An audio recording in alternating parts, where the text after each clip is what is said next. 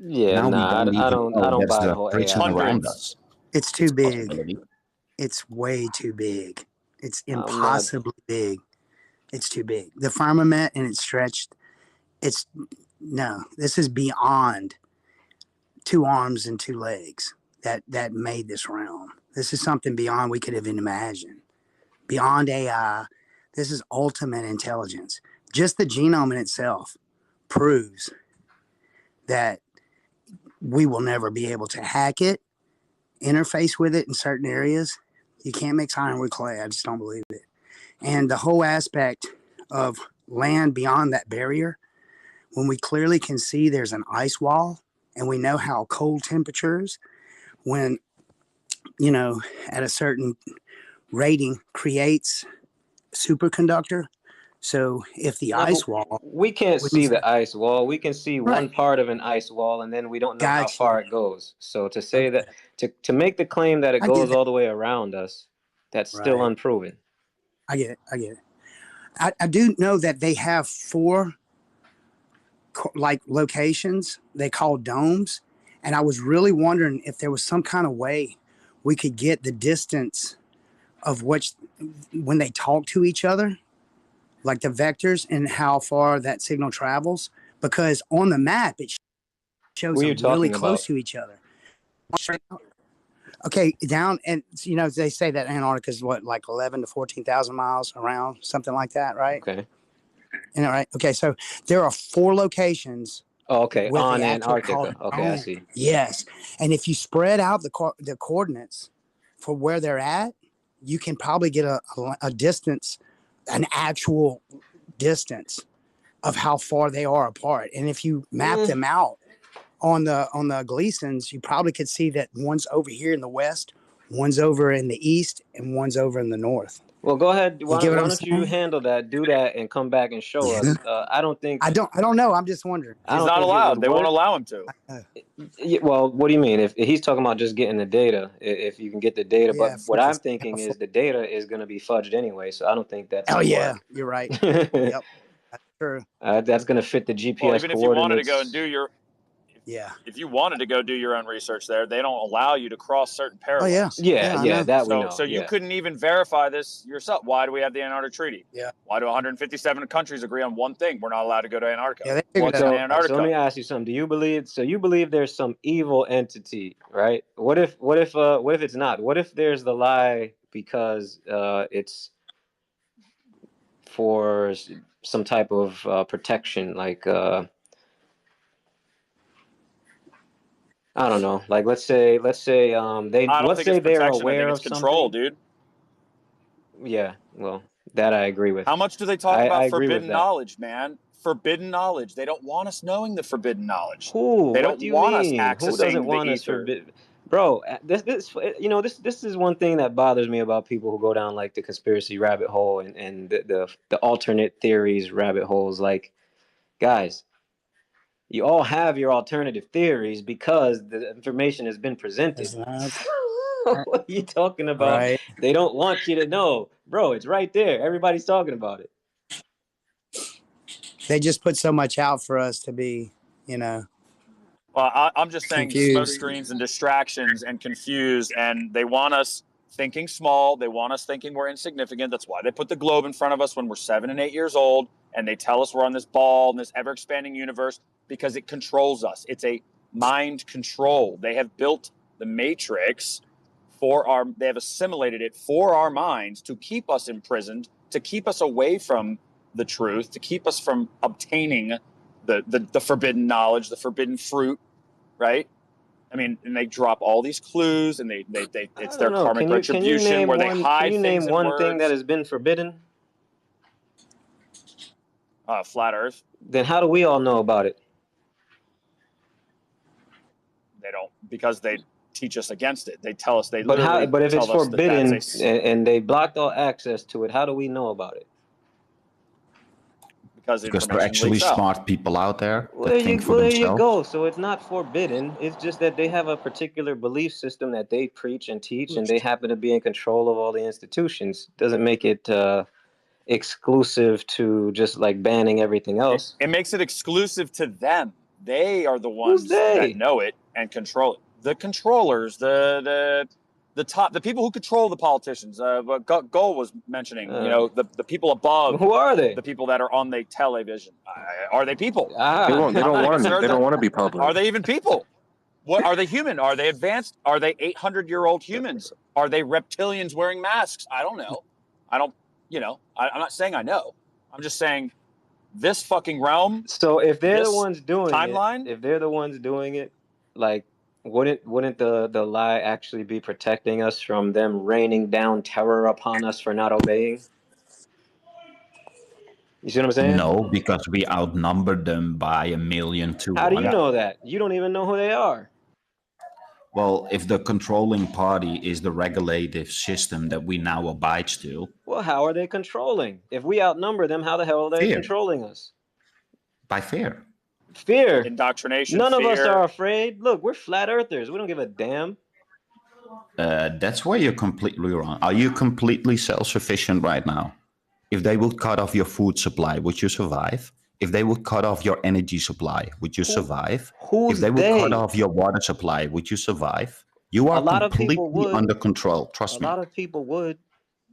So to say I don't know. I just don't buy. I don't buy the whole thing, man. I don't buy it. If they cut you off, you guys are not. You guys aren't. There's nothing to really buy. The politicians are controlled by the big money houses. The big money houses are controlled by unnamed shareholders. A lot of the time. Well, there you go. There are named shareholders, but there's also unnamed shareholders. And who the fuck are they? And those guys that control the central banks, The private entity, the 13 families, 13 colonies, right? Yeah, but that's all sound like humans to me, man. Yeah, I don't know. It doesn't make no sense, y'all. I mean, I understand like the fact that there's this small controlling party, right, who's manipulating the money and the resources and trying to control commodities and everything. I could get with that, right? Me too. But then there's a level to where you guys are jumping off the ridge a little too heavy. I think that this idea of this overall arching control to where you guys cannot do any type of research or find any type of knowledge is kind of constraining to your own ideology. I think it helps you to get past the task of having to debunk yourself, but I think that it's overall just strenuous to your own ideology. I don't think you need that in your theory. It only I don't think conflates so it. either. And that I could agree to, as long as we all agree upon that it's theorizing. And that is what I think D369 is telling us, or keeping us level.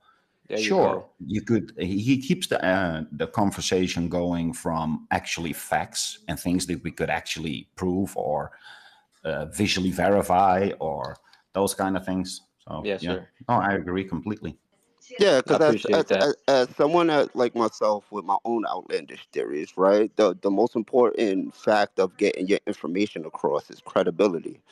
You have to let the person you're portraying your information know that you're trustworthy and you're not just spinning a loop, because mental health does exist, right? And if you look at the person down the street spewing this knowledge, right, that's whacked out their mind, it don't sound too different from, some of your wild ass theories, honestly. Yeah. So you have to really distinguish between credibility and the uncredible.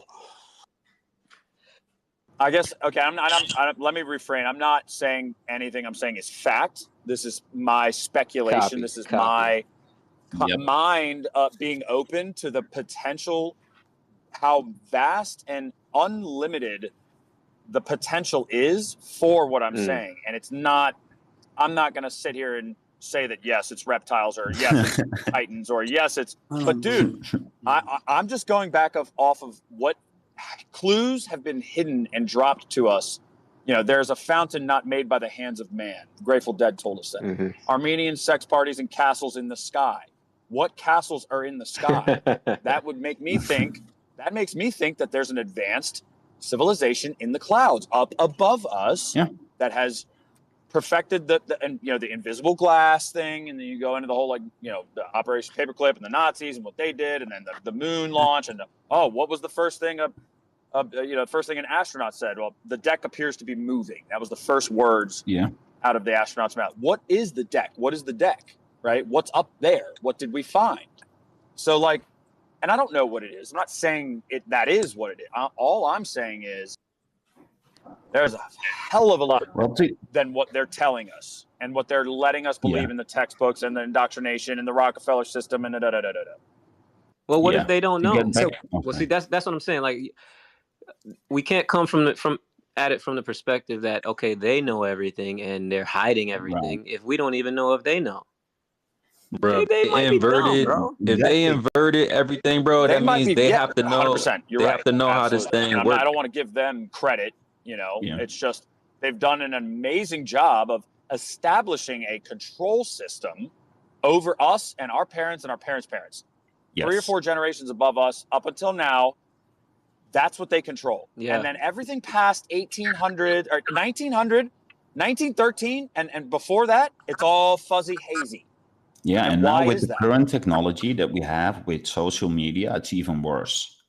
And a real good way to find out how controlled your bubble is and how much you're actually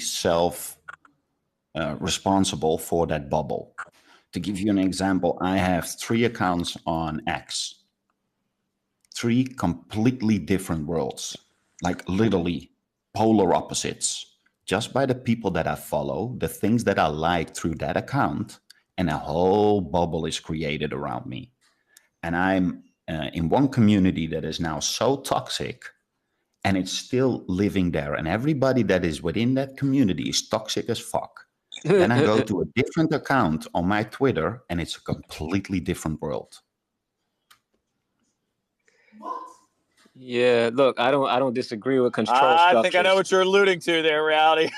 No, he's right. And the one thing that pisses me off about this app is that when you go to like a post that has 1 million hits, it gives you like only your friends' comments. I want to see the fucking top comment, but I guess you can do that now. They changed it to you could switch it, but yeah, they feed you back your friends' comments. They don't feed you back like, just the comments. Yeah, interesting. Yep. I have a question for the panel, y'all. What's up? Do you think that any normal human capabilities would ever walked across a quartz crystal, looked down and said, one day, I'm going to put information in that? Just saying. Stop and think about that one. That's well, I don't think a human just did that and said, I'm going to put information in that. But I think the human over time studying it and learning its capabilities with increasing technology said, oh shit. This can hold information. Let me put information in there. Yeah. Oh, is this accurate that they don't exactly know exactly how it exactly works? Computer chips and shit? They just know it works? I'm not sure, but you're probably somewhat accurate. No, because if you you zoom in. Have you guys seen these videos of you zoom in? I saw that video, but I don't know about that. Inscribed on the microchip? I don't think Bro, dude, it's fucking crazy, dude. That seems a little bit fake, no? I think they know to a certain degree. Interface that can't get that close, y'all. I'm sorry. I think they know to a certain degree, and then everything else is probability and mathematics that happen to work out. Yeah. Look into microvision. So when I grew up, computers didn't exist. And I was working in a shop for parts, and they had files were called microvision, and it's the same lithography technology, and they can put a whole book in a square millimeter. This is literally 60-year-old technology. Mm-hmm. So it is possible to create something at literally the micro scale, and as technology advances, I wouldn't be surprised if it's possible to create a computer chip in the animations that we have. Because if we really look into... we're on the nanoscale now. Exactly. And if we look back into history, where we say, yeah, we are now the most advanced, and we just keep on advancing, in reality, it's actually not the case. Because every piece of technology that we use today existed 150 years ago. The only difference between that's the two... That's not true. It is true. Name me one piece of technology that exists today that didn't exist 150 years ago. You're talking 150 years, bro. ARM processors did not exist 150 years ago. Oh yeah. The resistor and the diodes already exist. Yeah, the components of the computer. The components maybe, and smaller. The components have just been made smaller, yeah. Exactly. But there's also haven't been other advanced anything. Well, no, that's not true. We haven't advanced it. First of all, making it smaller is an advancement. Second of all, other implementations have been created. Advancement, right? It's like we constantly invent new things and we make it better. But there's nothing new. The camera already exists. The telephone, everything literally already. There's nothing new under the sun. Exactly.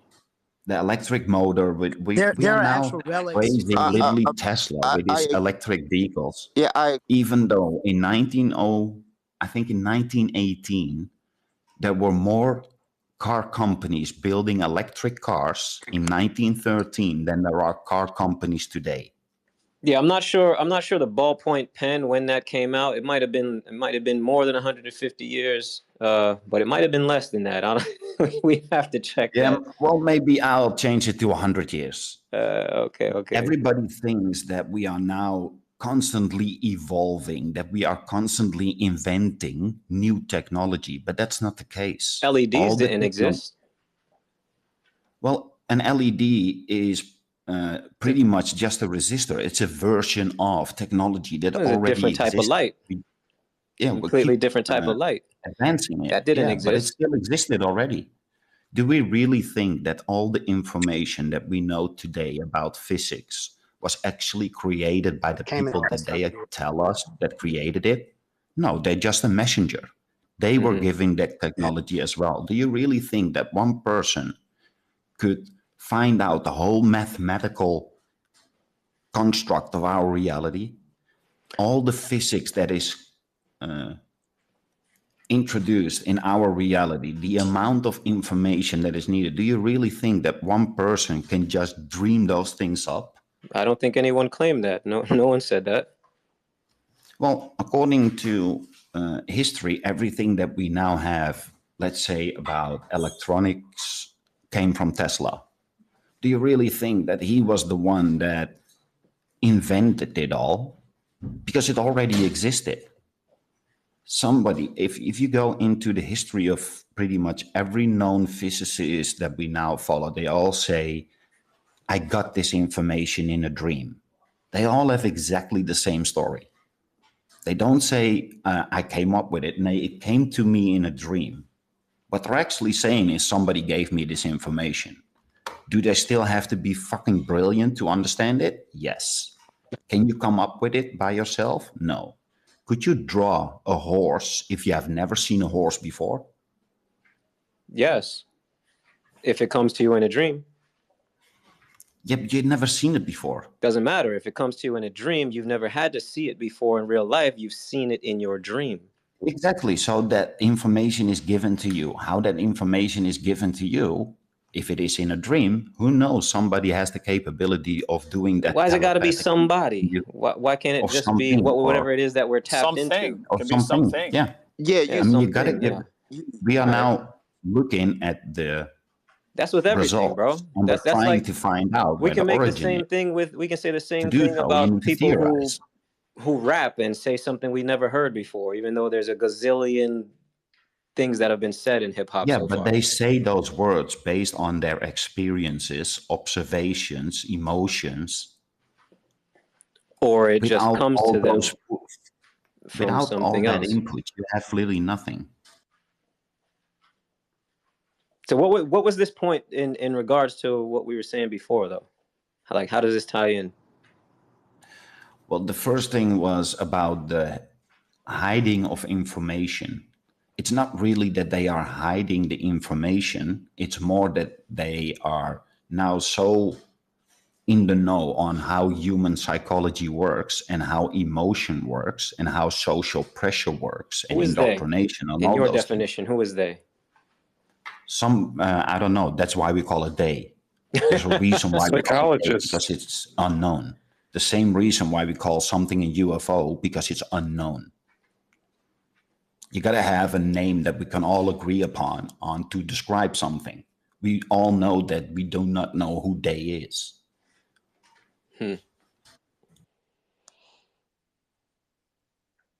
What if there's no they? What if it's an assumed boogeyman that just actually doesn't exist? I would agree. This is too strategic, bro. It's too strategic. So what if there was no they? Hold on, for them to invert our whole reality, they got to know the actuality. So hold on. What do you mean by invert our whole reality?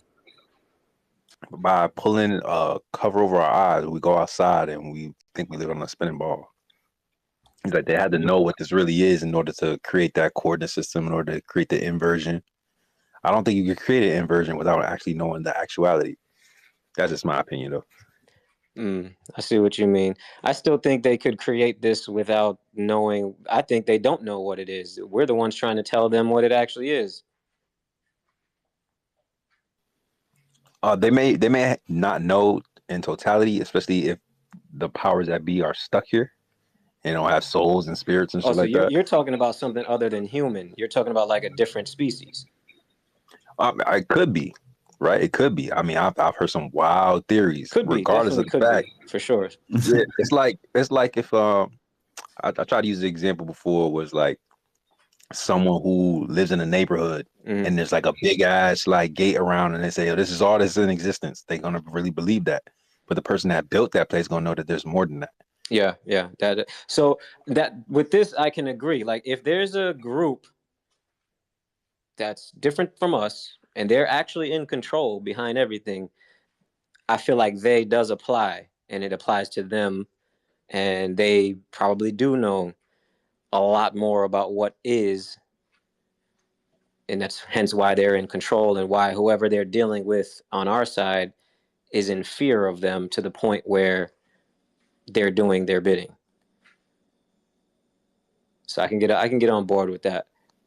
However, I don't think that they got power, don't exist, though. If they left or they died off for whatever reason, then they would be no more than powerful humans in the right positions. And power is subjective, right? Because precisely, in my opinion, if they have to lie, that means that there's a weak point, right? Because you ain't got to lie and deceive nobody that you got full control over. You just gonna tell them exactly what it is, like you can't do nothing about it. Right. But if I got to lie to you about everything, it's something that I don't want you to know about yourself or where you live at, which may cause me to lose my power. That's, you know, what's scary about that is that's kind of like we're at the juncture. We're at a critical juncture right now where information, identity, and the ability to enforce rule through autonomous devices, right? Robots, essentially, is a huge risk that we're going through this right now, bro. They already have police dogs. You know, what's that studio that makes those robot dogs? Boston something or Massachusetts something? Yeah, Boston Dynamics, I think it's called. Yeah, Boston Dynamics. Yeah, they've already got cities on board with recruiting, you know, and paying for those dogs to be police in some places. Identity, digital identity, especially, is really gonna cause some changes if they ever get that in place. So it's at a point where, yeah, if they're gonna be able to control everything if they ever implement the digital ID and the digital financial system the way they want to, bro. Straight up top down control. They already got all our information. You can jump in, Taylor. Or facing. Oh, not much. I was just over here buying this rangefinder. I was able to get it, by the way. They're nice. Not expensive, but it's all good. And so whenever I was buying it, I was telling the dude, I was like, yeah, we're out here looking for the Earth curve and stuff. And and I was like, hashtag what curve? But anyway, he was like, yeah, I've heard some flat Earth stuff too. And then I sent him the Flat Earth Friday stuff. I was like, yeah, next Friday you gotta come check us out. He's at work right now. But yeah, he's like, yeah, I'm gonna come check you out, man. And then last night I was also talking to this other dude. He lays like wires under the ground, I guess for like electricity or whatever. And I was asking him, like, have you ever incorporated the Earth curve? Because he said he did one like almost 10 miles or something. Oh shit. And he's like, no, I've never incorporated nothing like that. Wow. Just another one. Let's So go. it ain't only the plane surveys, it's also what we're laying under the earth. Mm-hmm. To get back to the whole day thing, I mean, it's all speculation, but if we think about it, to, let's say, give some credence to day, who is preventing you from moving freely around this world? Who is preventing you from collecting rainwater? Who is preventing you from doing agriculture? Who is preventing you from, the list goes on and on and on. Yeah. So there is a form of day. Absolutely. But in all of those instances, it would be us. We're the ones doing that. Elaborate. People, humans. Like humans are the ones who made that treaty that won't let us go down there. Humans are the ones who make the laws where you can't do this, you can't do that. And the governments and police are the ones who enforce these things. Government, police, and lawyers, these are all humans. Mm-hmm. And these are the things we impose upon ourselves. Now, is there some other entity behind all of that? Maybe, I don't know. But that's where the speculation comes in. Sure. So we could say the higher you will go up the ladder, mm-hmm. the more closer you are to day. Right. But there's still people controlling other people, and therefore it trickles down the same way we have about science. All these people actually believe the science. All these people enforcing these laws actually believe that it's good. Yep. But there is a day above it. What that day may be, nobody knows. Probably will never know. Yeah. If it exists, if there is something there, but if there's not, well, there's something instructing people to do so. So it always originates from somewhere. There's always where it ends. So we are now complaining about the police. Okay, they take their orders from the local whatever. He takes his order from the county. He takes his orders from the president. Okay, where does the orders from the president come from? You will always get higher up a ladder. But it always has to originate from us. Yes, I agree. Right.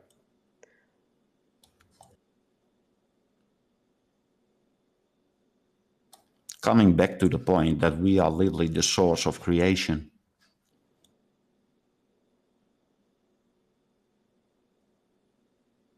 Do y'all know where I can find a map of like the oil rigs? I'm trying to like shoot at like a rig, but like I don't think they all show up on the maps. You might want to check with like maybe on a flight map. I would think if you check some like oil company list, you might be able to get the locations of them. I bet you could check. I bet you could check like nautical maps, especially for like navigational maps. I'm trying to think of like some of the software. There, I forget the name of it, but there's like GPS systems, and you're like Sinbad and your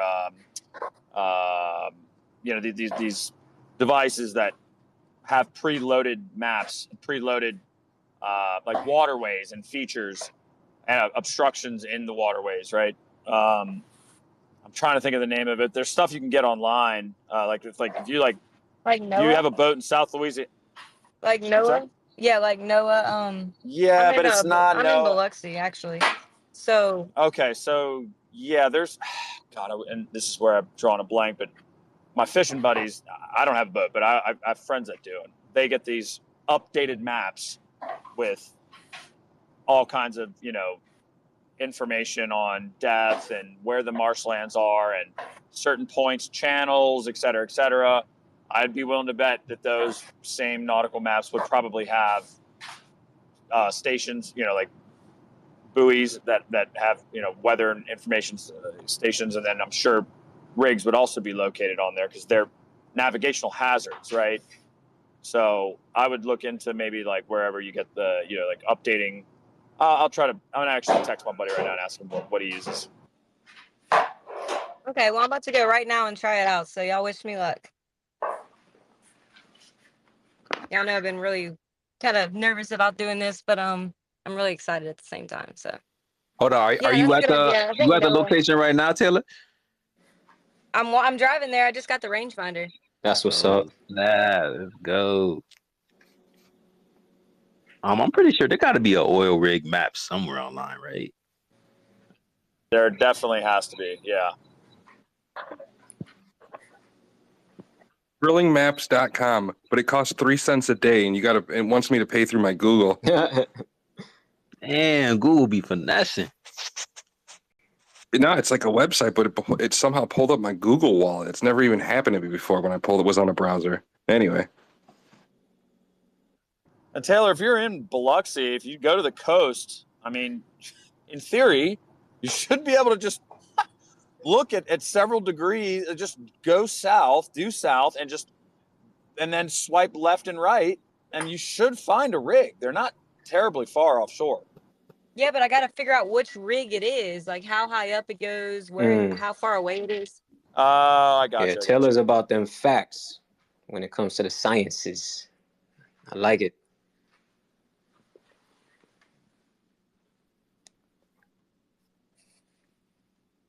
What's the location? Another thing I'm gonna try to do here is I got my drone with me. So I heard about doing this sunset experiment where basically the sun, hopefully, I don't even know where it's gonna be setting today, but if it goes over the water, then I'm gonna try to go up higher and see if I could see like more sun. Because apparently people have seen the sun kind of fade out and not go over the horizon and it get dark. So my drone goes up, I mean, at least how high? At least 400 feet. 400 feet. So we should be able to, that's legally. People have gotten in trouble for shooting drones, and we actually weren't supposed to shoot that Lake Pontchartrain footage. So kind of walking on thin ice here. Yes, they will. We went You 1,000 will feet get up in for trouble that. for your drones, y'all.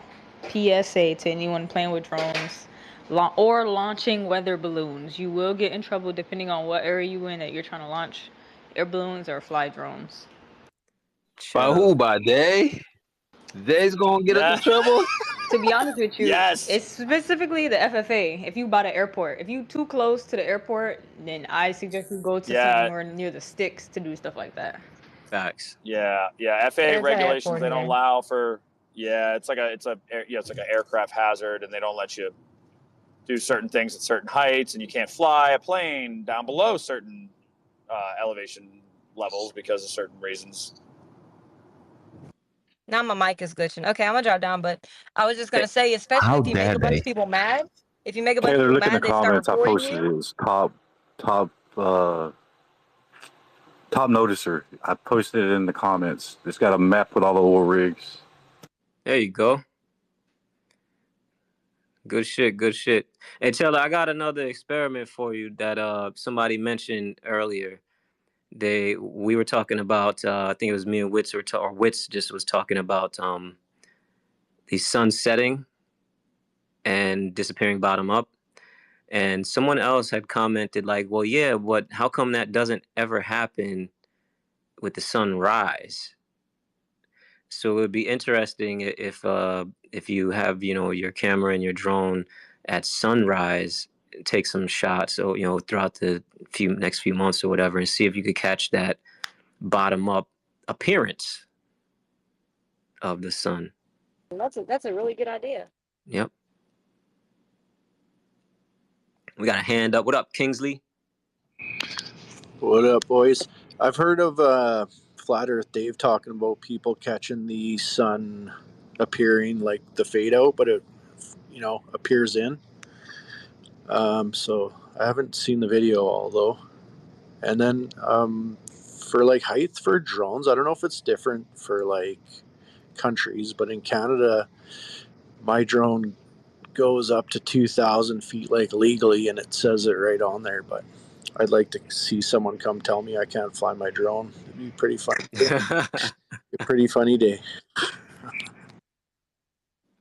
Oh no, man. Last I heard, man, you guys are getting treated just like we were in the States. Like they shut down y'all bank accounts, they took y'all crypto, y'all couldn't protest nada, man. Oh yeah, it's bad up here, dude.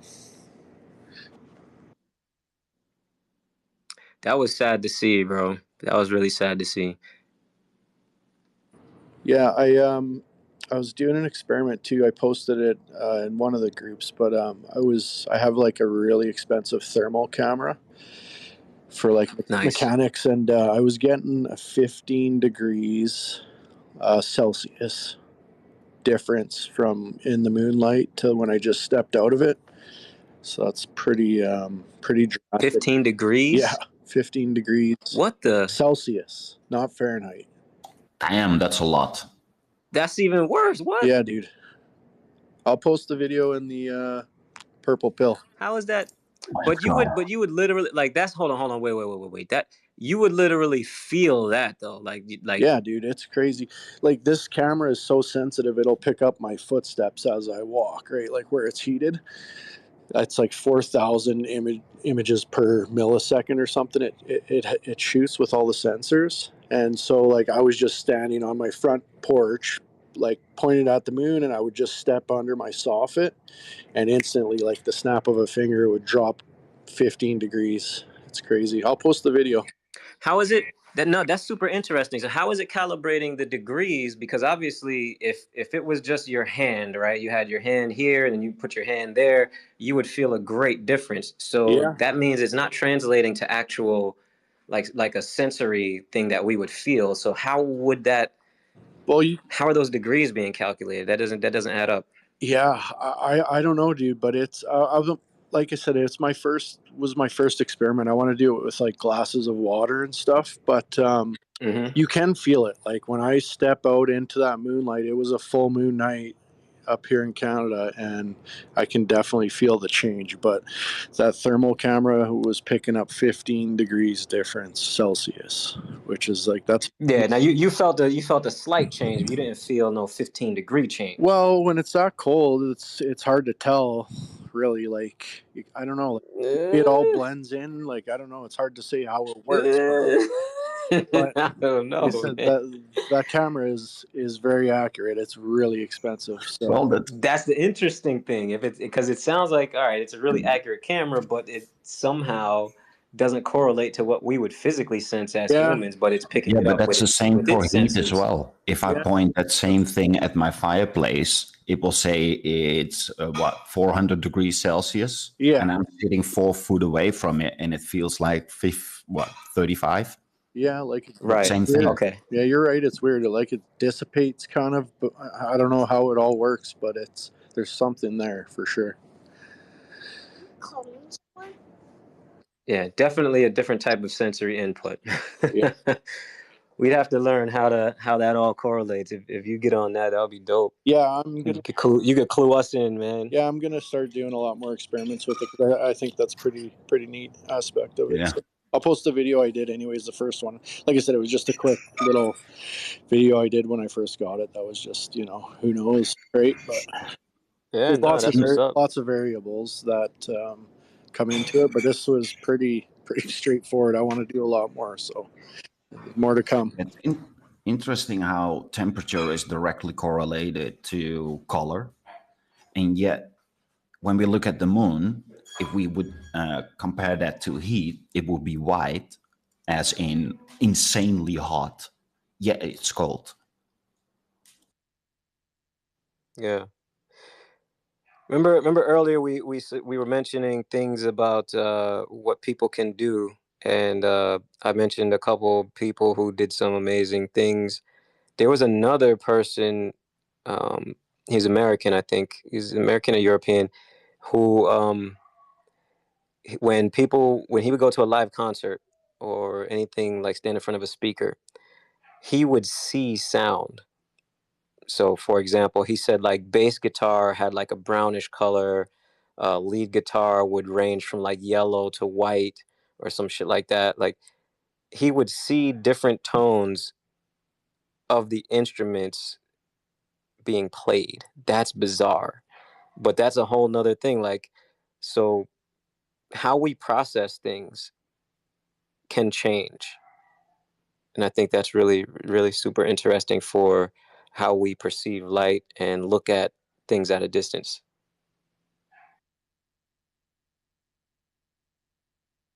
Oh, Speaking of that, Coffee, you still in here?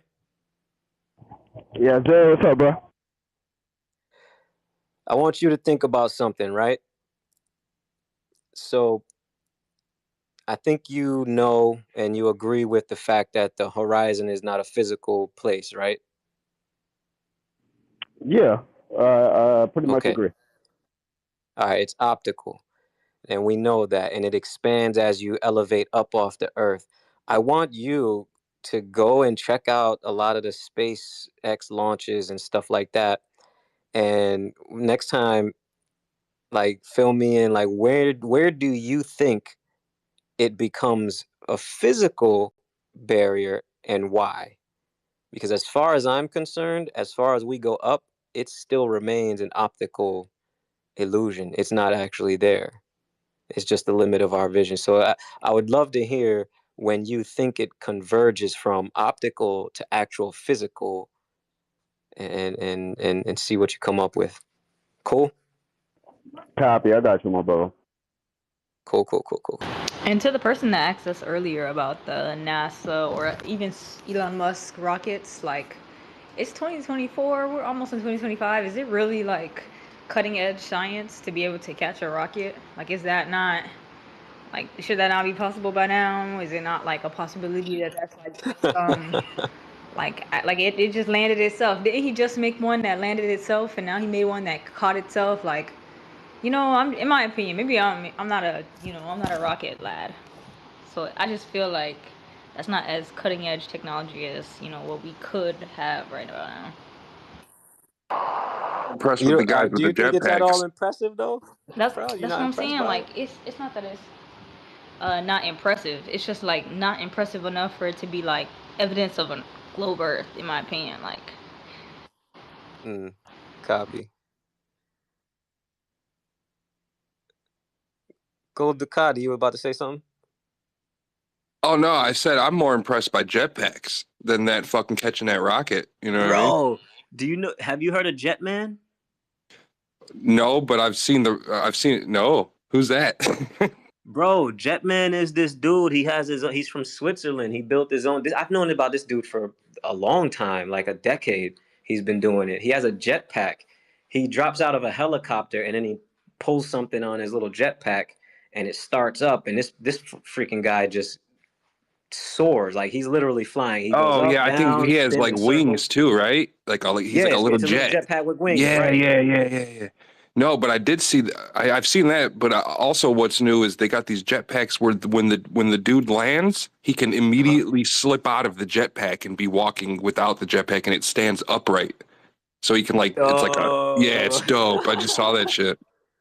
Also, That's already dope. 60 or 70 years old technology. Yeah, remember that movie back in the 80s, The Rocketeer? He fixed it with bubblegum. I remember that movie when I was a kid. There is a video from, I believe, the 60s, maybe even the 50s, with military people just taking off with a jetpack. Yeah. A little bit different than the ones we're talking about, but yeah, for sure. Yeah. I think I have an experiment that would be a good flat Earth experiment, and I think it would work. And it would just involve 3 or 4 drones and lasers, and them leapfrogging in front of one another at a certain height. And in using that technique, you can even change out drones with new batteries because they'll be one hovering while you're switching the other one, and they just line up and just go in order over and over and over. Repeat the process until they go out however many miles, 50 miles, and then they see how high they are. That'd be a good experiment. I've mentioned something similar months ago. I think the same thing. Like, if we can calibrate them to remain like, all right, we got to have a flat place. No, it would be easier than that. You don't have to calibrate them. So you could just use the laser would have to go through a certain hole that would make it have to go through. Right, but in terms order of the for ground, it to they would have to keep. It would be best, I think, just my opinion here, that if they stay a certain level above the ground. You know what I'm saying? Like, have a flat place. That would be the experiment though. You wouldn't want to have like an altimeter in them or anything like that. You would want them to be where the laser is next, not where above the ground. Initially, yes, But after that, they can go wherever they want, and that's the experiment. So it'd probably go off the ground higher and higher and higher and higher and higher and higher. Wait, what do you mean? So how would that, wait, so I thought you were trying to prove flat Earth. Right. Well, no. Maybe you're confused. I don't know. Maybe we're both confused. Yeah, that's what I'm saying. I'm trying to get on the same page. I was saying you can't really say, okay, this drone goes in front of that drone. Now make sure it's 50 feet. You can't do that because you'd have to make sure it's aligned with the laser. And then the next one would be aligned with the laser. And then the last one would go in front of that one, and then that would line up with that one's laser. And then the last one, leapfrog over each other until we get a difference in height. And then you just continue the process. And it guaranteed would work if you manage to set up your lasers properly.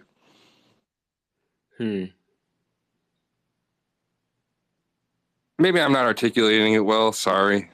No, I'm just thinking about how that would look. Yeah, like 3 drones minimum, it would work. As long, or no, 4. We wouldn't even need to go that far. We would only need to go, say 5 miles or so. 20 miles to be sure.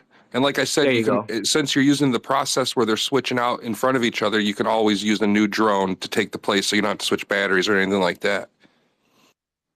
Yeah, that would be dope. Something like that would be really dope. Probably about what, a couple grand, 3 grand, 4 or 5 grand. Who knows? Yeah, I'd say throw a cool 20 at it and just to for some good drones. Yeah. Yeah, just to be sure. Some good lasers, some good sensors, some good computers. We need a computer, obviously. Yeah, I think it can be done. That sounds pretty cool too. Yeah, some drones, like mini drones, only go so far without losing connection. So that would be a real limiting factor. And then how long they fly, because the batteries, even in really nice drones, go out. No, you'd take like 3 drones and you'd span them out over, I don't know, 100 feet. And then you'd have the lasers making them level. And then the last one would go in front of the last one. And that laser that came out of that one would be level. And then the one that replaced it in the front would not be that far. It'd be, 30 feet, 40 feet. And then it would line itself up with the laser. And then it would be stationary. And then the other one would go in front of that one. That's how it would work. Something like that. Doesn't these drone air shows that they create now with like 5,000 drones prove exactly that? Not really, because they don't go over a distance. But if we use something like that where you program it, actually, you know what, bro? Even easier if we had, well, not for us because we don't have 20,000 drones. But we do. That would be the ultimate. Way more. That would be the ultimate version of like what you're proposing. Yeah, no, I obviously thought about it with hundreds of drones for sure. Yeah, equally spaced with the lasers all lined up. Boom, boom, boom, boom, boom. Yup. I wonder how much it would cost. GoFundMe. To pay the companies who own those mini drones to just do that. Just line them up across this many miles. Oh, just petition them to help us out. Yeah, we could try that. I wonder, like, hey, you want to do a publicity stunt? I think it pretty much already did. There are some really big of these air shows in China that literally spanned, I would almost say, a mile, if not more. Because if you look at it in the sky, it needs to be that far apart to create that big of an image. Yeah, but a mile is not enough. We need we need more than that. Yeah, we need the lasers too. A mile, no. So that deviation would be visible in the sky as well. If you create a level line of a mile that already has deviation that you could observe with the naked eye, then yeah. Yeah, I don't know if we could really devise that with the naked eye though. We would have to get more feet of difference on a curve. You know what I mean? So like we would have to do like 3 miles minimum. I think 3 to 5 miles. Even though at least try to get 5 feet out of it, 10 miles maybe. Keep on moving. Yeah, right. So we would have like so we could eliminate any question like, bro, we're supposed to be like 100 feet down.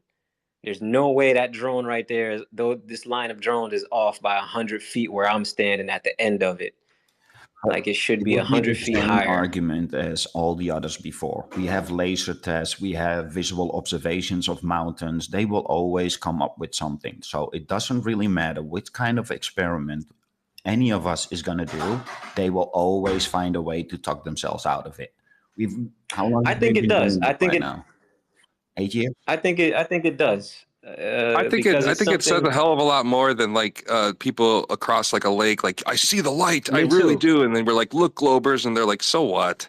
Like, yeah, I think so, because in that instance they're going to claim refraction, right? I think in this instance, with the drones being spaced but laser connected on a line, I think that would definitely do away with anything they're talking about with refraction.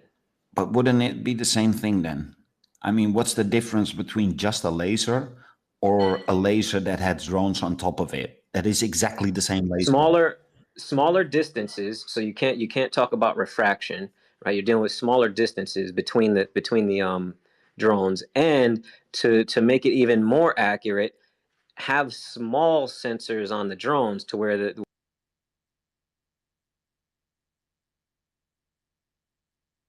cut out. Yeah. I mean, the only way these drones can actually navigate their vicinity or reality is by having all these sensors. And all these sensors, or every measurement that we have, always goes off of a level plane. You always have a reference point. So sorry, I dropped off. I had to come back. So what I was saying was that you have smaller distances between the drones than you do like across a lake.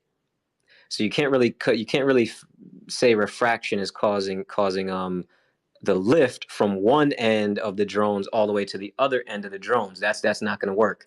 The second thing is, to make that more accurate, we use small receptors on each drone. So if refraction was really moving it too far, right, it wouldn't line up. I think I think you would introduce way more variables. Where? You have so much different pieces of dynamic atmos that is happening right there. So every drone needs to be within its own microclimate, fighting the microclimate to keep on it. There's so many deviations within a link that how is that even feasible? I don't understand what you mean. If we can do it over a lake, right, with just one laser, yeah, right, 5 miles over a lake. We're not talking about the laser. We're talking about the drones. You want to shoot laser from drone to drone to drone, while each drone is in its own microclimate, fighting that climate to keep on level. What do you mean microclimate? That's what I'm trying to say. What do you mean? Is the wind where you are standing right now exactly the same as 10 feet over? Oh, I see what you mean. Okay, and it's little. Okay, you're dealing with wind and stuff like that. Yeah, but that's part of it, right? No, that's as long as you. Yeah, you'd have to figure out why you have 500. Once you line the laser up, then we're back to the laser again. That's what I'm saying. If you always reference from the laser, why need the drones? I explained that because in shorter distances, you're not dealing. You can't use the refraction. Yeah, but if you use shorter differences, you bring in way too many variables because every station you've only named you measure off is fighting to keep his position relative to what? Another position that is also trying to find its place within space relative to another one. That is literally almost impossible. So the only way you are now referencing is the main laser. So we're back to a laser again. What if we call Terrence Howard and get some of them fucking 6-axis boys? It'll work. I don't see the problem. If you start with one laser and all other lasers are referencing that laser, it's no different than firing one laser. The only difference would be that you can't have the refraction argument. So what I'm trying to say is, if you have a point that is shooting out a laser and it's on an angle of 1 degree, then the next drone will angle itself to that 1 degree and it would go down. No, that's why you need 3 drones, though. The middle drone will be the regulator, will be the level that the laser shoots through to the next one. It would be the measure of the levelness. Exactly. And then and what is that levelness from? The main laser. as if it was one laser. This is what I'm trying to tell you. Yeah, but you're missing the point, will bro. always be that one laser. So why would you need? What's the problem 100? there? But you can go as slow as you can go as slow as you have to, though, in this process as well. That's the great part about it as well. Well, he's missing the point. Like, bro, you're saying why would you do it with these instead of with one laser? I've explained that like 5 times already. Because you dispel with the refraction argument. Exactly. And now we have new arguments because you're bringing in 500 arguments. What you've only mentioned one thing, bro. You mentioned one thing, fighting against the wind, which we said once it aligns, it doesn't matter. That's out the window because it's aligning with the previous laser. So it's aligned properly. What's your next argument? What's the next factor that you're saying that we're introducing 50 factors? Naturally, we're back to one laser again. That has nothing to do with what I'm asking you, bro. You keep going back to that. We've already dispelled with that. So look, you said no. You're trying to prove with small sections a level bigger section that results into one laser line. Just dissect it. Yes, but it dispels with the refraction that way. How many times do I have to say that? Please stop going back to that same point. I've done away with that point like 10 times. That same point because I'm trying to get to you that there will always be an argument. The same way you are now arguing the refraction, the same way they will argue every proof that we have proven to them for the past 8 years. And this one will be no different. You just I'm asking you what variables. Which ways are they going to argue it? Because you said, okay, you're introducing 50 That's what arguments. we said about all the previous ones as well. Trust me, the argument will come, but you will find out. I mean, arguments will come, but you will find out. Okay, so I'm introducing 50 arguments, but you only gave us one, and then you're saying the rest we'll just find out. All right, that's fine. Just within a split second, I could come up with one. Okay, that is already demolishing it pretty much. Because you don't want to refer to that you always end up to a level reference frame. Yeah, he hasn't we want to be level reference frame because of and detached from the earth, because if the earth is curving, it will show us at the end point that the level reference frame is different from the beginning. That's the point. Then it's no longer level. No, the surface would no longer be level. The laser connected drones would be level. That's the point. Individually or combined? Combined. Going into what? What do you mean going into nowhere? They just go from one to the next to the next to the next to the next over a certain distance, and at that distance, level reference frame. That's the whole point of them. The whole point is them being level. Exactly. Bro. You would decide that at the beginning. You would make you would take yourself several hundred feet, and you would make that level, and then you would say that's my reference frame, and then you'd go from there. He's just arguing and you would determine to the best of your ability what the best angle you could, and that's all you could do. Exactly. So what are you proving then? The same thing that we're already been doing with no end, pretty much, because there will always be an argument. I've already answered this. I already answered this. I already answered what would be different about this. You just haven't processed it. I don't know why. Oh, I have processed it over and over, just way faster than the rest of us. Then why are you still arguing the point then? Because you haven't mentioned anything else. Because you will not acknowledge that my argument is also a possibility. You want to negate it. That's the problem. No, I acknowledged that it was a possibility, and we would fix it by adjusting the area where the next drone is to line up with the previous laser. That does away with that particular argument of the wind. I agree. And then you get to a level reference frame. But which is what we need. As I'm saying, it's almost impossible to keep those individual reference frame. I mean, you could try. That's not. No, it's not. No, it's not. This is what I'm saying. Look. Think about it. Are all in these live shows that we see? They're using thousands of drones. These drones have to be lined up at specific points, and they have to move accordingly at specific points. If it was that difficult to keep them aligned how they want, these shows would not work. Exactly. But if you really look into them, you would see they're not all perfectly lined up. There is a serious deviation between all of them. But since we are observing them from so far away, it looks like a flat line. But if you zoom in, you would see they're all in their individual level reference frame. They could never perfectly laser level themselves out.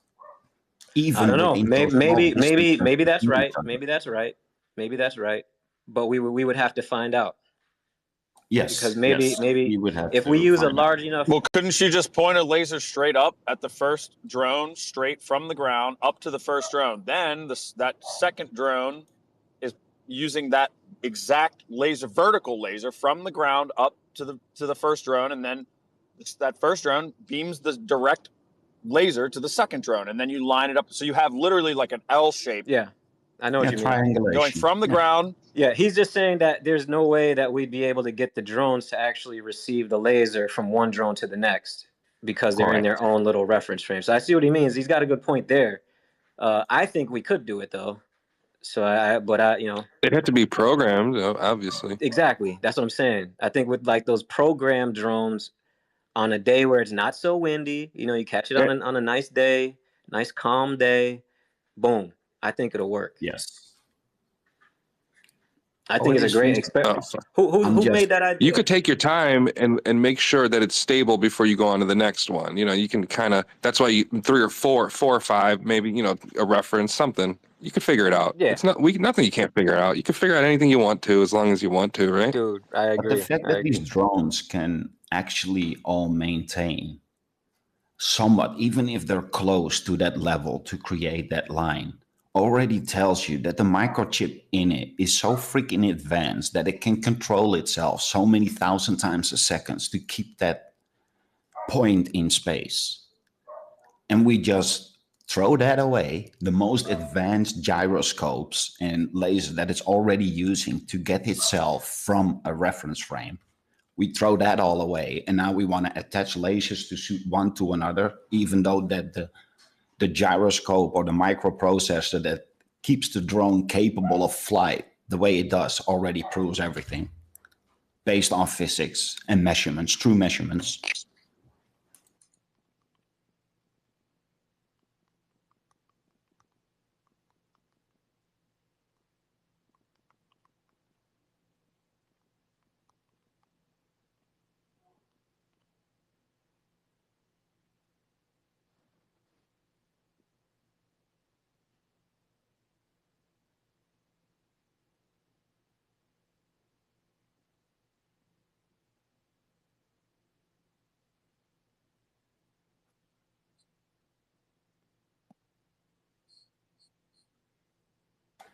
Do we rock? Oh, sorry, what? Oh, it's all of a sudden quiet. I thought maybe we rocked or something. Same. No, I was trying to share the video that the guy was talking about where he did the thermal test, but I can't seem to share that's also interesting. I got to download it first, and then I can share it. Let's let some of the hands jump in. I know Flat Earth Coin been patient, and so is Bill. Oh, nice. Yeah, I don't see any hands. My bad. Me neither. Oh, dinner is served. I might be back later. But love the conversation. Enjoy, brother. Heck yeah. And thank you for doing this. Of course, Sacred, Proud, and D3 for keeping it level. I love it. Without people like you, we would never have the argument. So keep on crushing. Always, always. Who was next, Proud? I actually think it was Flat, but I don't know. Flat-a-tat-tat. Hey. Yo. How are we all doing? Nice to be here. I would love to bring up the topic of... I'm actually really bored of this topic, but how about we go hard on it?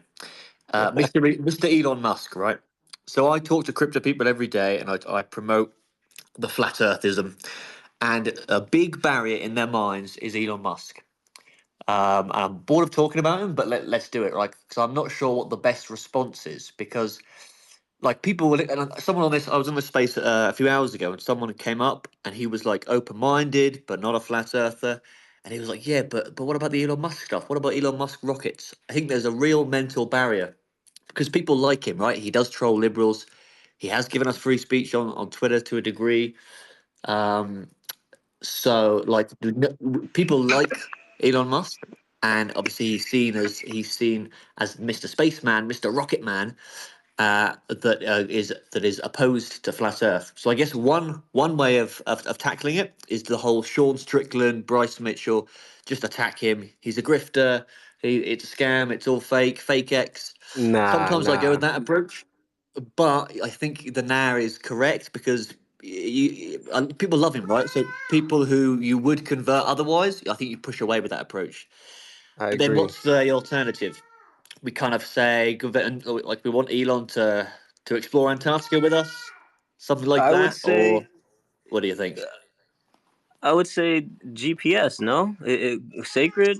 What do you think? I would say GPS. If all this stuff is working based on GPS, well, that would be the where all the meat of the conversation should be. I assume.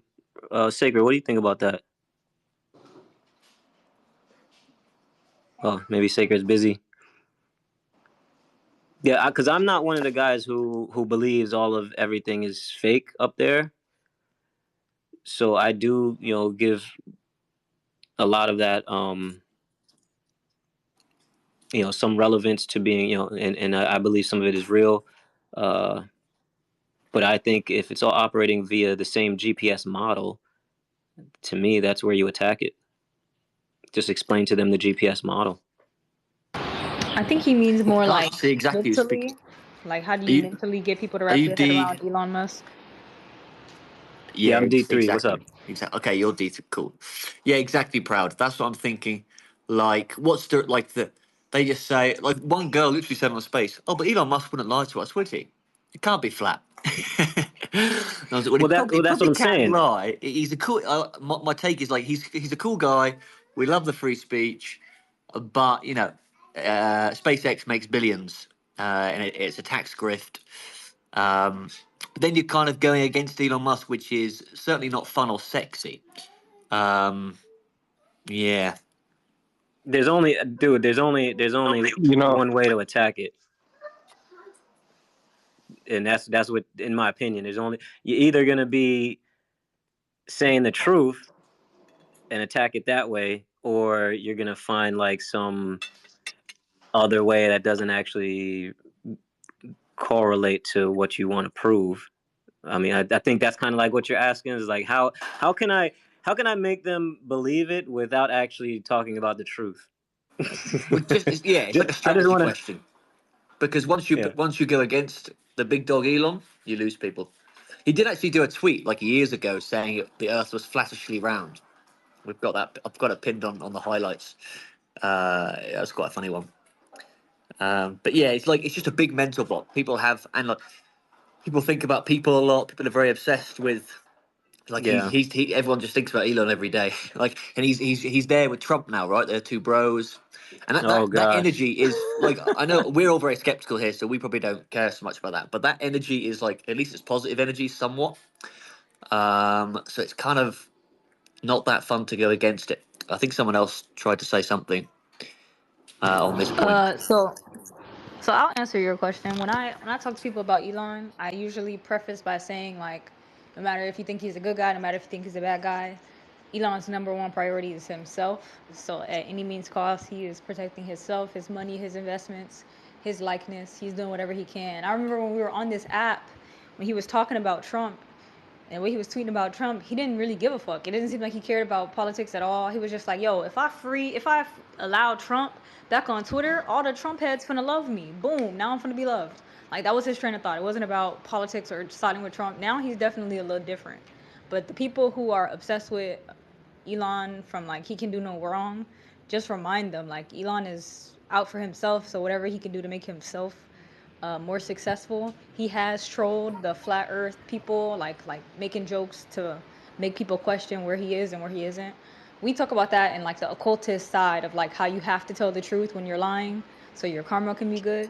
So it's layers to some of the stuff that Elon does, and if somebody really wanted to break it down, they could see through like all the stuff he does. So I just don't think he's a bad guy technically, but I also do think like if it came out or it got exposed that the Earth is flat, he would have to work his way back and be like, yeah, you know, I knew it wasn't flat. I wasn't really launching rockets to space. I was just like, this low Earth orbit. I was just using my GPS. Like he would have an excuse for it, basically.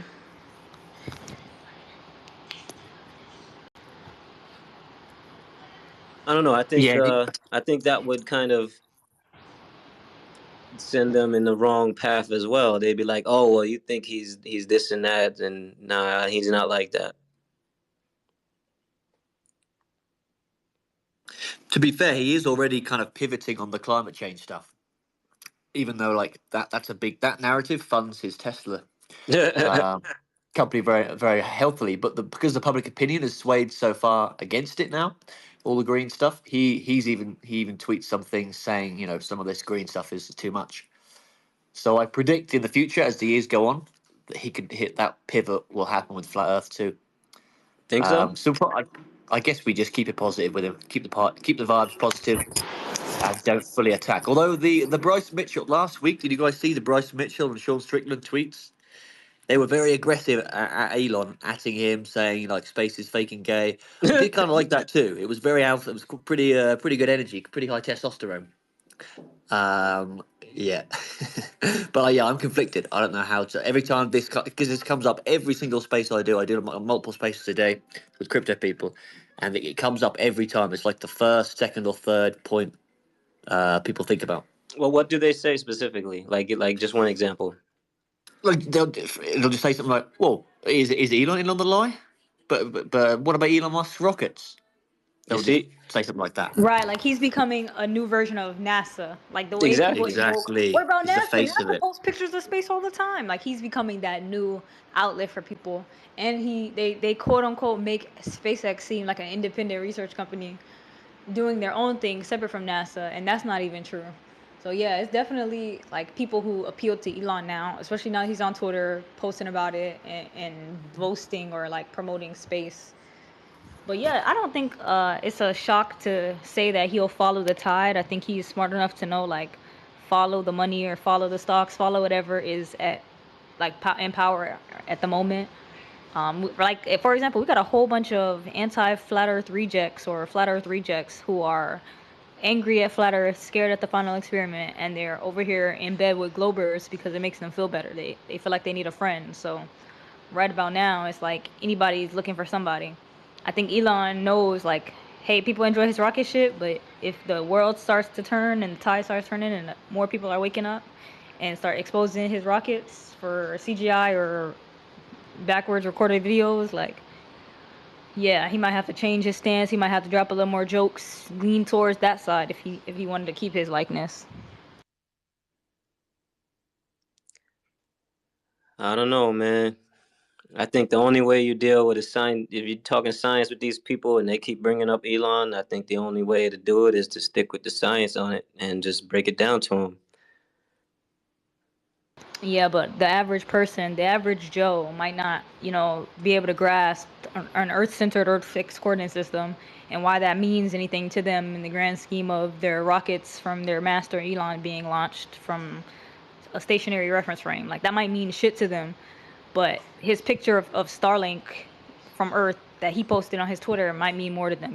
Like sometimes you gotta slow it down depending on your audience. We were all normies at one point. The only way we understood is when we started understanding from people telling us and then researching it ourselves. And that I feel like that's the only way you're gonna reach those people.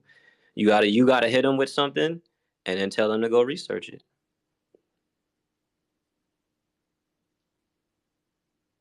Otherwise, if they don't do the research, then you're never gonna reach them. There's no way to bridge that gap. I think we can all agree on that. Is there any way to bridge the gap with a Globie without actually breaking shit down for him?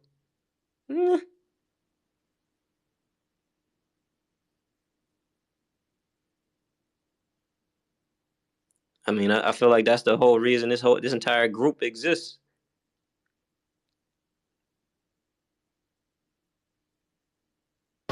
Sometimes I'll start with something like universal, like the Mandela effect. I'll start with something like that. that's not related to shape or whatever. Sometimes you can start with the moon landing because some globers are more receptive to like, yeah, I don't know if I believe we landed on the moon, but I definitely think it's still a globe. There you go. You could start with like another, like a slightly related topic like that, and then work it over. And you could also say he doesn't have to be in on a lie. He just believes what he's saying is true. You know, if you believe what you're saying, you're not lying. So maybe I wouldn't start with ECI reference frames, but I might start with like the landline from the moon, like that conversation. Yeah. Yeah, different trajectory. Yeah, that's smart. The moon landing is I think it's probably the best gateway drug to flat Earth, because people that's even getting mainstream now. Yeah. Like you just look at the video of it, it's actually hilarious. How can anyone believe that? Yeah, that's probably the way to do it. And like we can attack NASA because nobody likes NASA really. So you can kind of the negative energy we can pin on the moon landing and NASA, and be like, yeah, Elon will join us in for the fun soon. Yeah, makes sense. There you go.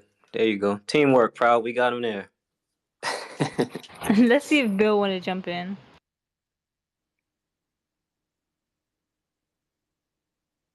Hey, Bill.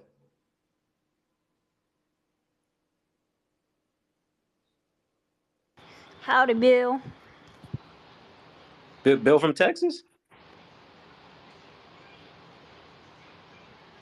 Bill, you from Texas? Howdy. That's a good question. Bro, when I first heard somebody say howdy, I was like, whoa, that shit is real.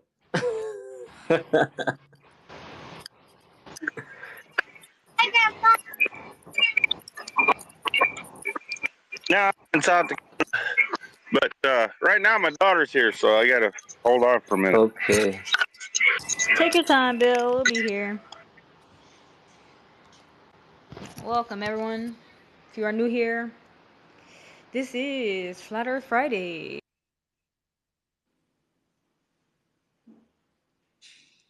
And we are the level heads. Proud. What's the first thing people are saying like when you're bringing it up now to new people? You think the Earth is flat? You know what? I think that is still like the first thing. You're right.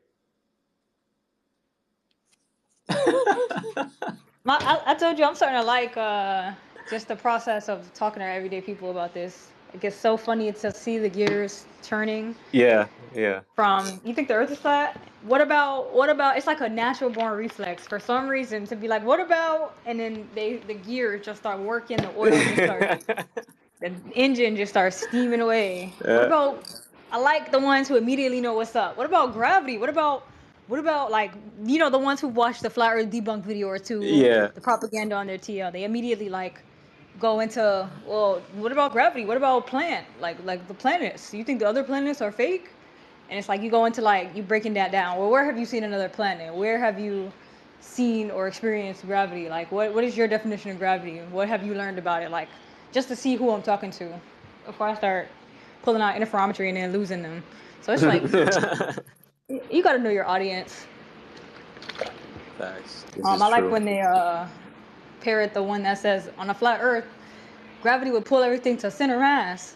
And it's like, well, why do we have to believe in that? That's your model. That's your paradigm. Why does that have to be the output of ours? Hey, so yeah, it'd be fun walking them through it. Yeah, for sure. I've done it with a couple of different people so far. Family member, friend. Both were kind of like off-put at first, but because I am who I am, like they know I'm not going to talk about something in that way without like having at least some type of info on it. Like they know I'm not that type of dude. So they were like off-put at first, but they were like, yeah, but hold on, let me hear him out. Yeah, it took a while for one of them, but the other one I had like a 2 hour just spiel for him, and he just sat there and listened. And by the end of it, he was like, "Nah, yo, you might be right." Coffee. I have a question for you, man. When you deal with or do you deal with any other Globers about flat Earth? Like, do you ever sit with like your homies and be like, "Yo, these flat Earthers, blah blah blah blah"? I actually have a flat earth friend that works at my job. So we usually go back and forth. We find our common ground and then we just leave it there. That's what's up. That's what's up. So you don't have that. So you don't really like talk about flat earthers with any other globies.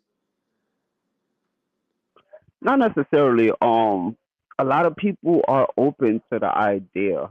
I don't get too much. How can I say it? Almost a similarity in my ideology. A lot of people are really skeptical about what Like I goes said, on. D3, they're all scared, man. Taylor, could you hear Coffee? Okay. Nope, I can't hear Coffee. I'll drop down. Okay. Oh no, you're good because I had a connection issue. It showed up on my phone. But can y'all hear me now? Oh yeah, no, we can hear you. I don't think Taylor can hear you.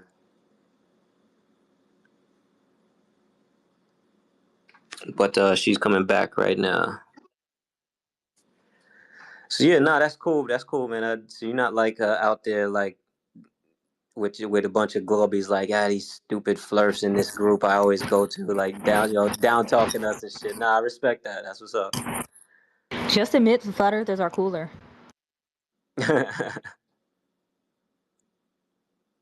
Coffee, can you talk now to make sure I can hear you?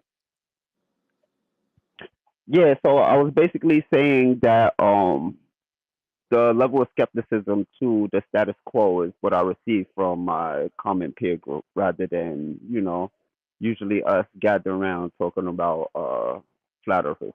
Copy.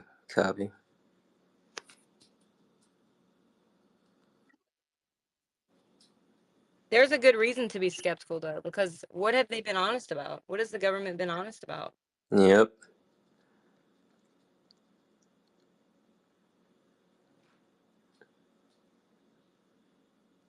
Right, starting questions off with, do you trust your government? I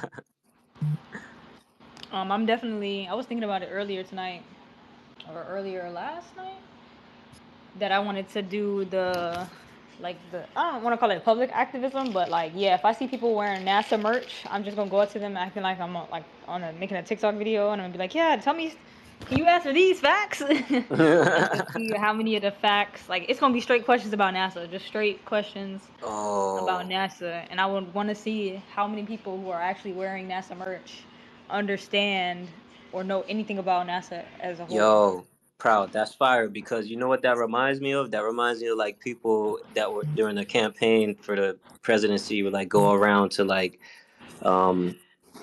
just people on the street and be like, okay, you Trump or Kamala, and then they'd be like, okay, well, why are you Kamala or why are you Biden? Or they'll be like, okay, well, why are you anti-Trump? And they'd come out with something and they'd be like, yeah, well, Trump never did that. And they're like, yeah, but he's they don't know anything. Or like when some women will go around asking men who are voting on women's rights, like, oh, questions about a woman's cycle or something like that, and they won't have a fucking answer, and it's like, yeah, ironic. Right. So I think it would be funny to show the Globe Earth community like how bad it is out in the sticks for real. I think a lot of them are so wrapped up in the conversation, like online, that they don't realize like the average Joe doesn't talk about this, bro. Like, we should get credit alone for being able to follow conversations about this after we were taught. So I think that'll be an interesting saga, guys. DMF, what up? What up, everybody? I'm a Portuguese guy living in Finland with an American accent. Nice to meet you all. Thank you for the space. Don't forget to share the space. And in the end, I want to die knowing the answers that I want. I mean, why are we here? Are we in a petri dish? That's the next stage after getting the answer, flat or not. Are we in an extremely advanced laboratory, in a crazy scientist lab, in an extremely advanced civilization, 3 trillion years, penta-years advanced from us? Yeah, when you first started speaking, you said he's Portuguese, and the next thing I was going to was the accent. That's why I said it, man. I used to live in the United States. Then the first Iraq war exploded, and my dad and my mom thought it was the Third World War coming. He started VHSing everything, every single thing happening on CNN, taking everything as true. And then things happen, man. Life goes on. My parents decided to go to Portugal, and life went on, man. It's great. It's great. Good for you, You bro. gain a lot of experience, and they learn much more languages also, and know more with more people too. Facts. Unfortunately, I had to leave America, but I still feel American. I still feel that pledge allegiance to the flag when I was a kid and when I was in the United States. That is not done now. Yeah, not done. No. Maybe in certain places, but I'm not. Does anybody know? Was that like a federal ban on that, or was it just state by state? No, they just did it because it says "to the republic for which it stands." That's why they stopped doing it. No, I mean, and one nation under God. It's the republic line that gets them, though, because they don't want them to know that we're a republic, not a democracy. Right, but my question was, was that done on a federal level across the states, or was it just done state by state? Like, is there some states I don't think there was an official ruling on it or nothing like that. I think it's just policy. I think it's always been just policy, I think. So state by state. Probably district by district, even. Yeah. Okay, copy. Taylor, you got your hand up? What up? Yeah, I was just gonna ask Coffee if he's a Glober, because we haven't seen many this morning. You don't know Coffee's a Glober, son? Think so. I thought so. I mean, just look at him. Yeah, but I did want him to answer my question about, what has the government been honest about? Yeah, I don't disagree that the government lies. The government lies their ass off. That's the position of leadership. Leadership is not always honest. I mean, whether there's good leadership or bad leadership, I think it's in the same boat. So do you know that NASA is a government organization? Yeah, I understand the whole get up with NASA. You know that they're actually have contracts with the long-term memorandums with the DoD, and same for SpaceX. SpaceX has contracts with the DoD. I didn't know that, but it wouldn't surprise me. Yeah, I posted a whole breakdown of it not long ago. Look, I'll post it up in the chat. Let's see. So basically, NASA is a government organization that operates under the authority of the federal government. It collaborates with other agencies in the government, like the DoD, through various long-term contracts, and it has a memorandum with the DoD. And they basically work as federal partners to achieve like compliance and support the mission of both agencies. So same for SpaceX. It's also contracted by the government. And it has many contracts with the government, including NASA and the DoD.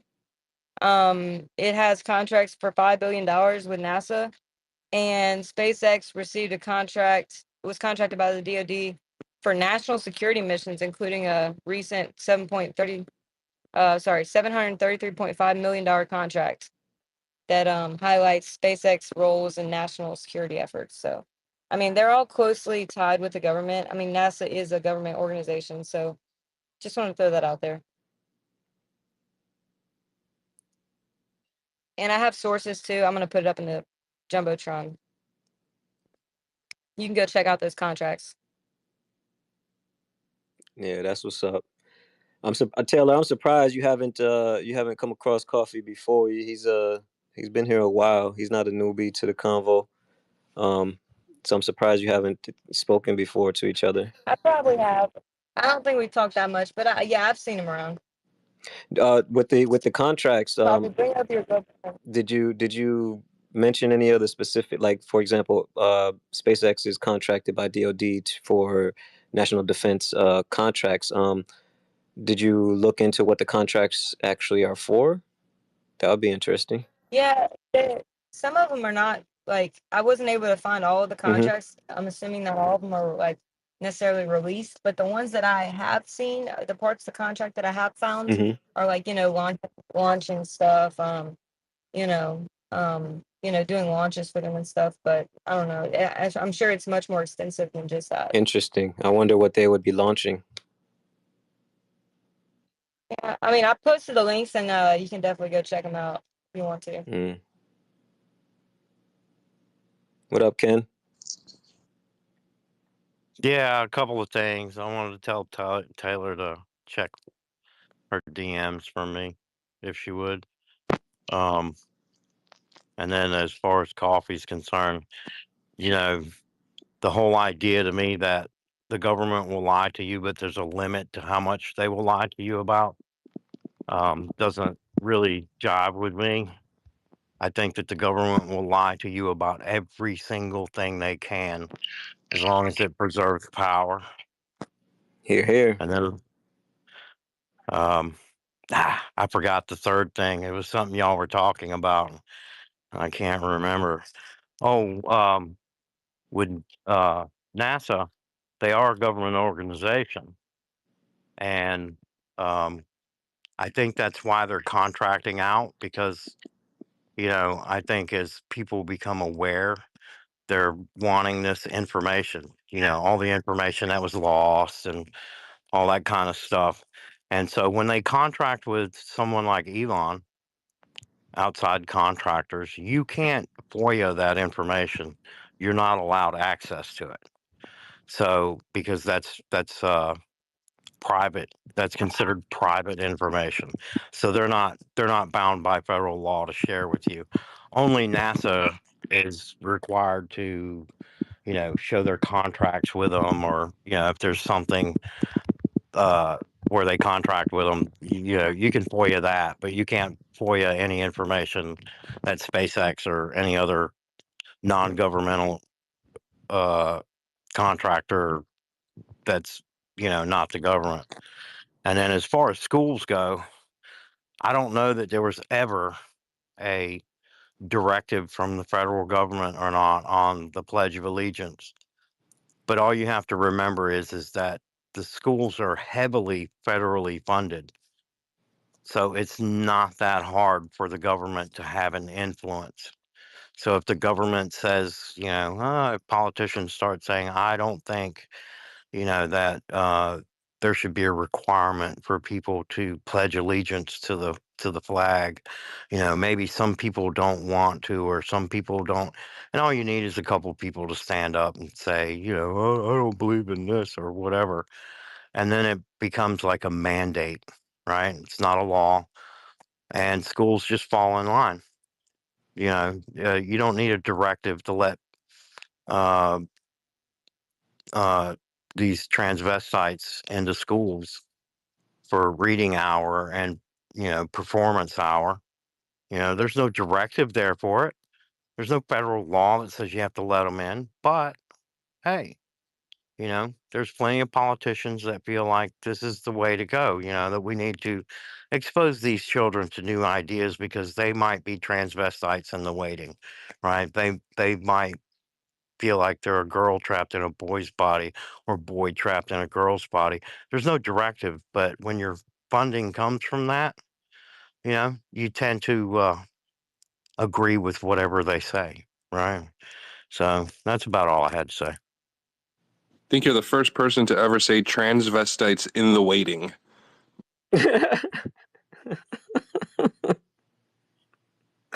Well, I was searching for words, but I mean, they do say that, there are children that feel like they're left out because they can't express themselves, because that's what they feel like, blah, blah, blah. So, yeah, transvestites in the waiting. It might not be a great choice of It words. just sounds so hilarious. I picture them like in an alleyway, ready to kill me and rape me. I guess that's what they do. Well, I mean, in my mind, elementary school kids aren't thinking of anything. I mean, when I was growing up, the only thing that I knew about girls was they had cooties, right? Don't they? Well, I mean, when you're in elementary school, you believe it. Oh, you were lucky. I never believed that. I was always into girls, man. As far back as I can remember. Well, I don't know that I believed it, but you say it, right, to your friends, because you don't want to let your friends know that you like a girl. I can remember liking girls in elementary school, you know. Uh, but yeah, that's what you say, right? Yeah, I guess it depends where you're raised, where you come from.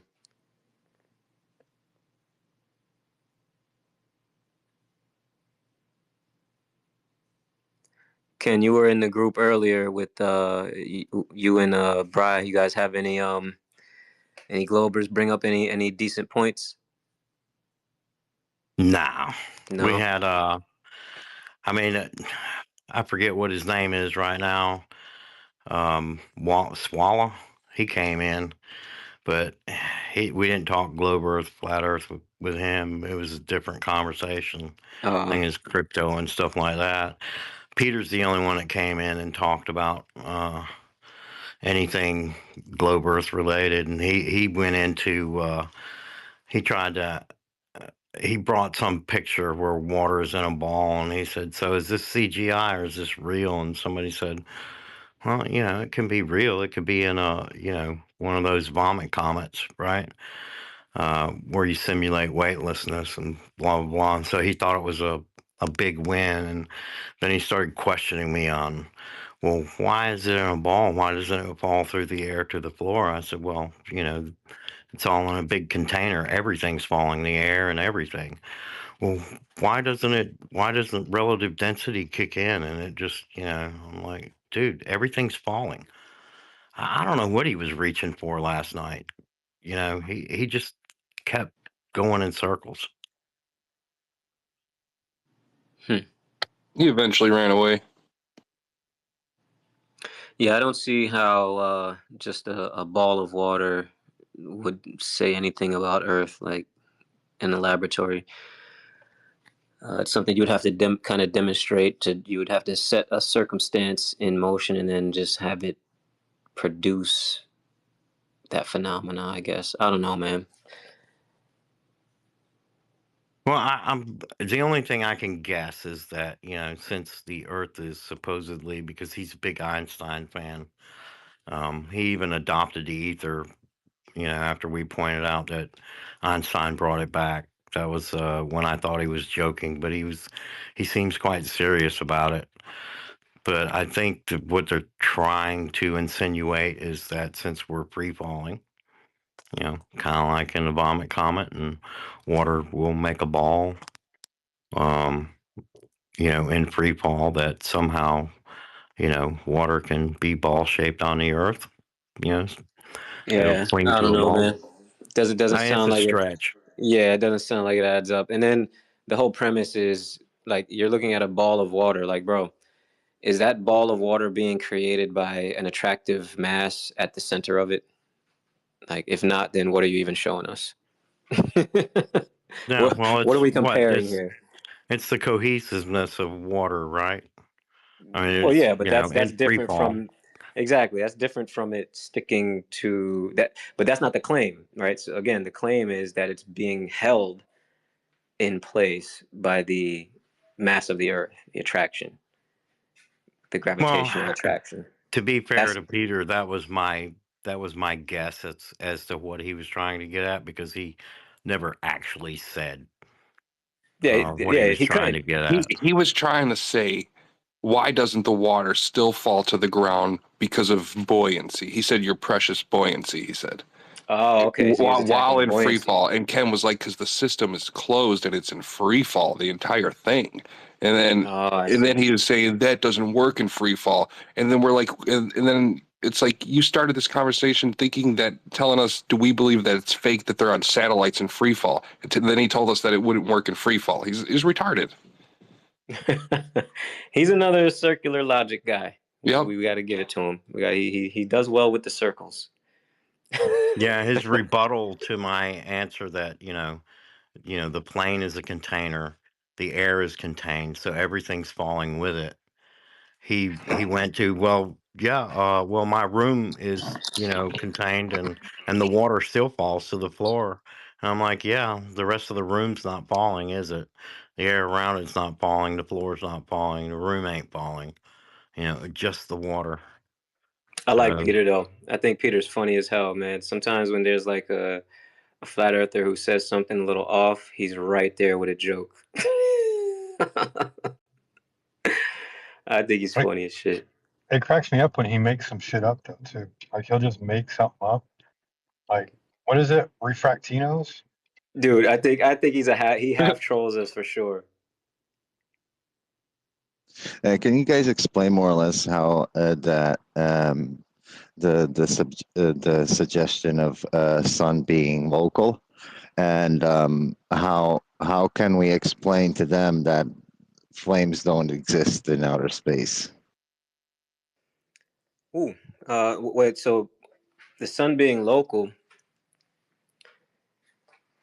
what do you need to explain about that? It's pretty self-explanatory. It's either super far away, like 93 million miles, or it's a little bit closer. What do they need? Like, what do you need on that? Yeah, because I threw that thing of like how does the sun throw a flame outside in outer space if there's no oxygen to burn through. And they throw that all these other gases are causing the flames to pre-exist, blah blah blah blah. And but we're talking about plasma that exists there, not flames. And it goes over, and I'm like not as savvy as That's the they difference. are. It's plasma. It's not fire. It's plasma. And so when you have some kind of a nuclear fusion incident going on that they claim is going on, they don't claim that it's fire. They claim that this is a heated plasma effect from radiation. Yeah. When you say plasma, there, what would the normal definition of a plasma be in that regard for the sun? Ionized gas. So it is a gas. It's just ionized gas. Yeah, like that's what they're claiming is going on with the nuclear fusion, right? It's helium and hydrogen, which to me is weird because helium is like one of two gases that are non-flammable. Yeah, I've seen alternative explanations that say it's not gases at all. So you could try looking into some of that stuff, I guess. But the no fire in space, I mean, look, there's no light in space either when you really think about it. Well, all we see is point sources. We don't see the dispersed light that's shining radially everywhere. It's just not there. What we see is the illumination when the light actually hits something. So we don't actually see light. We see a point source, and then we see illumination of objects in the distance from that point source. You know what their explanation of that is? No, what is the explanation for that? That the universe is expanding faster than the speed of light. Oh, that's what they use it for? Yeah. I'm like, then how is any light getting to my eyes if we're expanding faster than the speed of light? Trust me, bro. That's how. Isn't it when it reacts with our atmosphere, they say that's when it generates, the heat and stuff. I mean, that's exactly. Yeah. So, that's really like fantastic, so like, in like the thermosphere where we have like, the aluminum freaking space station flying around, it's hot there. It's extremely hot, thousands of degrees, but it's not hot. You know what I mean? Like it's hot, but it's not like it's, yeah. Everything's so convenient, and it's on a scale that we can't, prove whether it's, it is or isn't. I mean, it's always a convenient thing with them. Yeah, they say everything at that level is so spaced out that it's super hot, but it's not like hot to the station or whatever. I don't know. Yeah, it's a weird thing. Yeah. Yeah, it's extremely weird, man. I'll never understand it, which is why I believe in a flat Earth. Why I know it's a flat Earth. Excuse me, but that's why I changed my views on that. Yeah. Hey, Ken, just wanted to say, man, when Peter started telling stories about riding a bike downhill both ways somewhere, you should know that he's reaching for stuff. So, and I love Peter as well, though. By the way, man. D3, two things. Do you see somebody requesting? No, not right now. Next. Do you actually believe that sunlight takes 8 minutes to reach our eyes? I used to believe that the normal consensus on how light, propagates, even when I got into the wave propagation of it, and really started seeing it as a wave instead of photons. um, I still believed in the timing, but now I really question the timing, and I question the locality of what we're experiencing, because in our experience it's instantaneous, and with our measurements, as far as I'm aware, we haven't had a measurement of it in a single direction. If I'm not mistaken, we've only had it in a round trip measurement. And I feel like we're always surrounded by light. It's just, it's a different, because we're always surrounded, and we're always in touch with the medium. The medium runs through everything. And so if light is a movement in that medium that we detect when it's causing illumination on surfaces, then it's not traveling, so to speak. It's already here.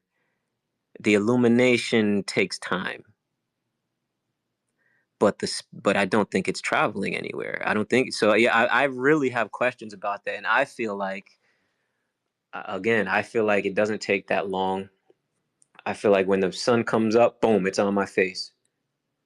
I don't. There's no 8 minute to me. But then again, we're dealing with apparent positions, so I don't know how they calculate that with the apparent position and the legit position of where it is, and what that difference is. I haven't gone that far into sunlight travel. Is anybody more familiar with that? I think you might find some answers to your questions in what they call like the dead stars, like stars that are dying. I read somewhere, I gotta go check my history, but I read that when they die, they actually get brighter. Like they explode, and then they have bursts of light that are brighter than they originally were before they completely die out. I know it takes centuries for them to die out, but that should be recorded. Those bursts of light being brighter, the luminance rising and lowering, like something like that, I feel would be trackable to help answer some of the questions about light reaching Earth and how they measure it. How they measure it. Yeah, I don't know. And then we come to the topic of, is the sun the same thing as all the other stars? That I really don't think they know, man. I really don't think they know. They have good theories. They have a lot of stuff that if you look at it and you assume this and that and this and that, then it all works out. But if you take those assumptions away and you don't, you don't add anything to specific measurements in this way or that way, I don't think it really adds up, to be honest. Don't they take what they experience or observe from our sun and apply it to the stars like out further? I believe so. I mean, and then the whole thing with spectroscopy, right? Does that really add up and make sense? Like, these guys were just talking about the sun being gases. And where do we get that? We get that from the spectroscopy and what we assume these lights mean. They interpret the light as it being a particular, composed of a particular substance, giving it off with a substance that's burning and creating the light or whatever. I don't think they know, man. We haven't been there. Did you hear about the probe that went to the sun recently? The probe? The probe that went to the sun recently, supposedly? No, how close did it get? Well, on the way there, they ran into a bunch of plasma. And yeah, see, well, there you go. They're assuming the medium is void of plasma. Right. When they thought the sun was made out of helium and hydrogen. Well, now they think there's plasma there. And it's like, well, then what the fuck is the sun made out of then? Yeah, it's interesting. I don't think they know, man. Oceans I think we have of some cool plasma. theories. Yeah, they just changed the core of Earth. What was that? Change what? Plasma is gas, though. Plasma is just ionized gas. Yeah, but they assumed it was a vacuum all the way to the sun. Yeah. Now there's something else there. It wasn't that they found plasma. It was described as oceans of plasma. Oh boy. Yeah, that's nothing wrong. I mean, or at least our model states that there's vast material out in the Then the universe. spectroscopy is wrong, and it's looking at something else. It's not looking at the sun. Fix your mic, Coffee. Well, I don't know. I mean, it depends because even oceans of plasma, it may not be large, and we got to consider their scale of the sun, right? Even what we would say oceans of plasma, that may be a fraction of a dot in comparison to the sun behind it, according to their scale. So I don't know if that would actually pose a problem. I guess it depends on what the size they were talking about of these oceans. Would they cause an obscurity, between us and how we are viewing the sun or something like that? I don't know how many miles of plasma do you need to look through for it to affect the light coming from the sun? Well, exactly. That's what I'm saying. It would have to be a huge. It would have to be hundreds of thousands of miles, right? It's always going to be a few more than we have. Oceans, they're talking about plural, right? It's not like one ocean. Yeah, I know. So big. They're talking about oceans, one ocean to another ocean to another ocean, and that was only halfway there. But if they're only the size of, say our planet, then they wouldn't be, altogether. I mean, looking through them, it would be a dot at the surface of the sun, and then the sunlight would go around it anyway, so we would barely even notice it visually here. I would like to know how the sun even formed in space. Like that to me is like just mind-boggling. Yeah, that and the moon. Here's another thing, right? Like, think about this. The moon is closer, right? The moon is closer. Everybody talks about the sun's effects, and would be no life without the sun and things like that. That's true and all, but what about the moon, bro? It's closer, so it's got to be some type of effect and interaction between this body and that body, or whatever it is. So what is that, and how is the moon actually contributing to life and what's happening on this planet? I think that's another cool question. Yeah, and how does the sun not grab it from us? I mean, like, especially considering we have an elliptical, elliptical orbit. I mean, like, we're literally 3 million miles closer. Like, and you're just telling me the moon just keeps chilling like nothing's happening. Like, I don't think that's how it works. Well, when you say the moon is closer, are you going by their model, or of course, you really think that it's closer? Yeah. I have no idea, but I do think whatever it is, it does traverse in front of the sun. I've seen photos, unedited photos of that phenomenon in the eclipses. I'm on the side of that observation. I don't think everyone's faked it.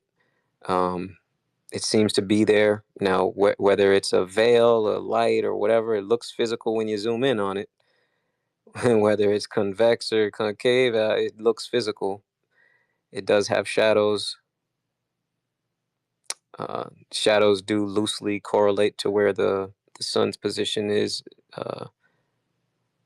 So it's a conundrum for me, the moon, to be honest. Dude, you might know more about this. So somebody had talked about it at one point, but I never looked into it. But they had said something about, like, I guess, like, where the new moon occurs, right? So, like, the most recent new moon, I guess that'll be what, December the 1st? But anyway, they said wherever that is, like, wherever it occurs in the sky, like the place that happens, that's where the eclipse takes place as well. Like, there's like, I don't know. That sounds cool. Interesting. Yeah, I it never heard does. that correlation. Yeah, and I hadn't thought about it for a while until just the other day. But yeah, I got to look into that because I don't know. That would kind of give a little more insight or a little, at least an additional clue as to what the hell's going on. Yeah. Yeah, man. Space is weird. I'm not gonna call it fake and gay, but it's definitely freaking weird and misunderstood. Yeah.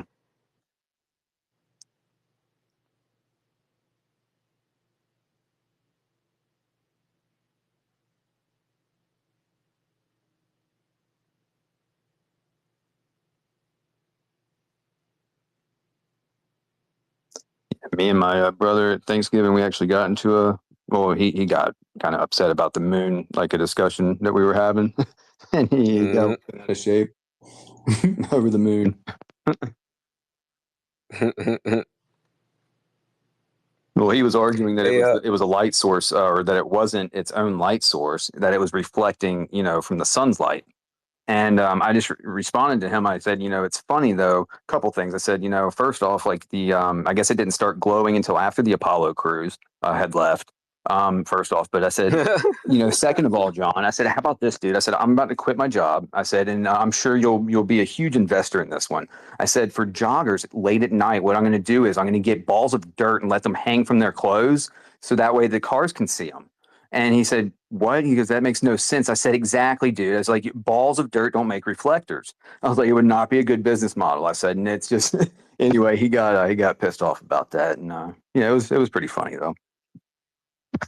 Well, see, that's an interesting point, right? Like, think about it like this. Illumination, we see, for example, from, say, the space station or whatever, or some satellite or rocket up there, we see the Earth and we see clear to the Earth, right? So when the sun's light is shining on it, everything there is illuminated. But the illumination, we can see clear to the surface. So the atmosphere doesn't illuminate that much other than clouds, right? If it's cloud cover, then we can't see through the clouds. Now on the moon, there's no atmosphere or much less atmosphere. And then we see the surface illuminating. So you guys probably heard of bioluminescence, right? Yes, no? Okay, yes, I got 100. Okay, cool. So like, what if there's an interaction that kind of causes everything to glow? It's not really producing it's not like a strong light, but it's some type of emission that when our eyes are picking up the movement in the ether that we consider to be light, right? That motion of light. What if it's just happening at the surface of things and it's not actually reflecting, so to speak? No, that's a good point. You know what I'm saying? Like, because like we say it all the time in these groups, like, bro, these everything can't be reflecting the sun so greatly that we can see them at all these varying distances, like Saturn and Jupiter are way out there, and Mars, and then the moon, and then they're all bright as hell. I don't know, man. What if it's not a reflection? What if it's some other type of thing that we're interpreting as a reflection? Oh yeah, no, and I don't. Yeah, I definitely don't think it's reflecting the sunlight. But yeah, it's the whole actual, like the actual like reality, like for the moon. I don't know, man. There was I can't remember the guy's name, but he was it was a while ago. But he was talking about the fact that it's a plasma, and that we wouldn't be able to land on it and all that good stuff. But there's no telling, man. The moon's definitely a weird one. Regardless of whether you believe in heliocentrism or not, but it's it's still a weird one. No matter what, it's weird. And the fact that we don't want to go back to the moon, that we want to go to Mars instead, like, what the hell is that all about? Why not the nearest thing? Like, bro, come on. We want to go for the more difficult obstacle? Come on. Well, because now they'd have to have way too detailed fake footage. It'd be hard to fake in this day and age.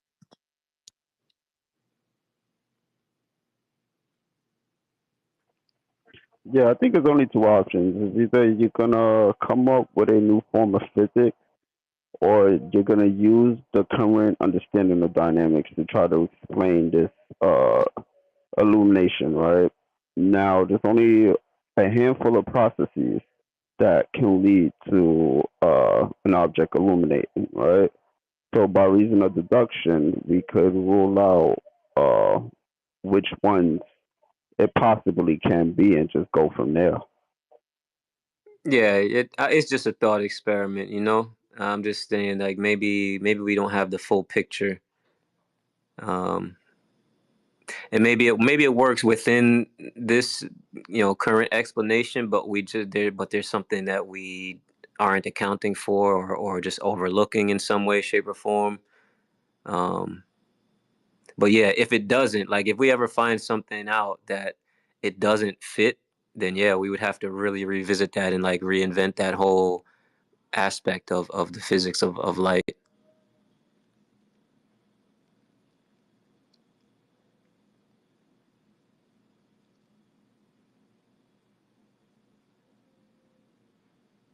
Coffee, you think so do you think light is a wave, or you think it's particles, or you think it's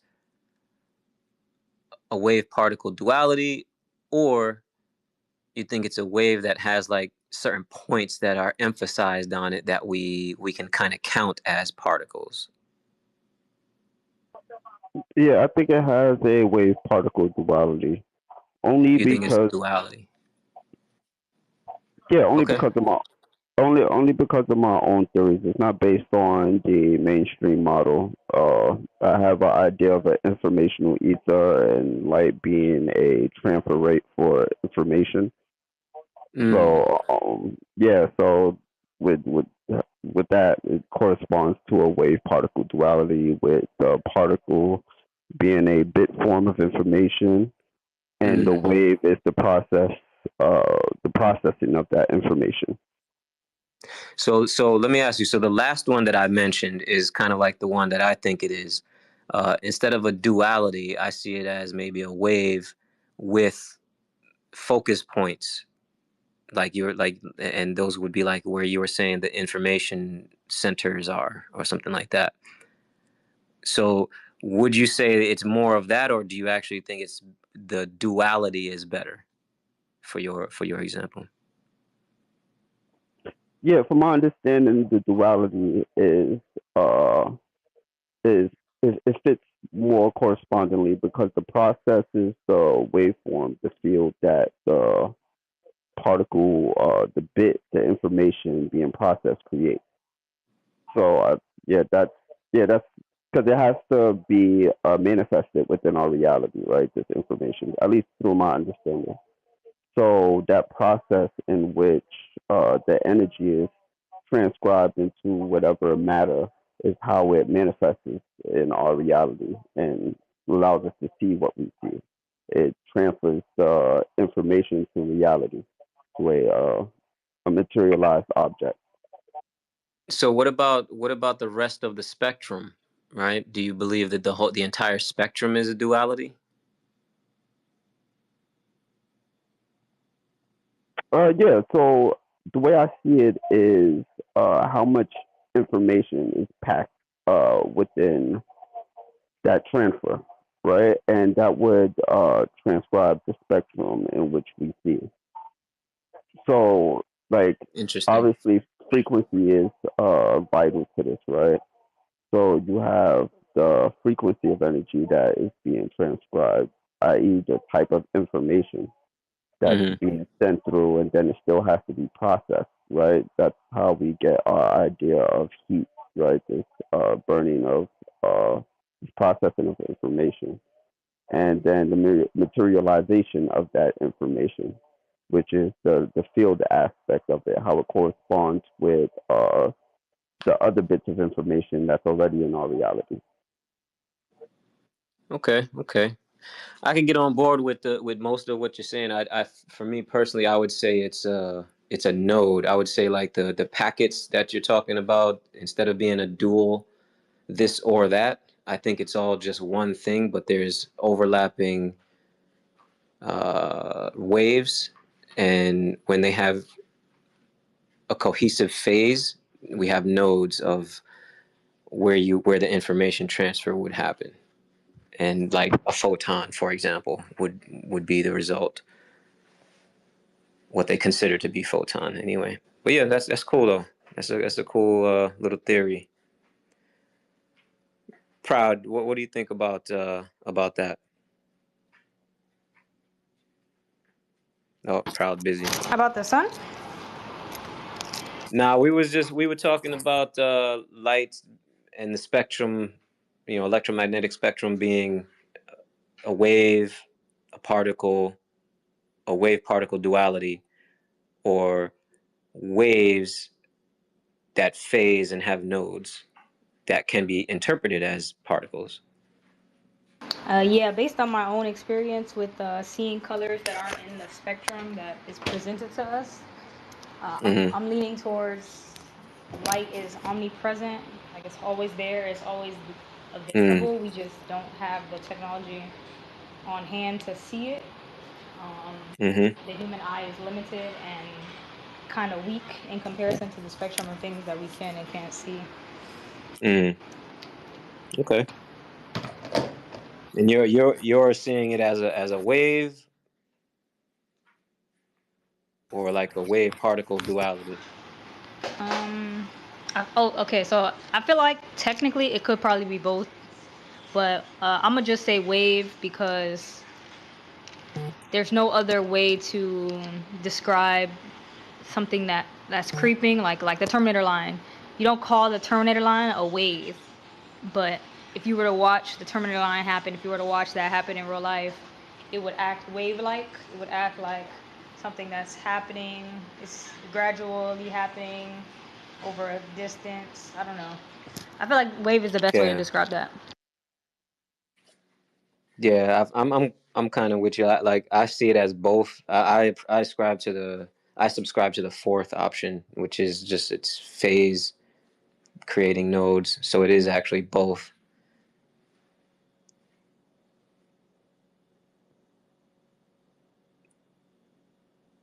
Either way, I mean, the problem comes in where is that stuff existing? And if it's in the ether, that poses a problem for a great many things about the heliocentric model. How did one discover infrared and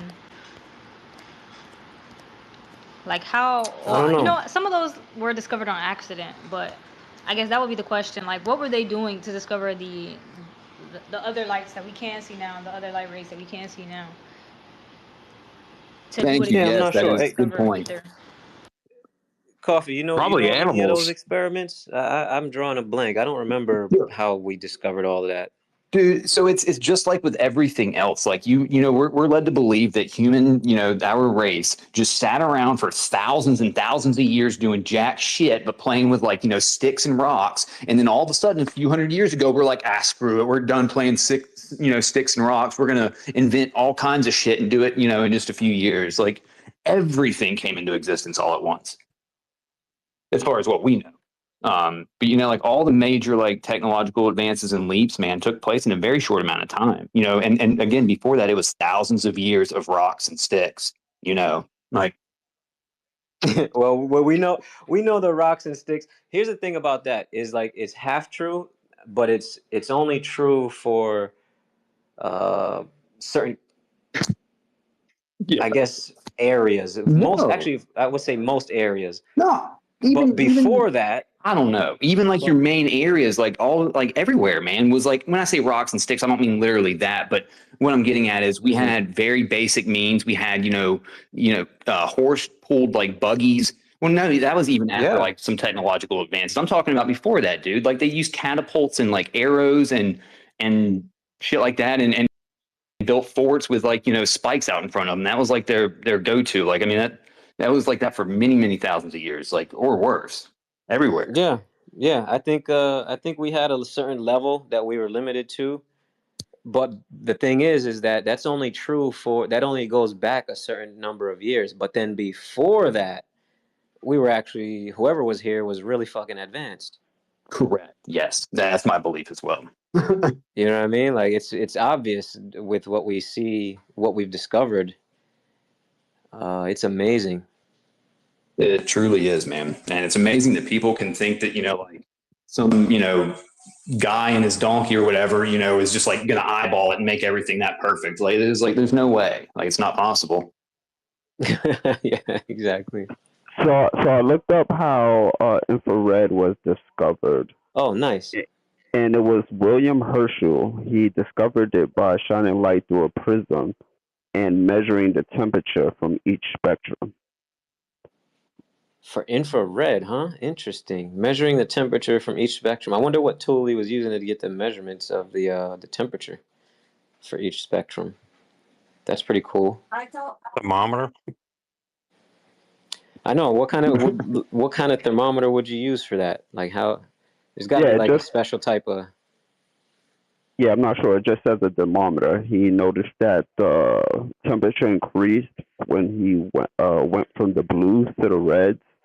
So he deduced that there must be a spectrum of light past red that just carries heat alone. Nice. That's crazy, yo. Like just simple things, man. You would think it would be like this weird complex thing, and it's just like, yeah, it's light through a prism with a thermometer, bro. I don't know why I put the thermometer there. It's just... Yeah, man. It is crazy. Did you see the episode on My Lunch Break where he was showing like how well the AI pops those stories, like our history and stuff out? Yeah, he says that a lot. I don't know if it's true, but the similarities are just retarded. It can't be all of these things saying the same exact thing. Like he's right about that. Oh yeah, it's yeah. I mean, if you people tuning in at the very end of the series or something like might think it's a little bit crazy, but yeah, I mean, it's been consistent throughout the entire thing, and it's consistent, bro. It's crazy. Yeah, yo, dude, if anybody in here has not checked out My Lunch Break, go back to the beginning and watch like 30 episodes, bro, and tell me if you don't think there's something off with the timeline like this guy's talking about. Yeah, it's bad. Like it's so obvious now that I've watched it. But it's one of those things, man. Like I just it's like with the whole flat Earth thing. It's hard to get some people to see. Or they'll admit to it. Kind of like what Kim was saying with the government. Like people, oh yeah, I don't trust the government, but at this point I do. It's like no, you can't do that. Like you can't like have it part of the way and then not. No, it's either take it or leave it. Like it's one of those things, man. It's yeah, I don't quite get that, but yeah, it's crazy, man. After watching that, how much it opened my eyes. I looked into it at one point before My Lunch Break. I think it was back in 2021, and I was in Texas, and so I went to the Austin Capitol building, and it's a red granite. It's got red granite stones. They're fairly large, but not like megalithic or anything, right? They're just fairly large. And so I had questions about it, and I went to the local library and pulled up images of the construction. And I looked at the images, and I saw people, looking like they were maybe doing stuff, and I left it at that. I was like, oh well, no conspiracy here. That's that's how it was. They built it. But then later on, after watching like a lot of the lunch break stuff and then some other videos about other places and thinking about it, and I've been different places in the world and I've seen the same buildings, and I'm like, you know what? They weren't doing anything in them damn pictures. The scaffolding. Yeah, they were just like standing on scaffolds, bro, but they weren't actually doing anything when I really think about it. That's funny. Did you go into that Capitol? Yeah, I went in. It's. I went there last year. That fucking place is crazy impressive. It is, right? We didn't make that, dude. Did you see the windows on the staircases? They're fucking gigantic. Yeah. Yeah, it's like giant size, like a giant person size windows on like the staircases in that place. Yep. just for me, it was the red granite because that stuff is really hard to cut and shape, and it's got this particular shape that they have on the outsides. It doesn't look like a bunch of and in the pictures they had slaves. It was like this. Nah, those dudes did not build this. Yeah, that's what my mom, she used that one, the whole slave thing. I'm like, Mom, you can whip 1 million people as much as you want to. It doesn't make them into master sculptors. Like it doesn't work. Like it just doesn't work, mother. Bro. Yeah. Some of those blocks on that joint are huge, super heavy blocks. These are like pyramid type shit, single man. blocks too, man. Like if you messed up, which there's no like imperfections at all, but like if they had messed up, they would have to have changed out that whole entire thing. And probably, a few thousand slaves, if it's my mom's way. Yeah, I didn't see any megalithic sized blocks in that Texas building, but there's other places for sure. That stuff just doesn't add up whatsoever. Dude, no, and you go from one end of the thing to the other. Like, I mean, I'm talking hundreds of yards, right? And it is still, I mean, down to, way more than your eyes can discern. It is, for all we can tell, it is 100% symmetrical. Like, and you can't do that. Like, you can't do that with our tools now. And this was before power tools. Like, come on. Like, there's just, that's just crazy, and even more so than the pyramids to me, dude. Like, I think some of those buildings, like the way that they're sculpted, man, is, I don't know. It's unreal. The Cologne Cathedral, unreal. Oh boy, that's. And then the big organs that were in the really intricate cathedrals. Those were the ones with the massive organs that were originally in them. Yeah, and the catacombs beneath them. I would have loved to just hear one of those massive original organs being played in one of those places. That must have sounded tremendous with the acoustic properties that those buildings have, like the internal designs and the reverberations that you get in there. If any of you have done music, you know exactly what I'm talking about, right? We have these plugins that model these types of reverbs that you get in these different types of buildings, and these cathedrals are one of them. Amazing. Probably fries out all your fucking parasites and everything too. Put them bells back in there, start ringing them bitches. You'd be fucking walking out of there feeling like $1 million. That's another questionable thing. Why with the bells? What the hell? And they're all over. It's not just America. At the very least, it would repel. Lower frequency entities if they did exist. That's what I like to think. No, I agree with you, man. And before the Rockefellers, got weaseled their way into the medical industry and made certain things like that they later deemed as like homeopathic or whatever you want. But before they got in and paid people off and made all that stuff illegal back in the day, it was illegal to teach it or whatever else. And but before they did that, there were places that literally used like harmonics and water to heal like so many different ailments. And it's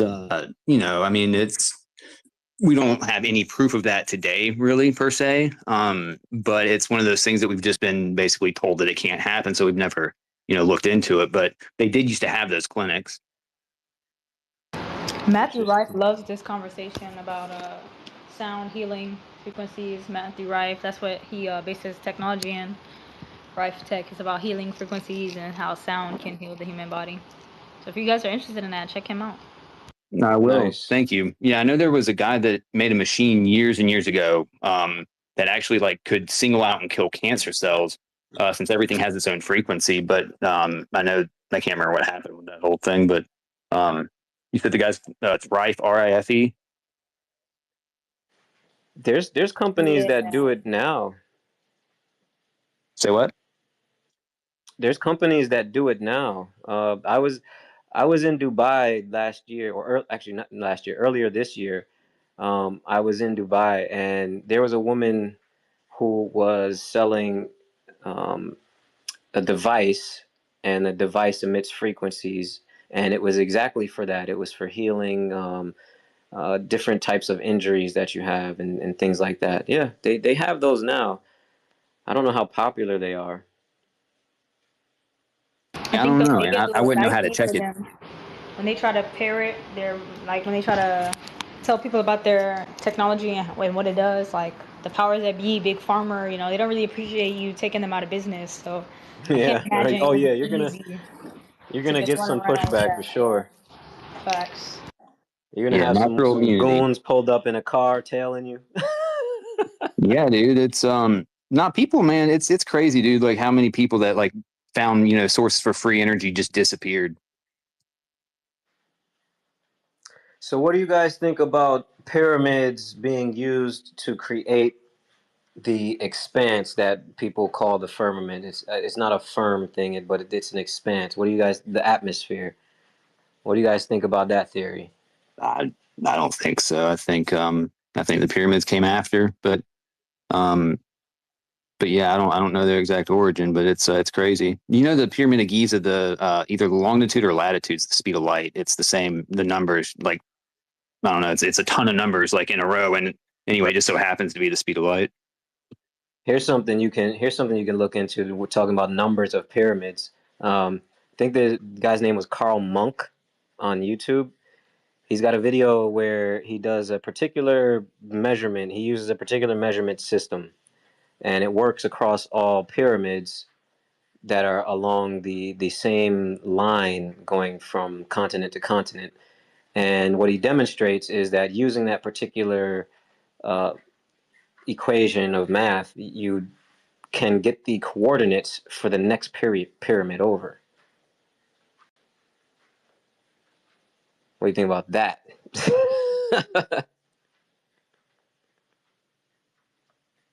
Like milestones, something like that.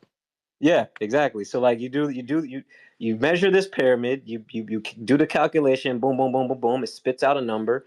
You look at that number as coordinates, and you go to those coordinates, and boop, there's the next pyramid in the line. Yeah, I'm from Illinois, so I was tripped out when they were like, yeah, the biggest mound pyramid in the world's in Illinois. I was like, what the fuck are you talking about? Sure enough, it's there. And then like, oh, we found, and then like a couple years later, we found some pyramids in Lake Michigan. I'm like, what the fuck is going on here? Like, what do you mean? And That then thing I've been driving by half my life? it doesn't even make sense.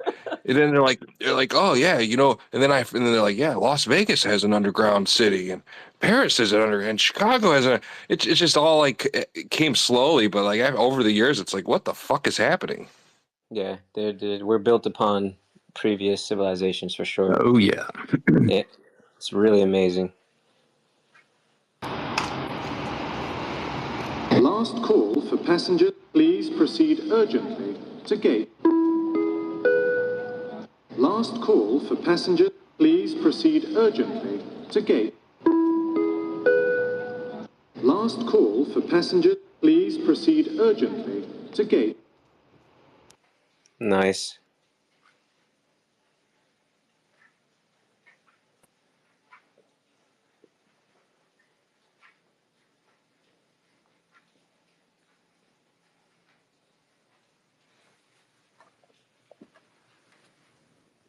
So do y'all think churches used to be hospitals? No, not me. I came across this book on Project Gutenberg called the Knights Hospitalis, and it's a faction of the Knights Templar that protected hospitals, but it seemed like they were protecting churches. But it's an interesting book. Yeah, I don't think they were always churches. I definitely don't think that. But yeah, what they were, there's no telling, man.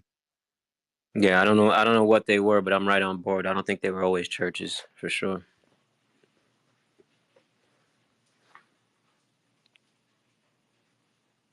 One of the reasons I don't think they were always churches is some of them were positioned at the heart of what we call star forts.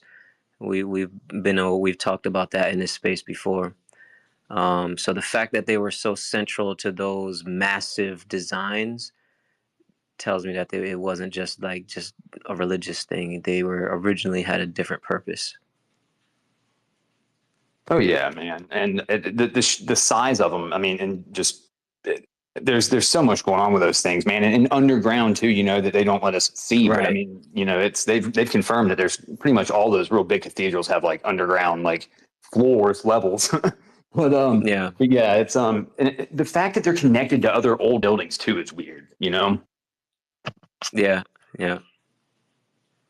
Yeah, that's something a lot of people are not aware of, is like how connected things, certain architectural wonders are under the ground in many cities.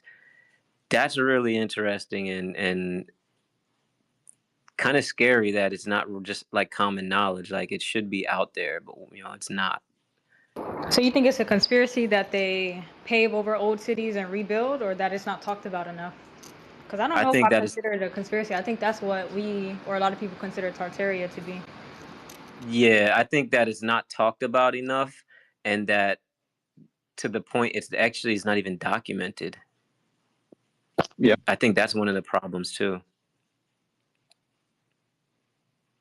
You know, like when with these guys, they'll come across, they'll be like doing a reconstruction project, and you know, all of a sudden they come across a ruin, you know, 3 floors, you know, beneath the surface, 3 levels beneath the surface or whatever, and they're like, bro, we didn't even know that was there. Like, it's not even in any history book. Yeah, look at It's the never Easter been Island accounted heads. for. Oops, sorry, man. Yeah, exactly. Like, okay, well, it was never accounted for. Why wasn't it accounted for when you originally built this building? That tells me that it was already under the ground. So I don't think it's a conspiracy. I just feel like Yeah, they it's didn't so even weird know it because was there. Illinois is really, really heavy with all these half-buried fucking buildings in Chicago and stuff, Chicagoland area. And my whole life, I felt like such a moron when I started seeing Tartarian videos. I was like, sure enough, why? I just walked around my whole life like, yep, windows halfway below the ground. That's how they built it because it's cool. And I just never. I'm just a moron. I'm just a fucking idiot. You know? Dude, I did the same thing, man. I never. It is a very odd thing to have let's build the window halfway down Makes under the ground. no sense. And it's not how we build things. Like, cause look, I'm from the East Coast, the Northeast Coast. That's not how we build things. If we put a like we do basements, you know what I'm saying? Not every place in the country does basements. We do basements. And when we do basements, if we have a window leading into the basement, it's just a small window above the ground. It's not a window that extends below the ground. It's not a door that extends below the ground. All of that stuff is built purposefully. Like, it makes zero sense to do it the way like it's shown in so many places where the door is beneath the ground, the window is halfway. Nah, doesn't make sense. Yeah, and they just put like a half of like a corrugated steel in there, or like they just build out a box for it, and it's obviously new addition to it too. Right. Yeah. I just never noticed because I'm retarded. And it was another point he made in one of his episodes, dude, was the fact that, you know, like back then, okay, no one had any power tools. Like they had, you know, horses, donkeys, stuff like that. Yeah, cool, whatever. But, you know, to build a place and have the entrance for no apparent reason, but just have the entrance below ground, and then, you know, go from there. Like it made no sense at all. Like that would be so incredibly difficult. Yet, you know, so many people did it apparently, or they say. Apparently. I haven't watched too many of his videos, but I've watched a couple, and he's pretty good. Yeah, if they were his early episodes, man, I went back and was watching some of them just for, you know, the heck of it, and it gets so much better. Like you can tell he was very new at, like, you know, the whole, I guess, YouTube thing and whatnot. At least with his you know, the way he was narrating, but it gets so much better with as far as the narrating goes. I saw one that was real good. It's like 90 something or so, and it was about a building in Boston that was there, and they said it wasn't there, and he has the photo from fucking before they said it was built and stuff, and that was pretty cool. And they changed the name of the street and all that. Yeah, they always do some name swaps and say it got burnt down in a fire, and, you know, whatever. Jacob and Sons, you know, built it after they won a contest.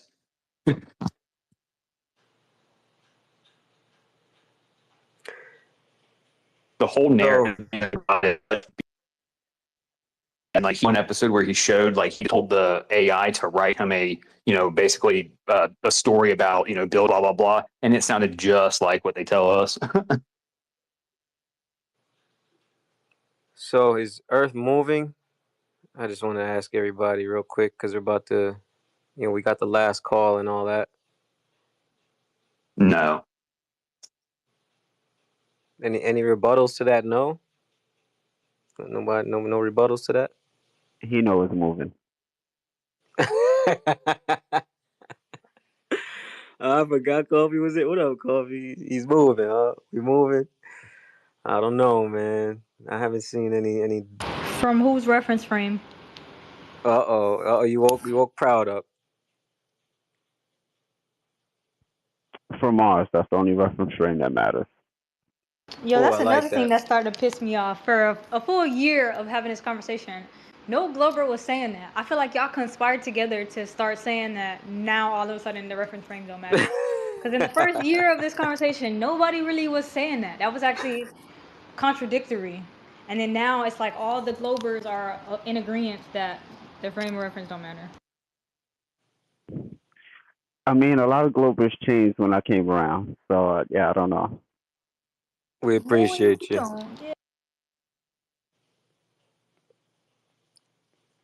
I stick with my original answer. No, it's not.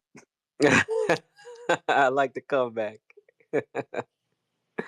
I'm with you on that. I don't see it happening.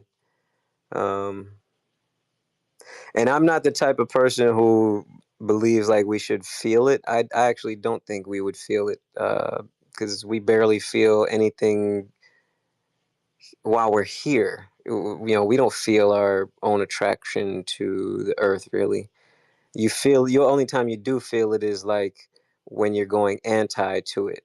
Like if you are in a car and you go over a hill fast or something, or if you're up in a plane or whatever, jumping out of a plane, you feel it at certain points like that and change of momentum and velocity and things like that. But other than that, you don't feel that, man.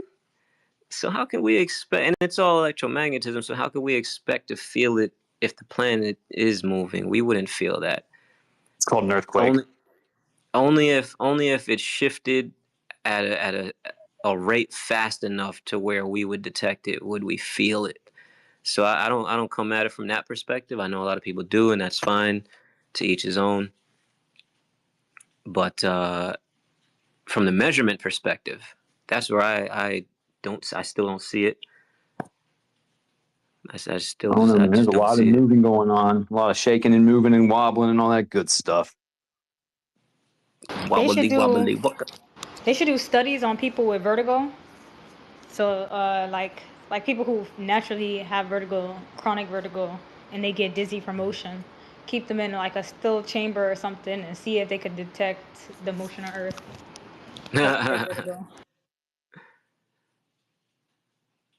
I wonder, what's funny is I wonder if the moving ether has an effect on them. I wonder if that's what that is.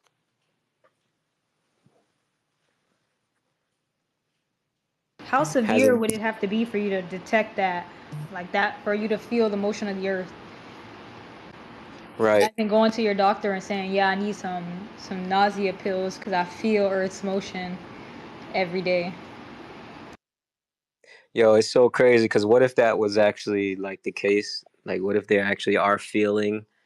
What if vertigo is like somehow you're feeling the electromagnetic spectrum shifts and shit like that? You can't really write it off. Right. How do you classify that in the medical field? Right. What is the explanation for vertigo? Does anybody know that? I just looked Do they it say up. it's like a chemical thing? Yeah, no, my mom's got vertigo. It's the deterioration of the sensors in your ear that help detect leveling. So it's something in the ear. Yeah, so it's also a symptom of a lot of different diseases, apparently. Yeah, but it's like we have this fluid in our ears and a bunch of hair follicles that connect to nerve endings. Right. So the fluid acts as a leveling mechanism, and the hairs detect the motion of the fluid to determine leveling. So depending on, what disease you have or the lifestyle you live, the hairs may deteriorate, which may cause a off reading on the actual leveling of, the environment around you. Yo, you know what's crazy, bro? The entire Airy experiment is talking, it's literally about using water, right? A fluid to detect electromagnetic shift.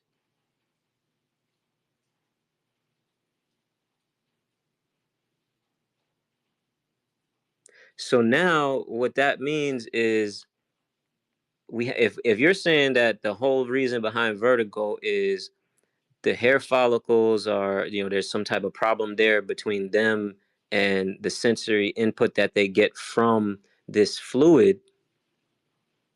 It's a fluid just like any other fluid. Therefore, the electromagnetism would be, going through it. What if that's actually part of, not the whole thing, but what if that's actually part of what the hair follicles pick up in their sensory input? Like that's part of what they're picking up. That would actually make me believe that you could feel the damn thing moving. Don't we also I have can't like an stop. internal gyroscope? I don't know. Well, yeah, that's the internal gyroscope that you speak of. That's the mechanism on our ear that helps us understand our space and surroundings. But doesn't that operate off gravity though? In a sense, yeah, because obviously the water in your ear is leveled to the gravitational field. And that's why I say when you spin in circles, the fluid goes to the outsides of both your ears, and your brain thinks that you're falling both directions or something. Exactly. Spin the other way, and it'll fix it. Yo, so that's crazy, bro. Because we know, look, if it's a fluid in the human body, I don't know what the parts would be, but there's probably some type of water or other type of chemical involved, but it's a fluid regardless. And fluids are gonna be responsive on their own to the electromagnetic spectrum. They are having an interaction at all times, right? Because this electromagnetic spectrum is moving through us. That's not at all, I bet you that's like not even at all connected in modern thinking. Like they don't make that connection. That's something that we've only come to like in this group. I bet. What's up, Blue? Is that Blue Moon? Oh, sorry. Go ahead. Hi, Blue Montauk. Hi. So I wanted to comment on this because I've always had imbalances and I've fallen a lot, a propensity to falling. Okay. And when I go into other rooms is kind of when it's happened. And I was born deaf in one ear, so I can't hear at all in one ear. And finally, only like recently when I was about 40 years old, I'm 50 now, I saw an internal med doctor, and he specialized in like bariatric studies, swimming, inner ear imbalances, things like that. And he was the one who finally gave me a real diagnosis. And he said that I have vestibular disorder, which it's not really vertigo, but it's that disorder. And he only was finally the person who could diagnose me. And he did a lot of studies on my blood pressure in different positions, lying down, going up and everything. And he said it was related to like the water in my body. And it's completely related to that. And I don't know, all the mechanics of it, but it's somehow related to the water and just being in different positions into my surroundings when I enter a different room that I can just get totally thrown off and I don't have any control over it. And there are exercises that you can do. They have like certain training, like physical therapy that you can do to heal it. But it's a long time. Like you have to do this like for a long, long time to get your balance back. But because I've also been around the deaf community a lot. My mom used to be a translator. And I know that people who are deaf, or even they have a unilateral hearing like me, they do also suffer from imbalances. And wow, yeah, it's really fascinating. I'm lucky that I can hear, fully in my other ear, actually really well in my other ear, but who don't have any hearing, it really messes with your balance in your body, your water balance, and just your sense of your whole auditory system. It really messes with you. And so it messes up with your balance. So it doesn't have anything to do with like the spin of the earth, but more so like your own inner balance in your water. If I'm not mistaken, they make glasses for that blue moon Montauk. They're not like permanent, but they make like glasses that you can wear that somehow offset the unbalance of the liquid. They even have like liquid in the glasses. They're actually pretty cool. Wow, I never heard of that. I'll check that out. That's crazy. That's weird, like a tire balance or something, right? Yeah, some people wear like nausea bracelets when they go on cruises. Like there's, I don't know, like weird accessories that can help with imbalances on you. So crazy because I'm not nauseous at all, like ever. In fact, I love whale watching, and I'm like that crazy lady at the top of the boat, like hanging on, and like everybody else is vomiting. So I have like no nausea issues at all. It's like a completely different experience. Like if I stand in front of an elevator, I get like woozy. Like it's just your balance, yeah. It's a balance issue, yeah. So I don't have any nausea at all. It's like I can ride roller coasters and everything. It's really hard to describe it. It's just this random thing I feel with like imbalance in my body. It's crazy. That is weird. And then, so you said it doesn't happen in all places. It's just certain things. Yeah, things like that. Like when I sense an elevator coming, or when I transition from one room to the next, if I do that too fast and my whole sense around me changes, like my environment changes and I sense it, then I have the propensity to fall. It's so weird. Do you think it has anything to do with frequency of, electromagnetic spectrum that you're surrounded in at all at any times? For example, does certain Wi-Fi frequencies ever fuck with you or anything like that? The microwave or anything like that?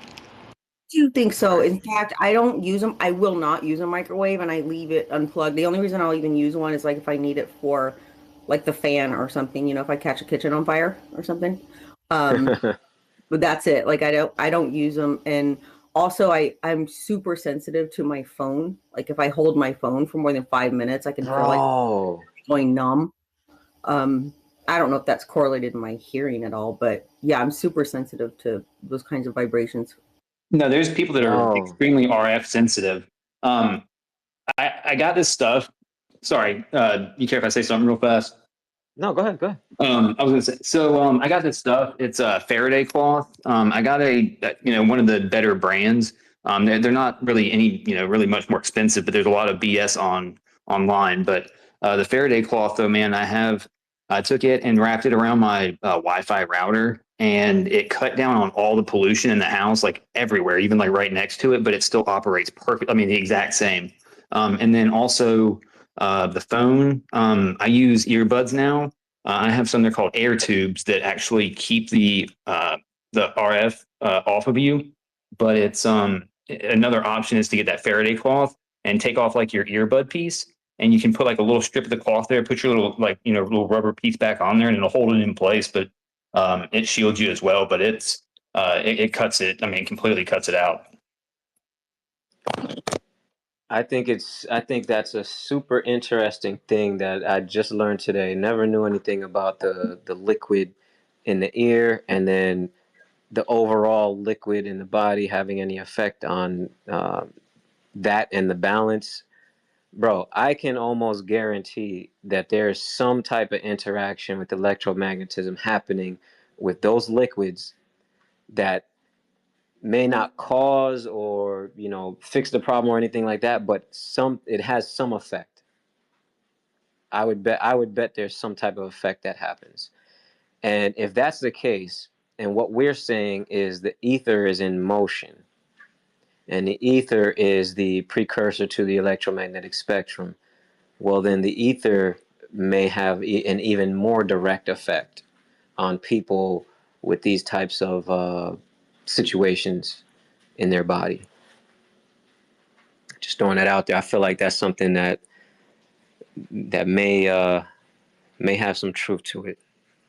What up, Taylor?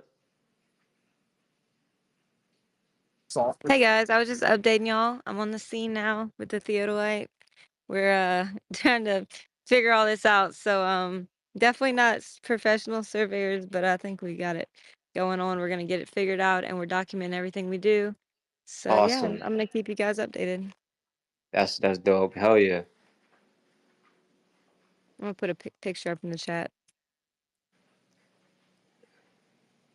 Taylor representing flat Earth experimentalist. Who's Leland Wilt? Leland Wilt? What's up? Yeah, Leland. Just Leland. first off, thanks guys. Level heads in the building. So happy we got this thing fired off tonight or last night, whatever. I was going to comment on the vertigo. I think it's weird. I used to work. We called it the cage at the end of a squirt boom forklift. We used 120-foot aerial platforms. That's probably the biggest boom I worked off of was 120 foot straight up in the air. And I'd be driving that thing around and I never got vertigo. And now, once my kid was born, like even holding him on the second story looking out of a parking garage, I get vertigo now, which I never used to I worked a decade flying around in the air doing all sorts of crazy stuff. And now I get like, when I'm holding him, I don't know if it's like a fear of his, what could happen to him maybe or something, but it's like a switch turned on. And now I get like weird, not elevators and stuff, but like open, looking over the thing, looking over the wall. I'm like, oh, I'm only 2 or 3, 4 stories up. And it feels so much higher than it used to when I was 120 feet in the air, just when I'm holding him. So I'm wondering if that's something that, applies to the vertigo is sort of like a internal fear that I'd never used to have. And I'm not afraid of the heights now, but I'm like afraid of if he falls. Does that make sense? Yeah, I mean, the brain does weird things, bro. Yeah, I just think it's weird because vertigo, I'd never used to get vertigo, but now I understand the term because I'm like, whoa, what if he falls? And like, oh, we're so high now, even though we're like 30 feet. It's not even that big of a deal. He would die though, is the point. I don't think I would. I mean, I probably would, but I'm more, the fear is for him, not me. Does that make sense? Yeah. So I did some looking up, and it says that electromagnetic field can affect someone with vertigo, but it's not affecting the field, more so the signal that is being processed to the brain. Wow, that's crazy. Repeat that. So basically, electromagnetic fields, intense ones, can affect someone with vertigo. Not more so through the fluid, but through the processing of signals through to the brain. Right, and the brain is full of fluid. Does that one or any of them say anything about referencing it to the motion of the earth? Like basically, are any of these blamed by the motion of the earth? That's the connection we need, D3. We need them to say that, yeah, this all stems from the motion of earth. You ain't nothing you can do about it. Sorry. Exactly, but I don't think they're gonna do that. I think that's something that's only in this group, bro. Only in this group we're making the connections. They're not thinking like that. Yeah, you know what though? I may have to integrate Chat GPT to get such a specification, but I'll try it out. See what I get. Yeah, go for it. Go for it. Yo, we appreciate that, bro. Thanks for looking that up, man. No, wild speculation is the best thing to do when you want to find something new to think about. Right? I've been thought about people who get dizzy or have vertigo being blamed on the motion of Earth.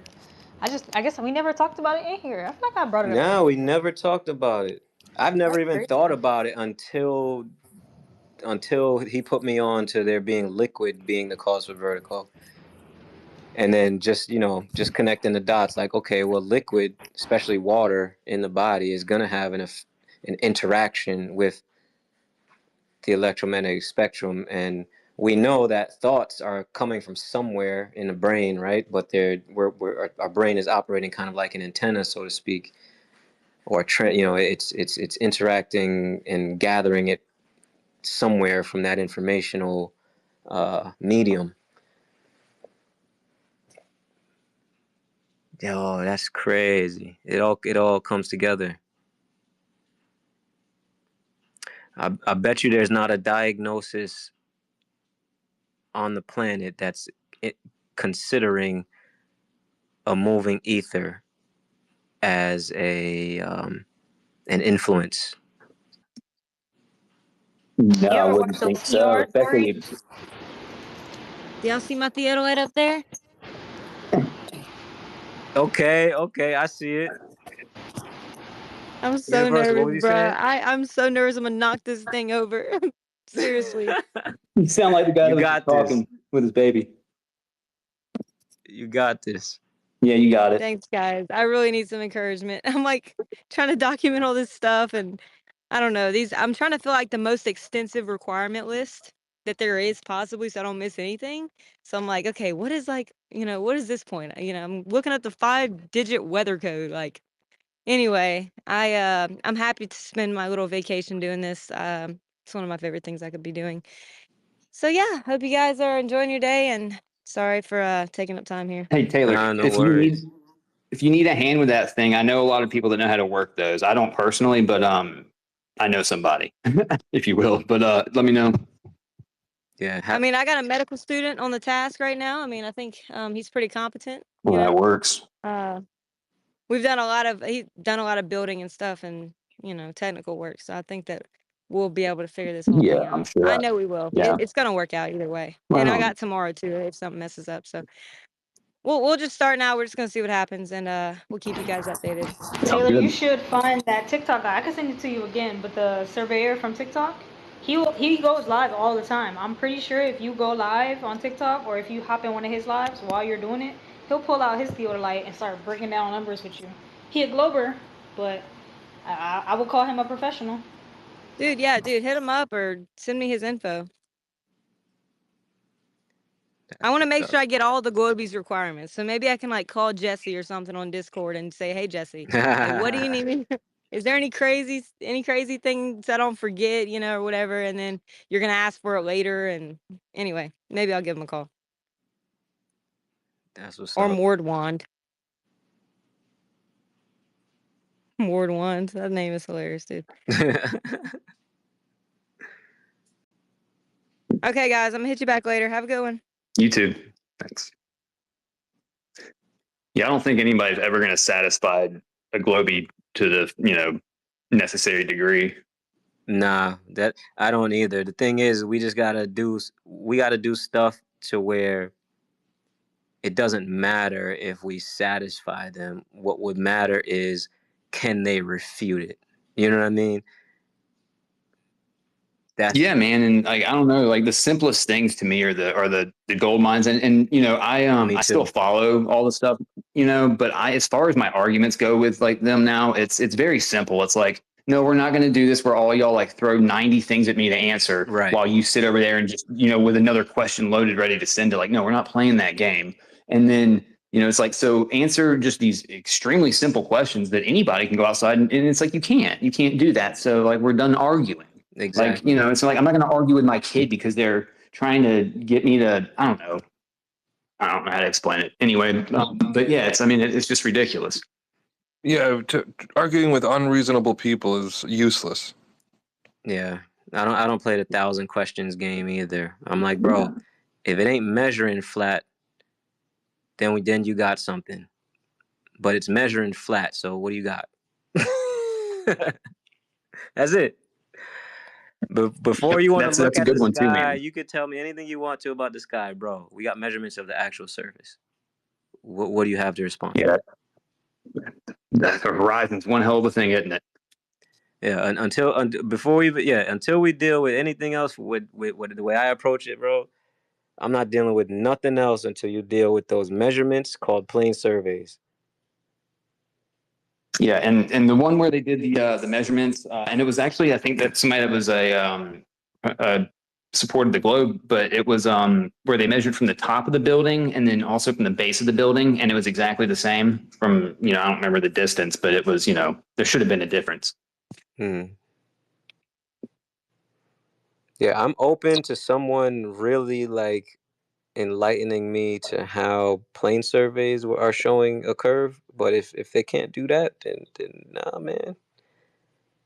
Because you can't. Once you go to geodetic, you're presupposing an ellipsoid model, so you can't get me there.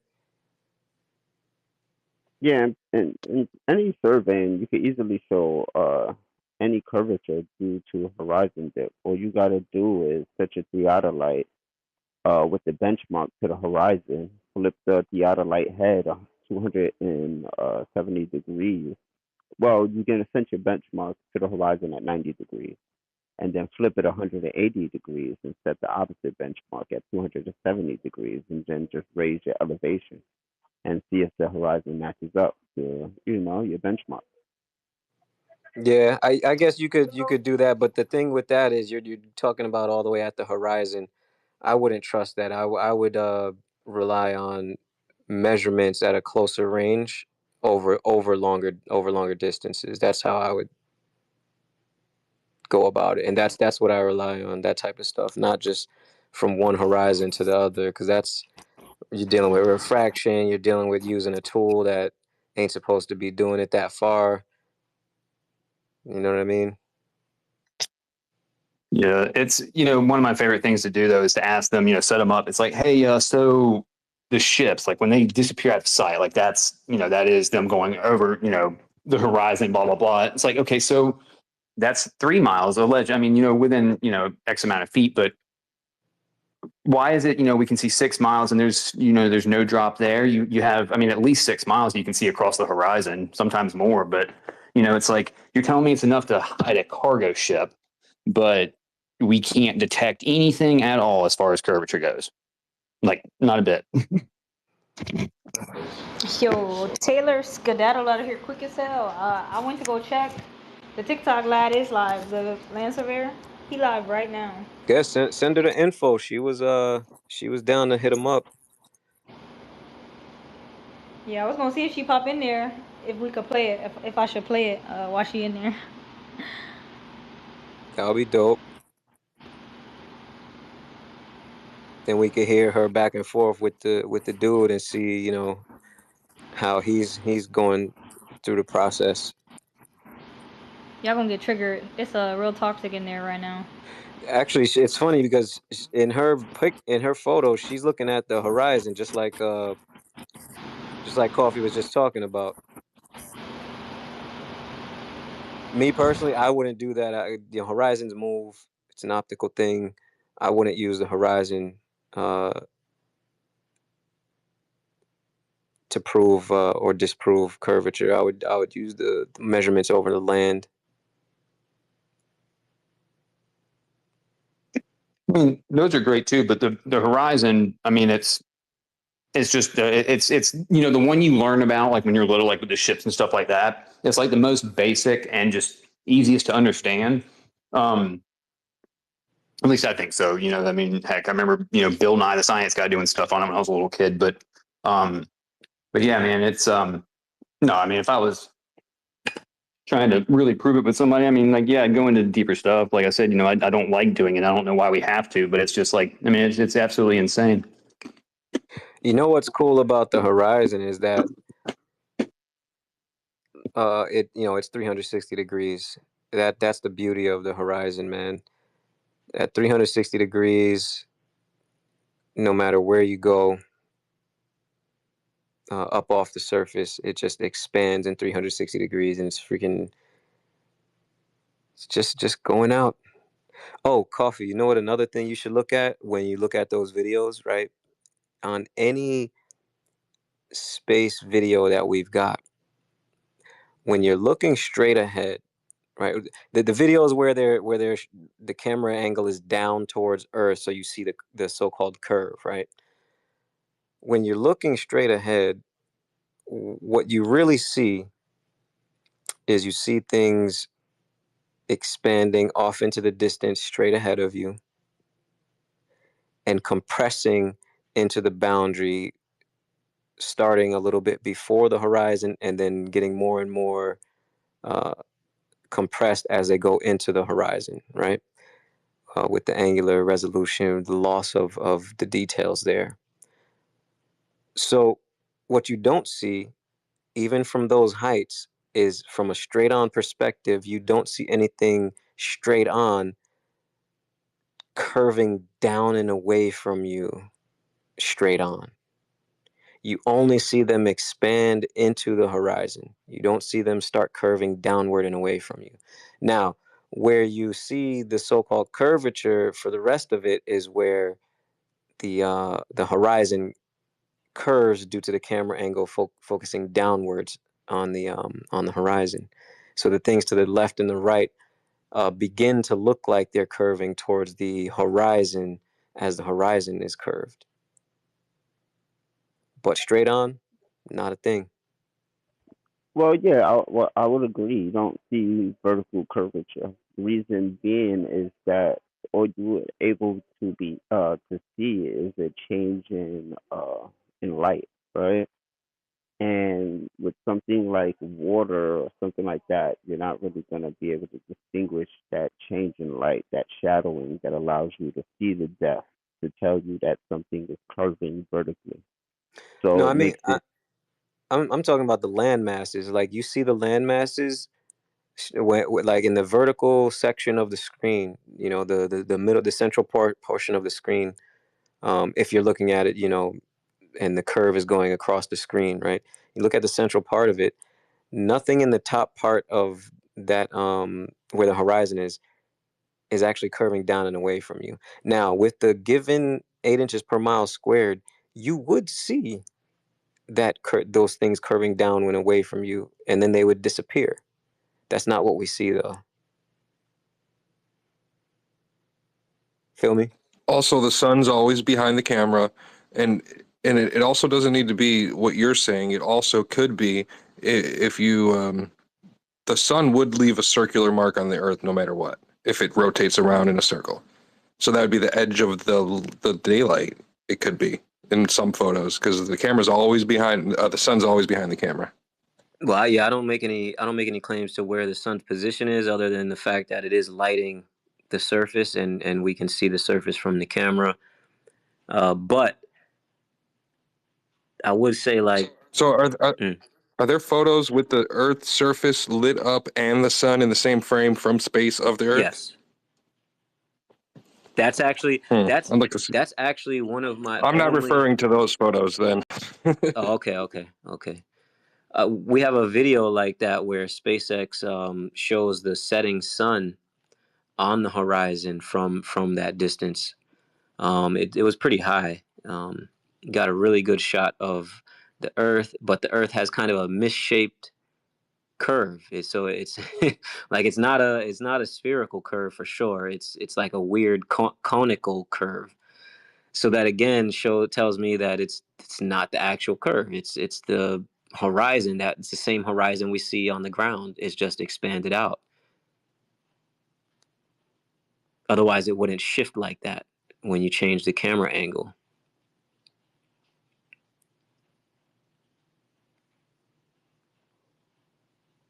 So when we think we're looking deep off into space, we're kind of not right there by the horizon.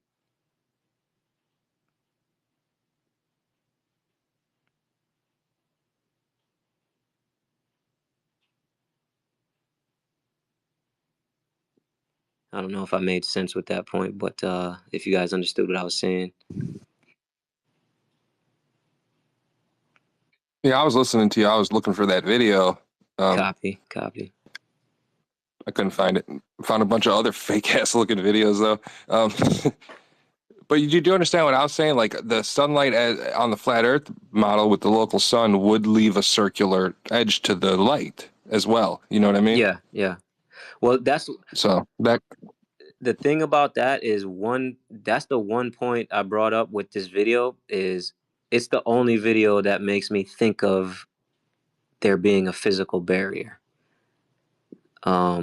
Because from space, you're not going to get the level of attenuation that you do at the surface, right? That we see in like sunsets and stuff. So what we do see from space when they do capture the sun setting is it goes all the way down to that horizon and then disappears.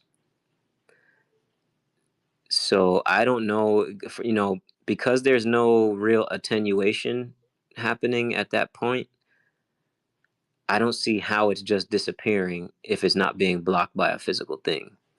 The only other excuse would be the angular resolution, and that it's just traveled so far. But it's like, how does it just travel so far in just the blink of an eye? Like it's there and then it's gone. Whereas on the ground, we see it set, but then we still have the daylight. You know what I mean? So I don't know. It's a weird thing. That's the one thing that has me as a holdout for the globe. That's the one observation that I have as a holdout for the globe. That's it. Other than that, everything else I've seen and that everyone's gone over in this group just leads to flat.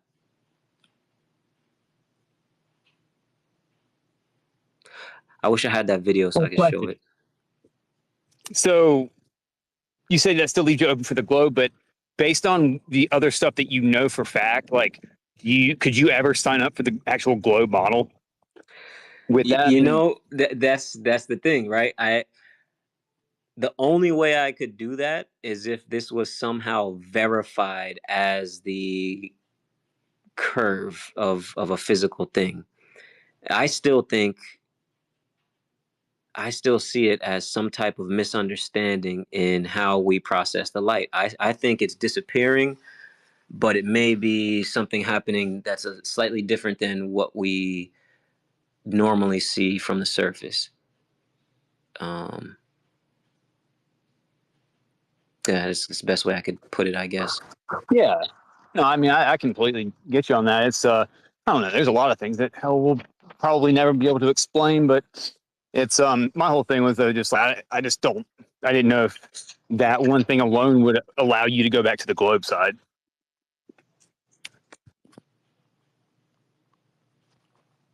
Nah, not unless it was proven physical, man, which I don't think they can do. If it was proven to be the physical thing, then that would be something I could not ignore. Yeah, no, and I completely get that. But even if it was proven, like physically proven that that happened, I mean, would you still sign back up for the whole model, or would you just take bits and pieces of it that you needed? Yeah, not the whole model. I think there's too many other questions. But as far as it being a physical thing, I would accept it. And then I would say, okay, then I would have to attack, okay, well, it may be a physical thing, but is it actually curving? So I would still be at that point. I don't think it would bring me back into the globe, but it would bring me to the point that that's a physical area in some way, shape, or form. Fair enough. No, I'd be the exact same way. Like, I was telling somebody the other day, it's important to have views and beliefs, but it's not important for them to be right. Like, you know what I mean? Like, it's okay to go back on things. Right, exactly. You don't have to stick with it in the face of clear evidence showing otherwise. That's the religion.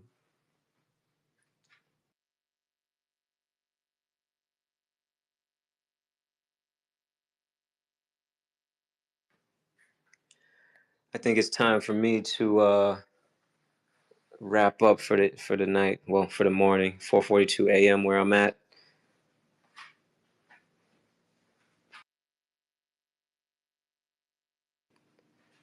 Yeah, we about done for the day. I was gonna let everybody get their last thought off, their comments, concerns, critiques, or ideas for next week, experiments, upcoming events, debates. We do moderate.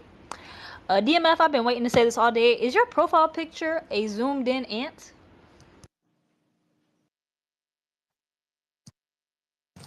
Oh, sorry if I had my mic on. No, I think he's in the ether. Yeah. Oh well. Sacred.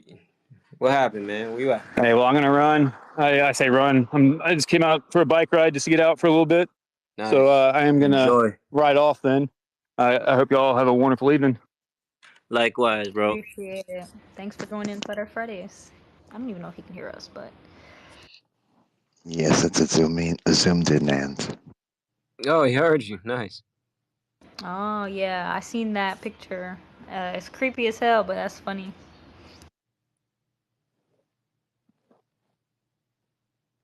Can we get mic checks from everyone on stage? Mic check 1 2 1 2. Mic check. Yo. I'm alive. Check. What up? What up? I was checking out that ant, dude. That's crazy. Yeah, I have 3 colonies at home. That's gross. That makes me despise insects even more. That thing looks like a straight demon. Bro did not hesitate. Yo, that looks like a demon from a hell-spawned demon from some sci-fi movie, bro. No way. Facts. I can't even tell. Like, are those just the antennas or are those eyes too? What is going on? It's gross. Antennas. They got little razor blade teeth like that. Furry. I think that's I think those are like whiskers or some shit. Little hairs. Got a beard of its own. Yeah. Insects are amazing. I just think they're gross. I wish we didn't need them. I wish humans could exist without insects. I'm on my Gandhi-ish. I try not to kill bugs if I am in their environment. And then sometimes even if they like in my environment, I'll just move them out my way. I won't try to like kill them. I make the conscious effort not to kill wildlife. Now that does not apply to spiders. I'm not even gonna lie, that does not apply to spiders. But like centipedes and shit like that, yeah. I try not to like murder innocent insects. Great builders. That is true.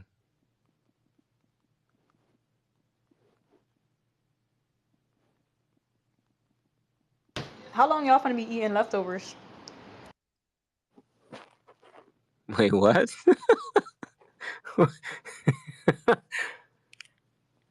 Till next Flatter Friday, y'all gonna be eating Thanksgiving leftovers? Oh, I don't know, man. That's up to the individuals, I guess. Doesn't it really depend like how you save your leftovers, I guess? Did they celebrate Thanksgiving in the Philippines? Nah, not that I'm aware of. They do Christmas, of course, because, all the Christian cultures were here. If you bought a GMO turkey, for sure it'll last another 2-3 months. You know what's crazy about the cultural spread in Christianity in particular is once the Christians are repelled and gone, I think it's like a 0% rate of these other countries not going back to their original root religions and belief systems. Like they just keep on going with the church. I'm like, bro, that's not even your native culture. Why are you still doing that? I don't get it. I really don't get it. Like if I grew up in a place and I knew my home was like infiltrated by foreigners and they brought that religion here, I'd be like, bro, that's not my religion. I'm not following that. We're not under their foot anymore. Why would we follow it anymore? I really don't get it. Even in Africa, same thing. Caribbean islands, same thing. It's like, bro, what is the stranglehold? No, it just shows you the efficiency of the weapon. Right? Right? It's crazy. I've thought that as well. I've thought the same exact thing. Like this motherfucker in Haiti sitting there like, yeah, the missionaries came through in the 50s and stayed for 2 weeks and gave me this book. And now me and my family dedicated our lives to the statue. It's like, what? Well, I think it was a little longer than that, but yeah. It's Like, something like that, you know. Once they're gone, like, bro, there's no reversion. There's no. I mean, in some places, I guess they did away with a lot of the teachings in some manner and respect, but in other places, not it's still there. So why not? It's the need for hero worship. It's a gene. It's gene splicing that was done to us a long time ago. Humans have the need to hero worship. But that's what I'm saying. Like, why not go back to your own heroes? Like, for example, in the Philippines, they have Tagalog, and is like the creation myth, and they have their own stories and heroes. There's multiple heroes. In fact, the island I'm on has a statue of one of their heroes on, like near a little port area. It's like a little square that has this big statue. It's like, okay, well, why are you not going back to that? Why is everybody still going to church? Maybe he didn't give out presents every year like Santa. It's bizarre, bro. I think Coffee hit it on the head, though, man. It's the efficiency of the weapon, bro. It's crazy. Yeah, you ever seen the Book of Eli? That's like, that dude understood that, and that's all he wanted. Haven't seen that, really. Oh, dude, that's fresh as hell. You got to peep that movie. Oh, the movie. Yeah. I'm bugging. Yeah, the Book of Eli. That the dude. The whole movie was about the dude wanted the Bible because he knew that he could fucking control everybody's mind with it.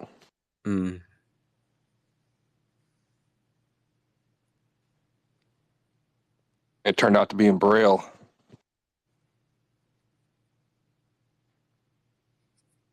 Yeah, that was Denzel. I saw that.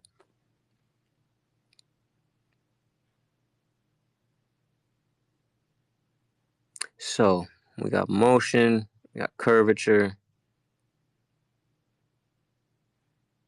These have been discussed at length. Sentient water.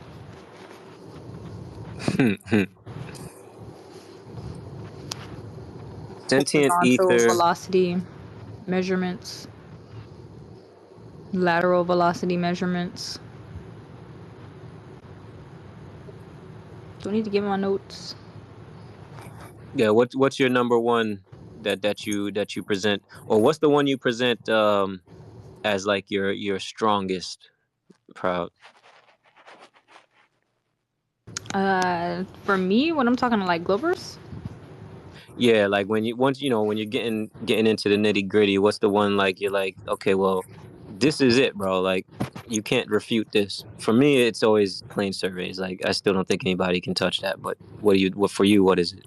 I still kind of like the emotion conversation. I'm leaning more towards like finding common ground. I think I always say this, but like still leaning towards finding common ground with them. If I can just get them to at least agree or be on the same baseline that something simple like Newtonian mechanics has been superseded by Einstein, or agree that hey, the physics is not settled, that there's no unified model, that the model for their globe Earth breaks down at certain points and they had to compensate with other things. Like I try to get them to just stop denying like observable reality. I think that's my win. If I could get a Glober or an anti-flat earther, because the Globers aren't as bad, but if we could get some anti-flat earthers to admit like that they don't have all the answers, science doesn't have all the answers, I think that's a win in my book. The bar is in hell, y'all. Okay.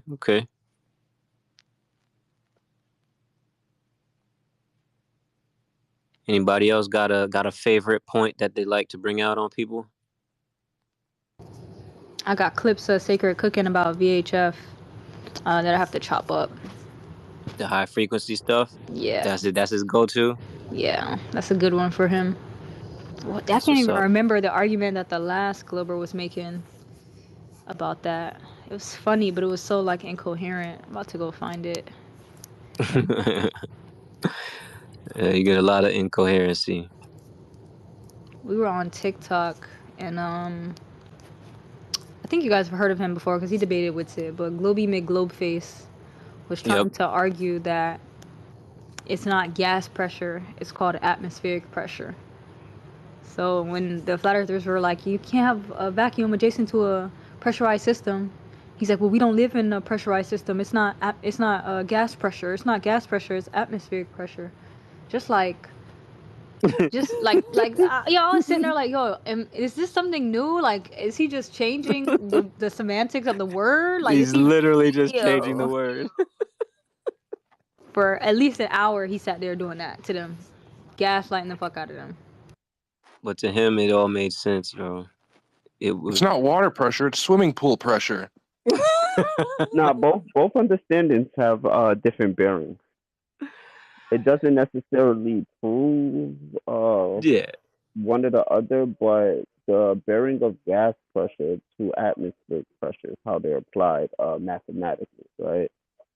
So with gas pressure, you're just using the ideal gas law to predict changes in the surface environment, i.e. a gas tank and molecules expanding, colliding with the walls, and registering that force against the walls, right?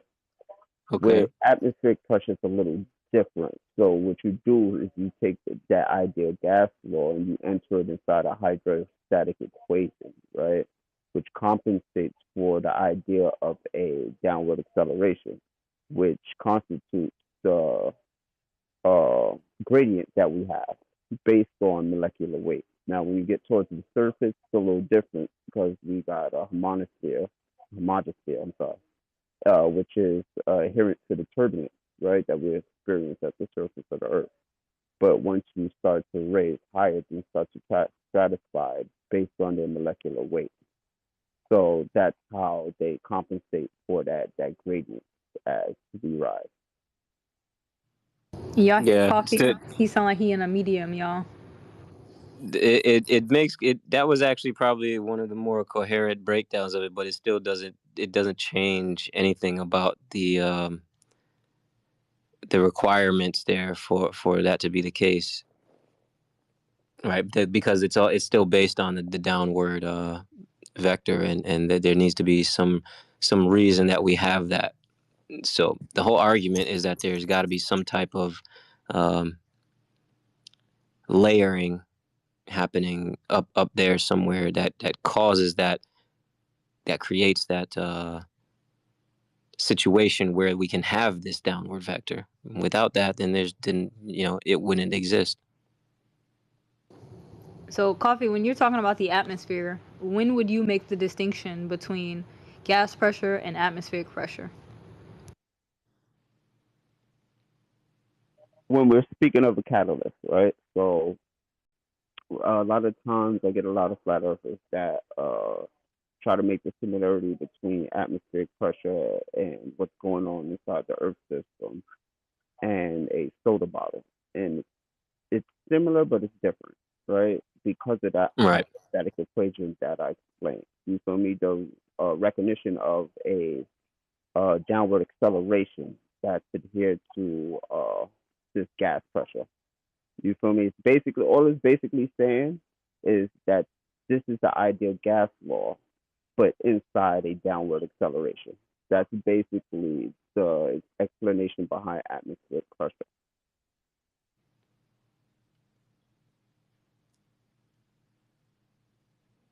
Cool. Anybody else? What's your go-to?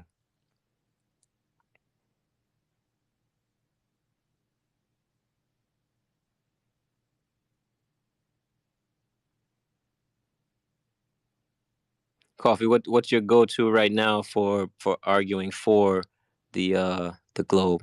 What's your go-to right now? Is it motion, or is it like something about the curve? It's just gravity, basically gravity and how it corresponds to different applications that we have around the globe. Like we were speaking of before, the ECI and ECEF frames. Yeah. Yeah. So how those correspond to center mass based on our understand model. So just going back and so a Newtonian perspective. Yeah, pretty much. Got you. Ken, what's up? You just popped in. You wanted to tell us what yours is or what? What go-to for flat Earth? Yeah, what's your go-to? When you want to really pull out and flat smack, what's your go-to? I'm gonna have to. I don't know. I guess it really depends on who I'm talking to. If I'm talking to a normie, I want to go with like water, something like that. Okay. But if I'm talking to a glober, an anti-flat earther, I'm probably going. Something like that. Wait, say that again. You roboted. Say that again.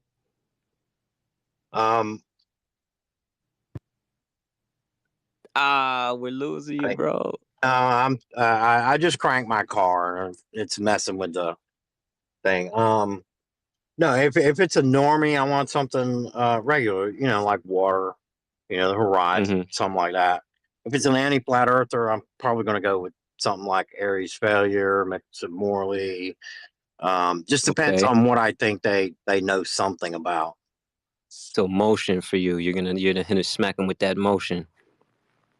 Yeah. I like Earth's orbital velocity. Anything that falls within the 3 axioms. You know my 3 axioms. Got you. Right? Yeah. Well, I've heard them before. I'm not sure I recall them directly, but yeah. All right. I'm familiar. Yeah, the first one is nobody's ever verifiably measured Earth curvature or drop over distance. Mm-hmm. The second one is nobody's ever verifiably measured Earth's motion. And the third one, no one's ever demonstrated that gravity can contain gas pressure. Oh, we was just talking about that. Nice. The difference for what Coffee was saying was that it's not demonstrating gas pressure; it's demonstrating atmospheric pressure. And there's a particular equation that he mentioned that does the accounting. So that would be it. Maybe next time you guys can have a build on that. Yeah, he would have to. He would have to first define how gas pressure is not the same thing as atmospheric pressure. Yeah, he did that today. So we'll have you. That would be a good go back, a little good build between the two of you to bring both sides of it. I don't know if we're gonna have time now. We got last call and stuff just a little while ago. Yeah, I know what you mean. But sometimes they do last call and it's 5 hours later. True. Sometimes they do last call and they say, no, we dead motherfucker. Serious. What type of time you on, Proud? We waiting for Sacred to wake up or what? No, I'm slowly dropping voices down now. If you crickets, you going. I got the music. But I do want Ken to get his stuff off. We still got to do like upcoming events and whatnot. Spread the word of truth and peace. It's been an interesting week. I hope you guys got to enjoy your family time and just being thankful of joy. Because, there's a lot of negativity in the world. So I'm glad you guys got to enjoy the joy of the world. I wish we could have been around a little sooner for you guys to, possibly bring the family into the conversation. But when we have mixers and we have like events or merging 101 Glober days, that's when we want you guys to bring your family, bring the ones who you can't really articulate some of these points to. You want them to ask questions or feel open enough to ask questions. So yeah, we definitely be here for that, and we'll have more of those spaces in the future. Dope. We're always looking for PhDs. There's always conversations willing to be had with intellectuals. We had a good build today with, good is relative, but we did have an interesting build with Franco and Hap. Whoa! Did you just say good was relative, like in Franco? that Einstein theory going on? Yeah, that's what Franco said. It depends on what you mean by motion. Motion is relative. He got asked if the Earth was in motion, and he said depends. So.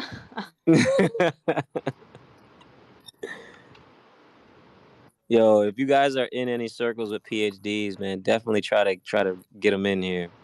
We really appreciate their back and forths. Even if we don't convince them, it's just good for the audience, to hear where they're coming from and then where we're coming from.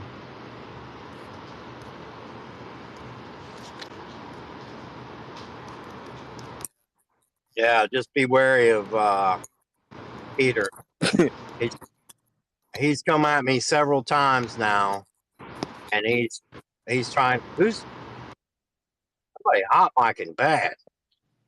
He's come at me several times now, and he's trying to push. We need to confront Dr. Bennett on flat Earth and make him debate us on flat Earth. Oh, let him do it. Well, no, he wants us to debate Dr. Bennett, not him. Oh, I see. Because he says, "Oh, Dr. Bennett's he's a globe Earth." I said, "Yeah, geocentric. It's nothing like your globe." And I've explained to him that I don't think Dr. Bennett's actually interested in the shape of the Earth as much. He's got a globe in his model, but he said that he's just never really looked at it. He referred us to Sungenis when we did talk about it. But he comes back and he keeps pushing it. So I know what his objective is. He wants to try and drive a wedge. Yeah. Right. Between us and Dr. Bennett. He wants people to, but just think of it, you could debate him, and if you can convert him to flat Earth, you'll have a flat Earth PhD. And I was like, dude, we already have a PhD with us helping us out. I don't need him to be flat Earth if he's not interested in it. But he keeps pushing it. He's come at me 3 times for it. Yeah, we don't need him to agree about anything. It just so happens that we agree about the geocentrism part. You know what I'm saying? Like anti-ether and a lot of other things, to be honest. Yeah, but yeah. We don't need to combat him in any way like that. What we can do, I mean, I don't know if the boys do this already. They may or may not. But he's been in this space a couple times, so I'm sure he's heard some of the points that we have about flat Earth. So if he was really interested, he would engage and ask questions, or he would go and do his own research. So if he's not done that, then he's really not interested in it. Last time he was in here, somebody asked him if he would debate flat Earth, and he said he don't want that smoke with Alan and them. Yeah, Alan put out him and Shane put out their posts about I'm willing to take debates on these topics, right? Yeah. And he put one out on I'm willing to debate the shape of the Earth, flat or globe, and completely unprompted, Dr. Bennett responded to him and said, "I would take the challenge, but I'm afraid I might lose." There you go. You're being funny, right? Just being funny. But it was just so I gave that. I sent that to Peter. Nah, but you know what though? That what he's doing there is he's speaking truth in jest. You see what I'm saying? Like he says that as a joke, but there's a half truth in that joke.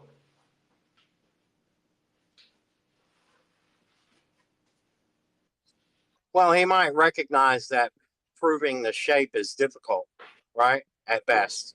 At best. But I do know that he's spoken about it in Ether Cause, not during a recording. Right. But it came up, and he specifically said, to be honest, yeah, I have a globe in my model has a globe. He says, but I've never really thought about it. He said, if you want someone who can discuss the shape, I would suggest Dr. Sungenis, because he actually says that he's looked at it. There you go. And he was just he really showed that he's he's not interested in the shape. I think it's. Yeah. I think he even said something about, he's too. I don't want to say too old, but he's beyond wanting to redo his model. Right. Yeah. He kind of He's likes not it the way it interested is in right it. now. It's not gonna open up anything positive for his model. So why even bother with it? Yeah, I think it's just he's not. He doesn't. He won't say there's no merit to our argument, or that his globe is better. He just says, I never really gave it a lot of thought, and I'm just not really interested. And why should we even care? He's been a great friend to us. He spends quite a bit of time with us and helps us out a lot. So why would I want to? Oh, you need to be a flat earther. That's just stupid. But that's what Peter's aiming for. He's trying to drive a wedge. Yeah. Don't fall for his nonsense. That's literally so dumb. Like Bennett didn't know that they were flat earthers before they interacted with them.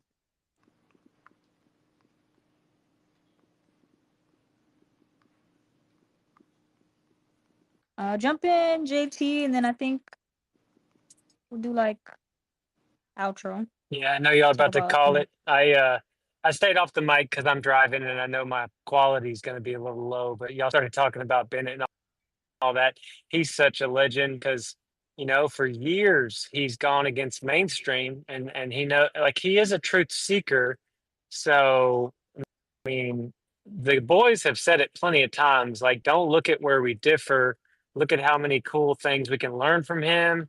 He's articulate. He's willing to share. He and Alan are close friends. And what I think is real funny is he's taken a liking to Witz's videos. I think he's watched all of Witz's videos, which is cool. He said, I am older. I've had this in my mind for a long time. He said, I've been wrong before, though. And that was kind of cool to hear him say that.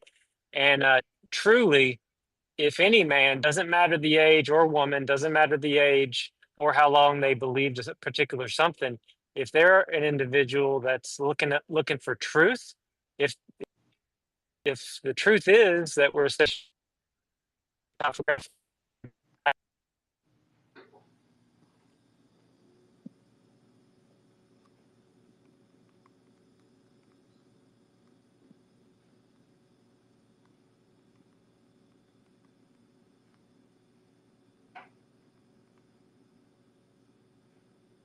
Uh-oh, the ether got him. Uh-oh. I didn't hear any response. No, the end of your sentence got cut out, like the last 15 seconds.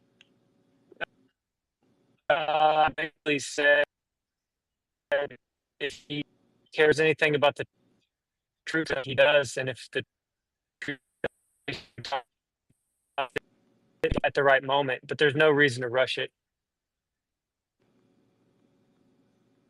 Yeah, no, facts. I don't think we need to like rush or pressure Bennett. I think it's gonna happen naturally, especially if he's close enough with stationary Earth. I think it's only a matter of time before he sits down and like, let me hear y'all out. Let me hear what y'all talking about with the flat Earth. Right, and then I think he is hearing us out.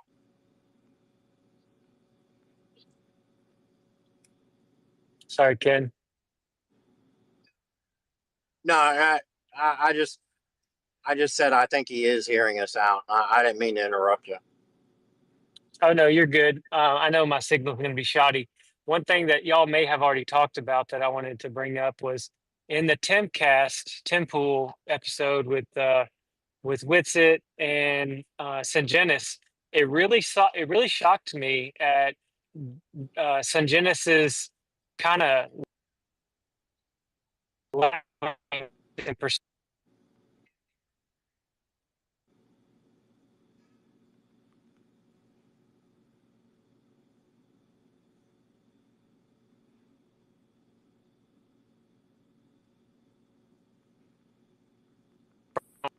the northern hemisphere, and if you travel to the southern hemisphere, that's changing optically what you see. It was interesting to be like, oh, he doesn't get it, like he doesn't see it.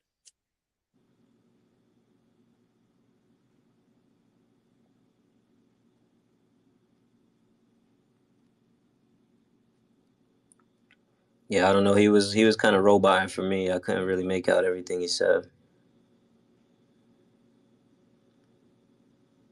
Sorry, guys. Nah, it's all good, man. Just it's Twitter, man. It happens. Yeah, and I'm trying to do it while I'm driving. Signal's weak, but On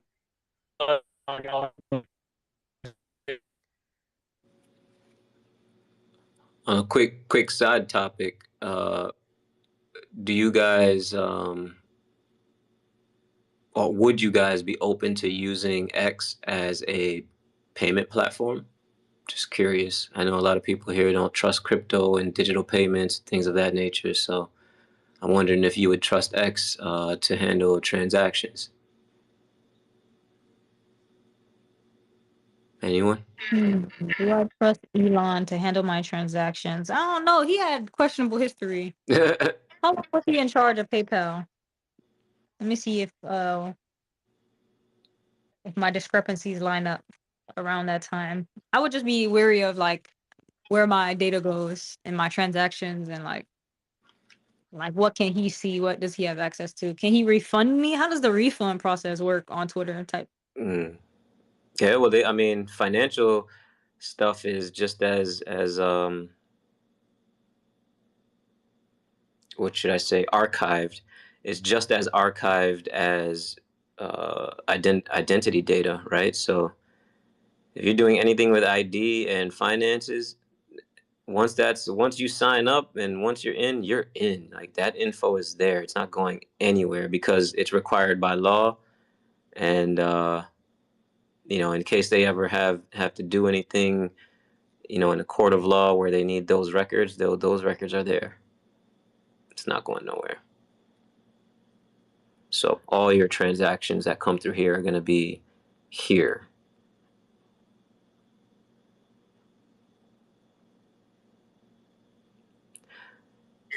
Yeah, but he could handle it kind of like Apple, couldn't he? Where, like with Apple, the information that's given is through Apple. They don't actually, when I do a transaction with my phone, it doesn't give my account number. Apple has my account number. Yeah. But the number that they use is strictly Apple. And if it doesn't come from my phone, it won't work. If somebody gets that information and tries to use it through their phone, it won't work because it's not my phone. I'm sure they could probably do something similar. Yeah. In my experience, I used an app called WeChat, which is the #1 chat app in China. And they've had this capability for a long time now. A really long time now, actually. I will tell you this, it's a great experience. It's super easy to just pay for every and anything, and sending money back and forth to people it's just super easy. You just connect, you connect your card and you're good to go. So the convenience is off the charts when you have a platform like this where you have payments involved, and it makes things really easy.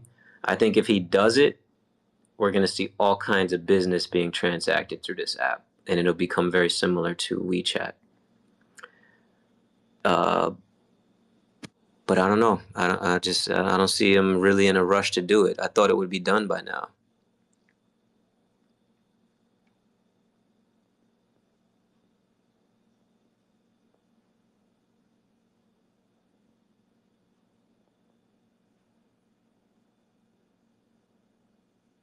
He was having difficulty just figuring out how to use the app himself. It was hella issues when he first came on here.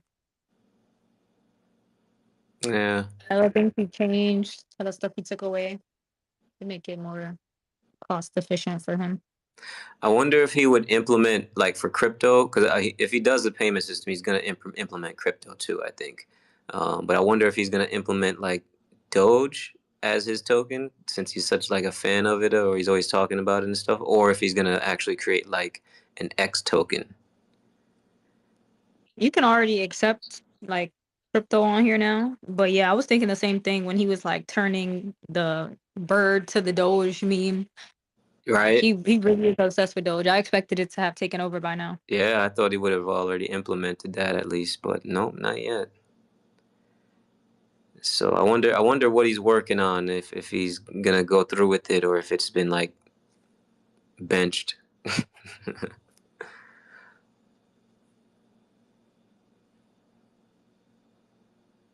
I will say the convenience aspect, man, it's just off the charts. I was mad like that we don't have anything like WeChat in the US. It's quite disappointing. Yeah.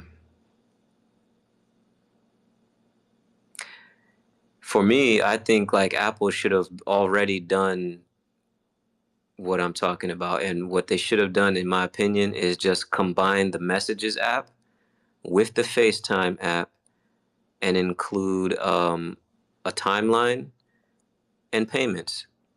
Just make one Apple social app. Like just incorporate them into one app. Why do we need four apps, three apps to do this, to do the same thing that others do in one app? It would have been killer.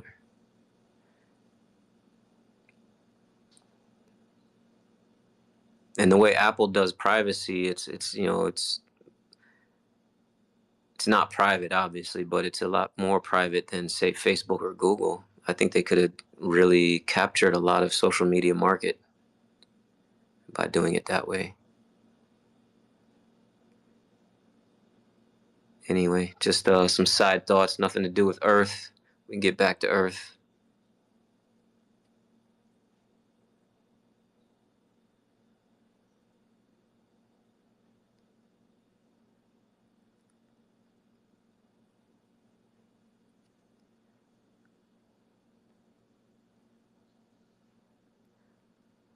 I'm kind of fading though, Proud. I don't wanna just dip on you though. Cause Sacred. Oh wait, Sacred, you up? Yeah, my bad, yo. Tapped into the ether real quick. My boy is back. Okay. Multitasking in the lab frame. Okay. Back in this lab frame. You back in this lab. Okay.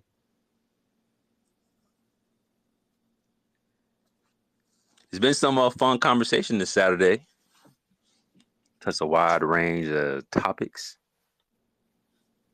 Yeah, we touched a lot of stuff in the past few hours too.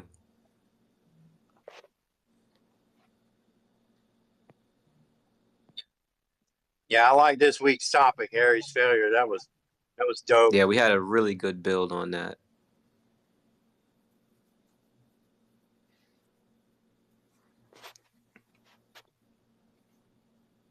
Yeah, shout out to Alan and Piezo for pulling up. Had Franco in here earlier. Had an astrophysicist in here earlier.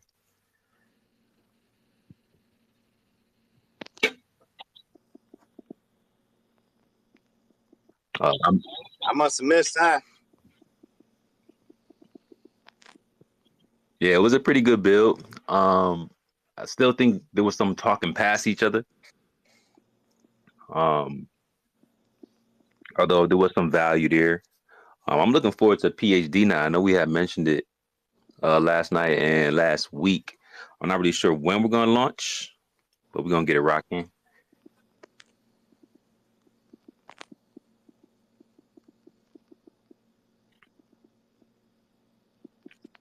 Oh, I just seen Taylor was posted up.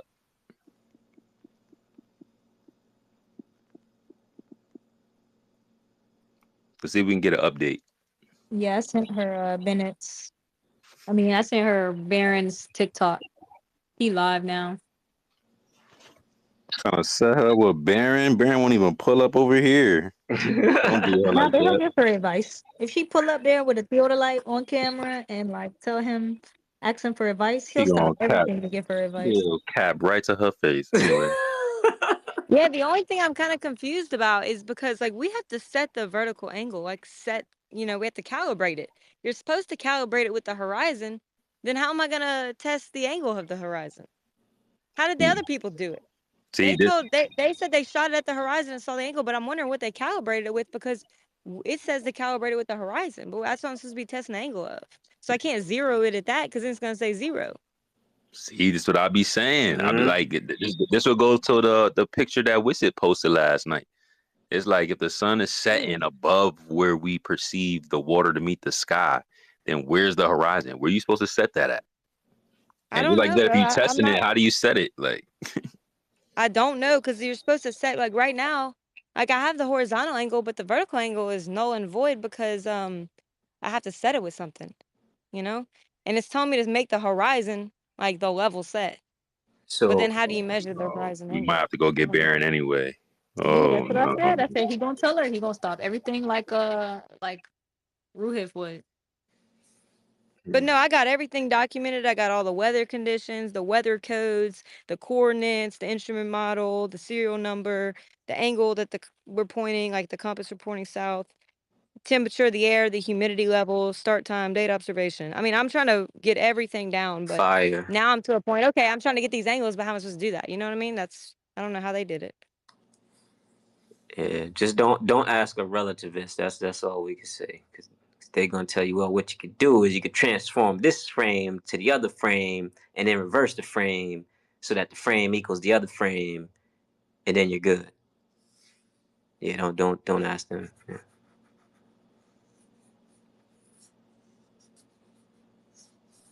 We should bargain with Baron. Bargain with Baron. Head ass. Say, hey, we got someone trying to set up a theodolite. This is your bag, but you got to put up the Flat Earth Fridays. If we send it your way.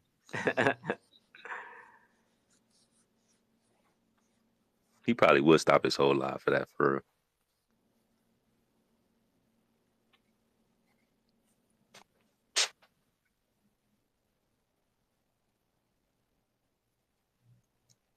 Taylor, are you looking at oil rigs?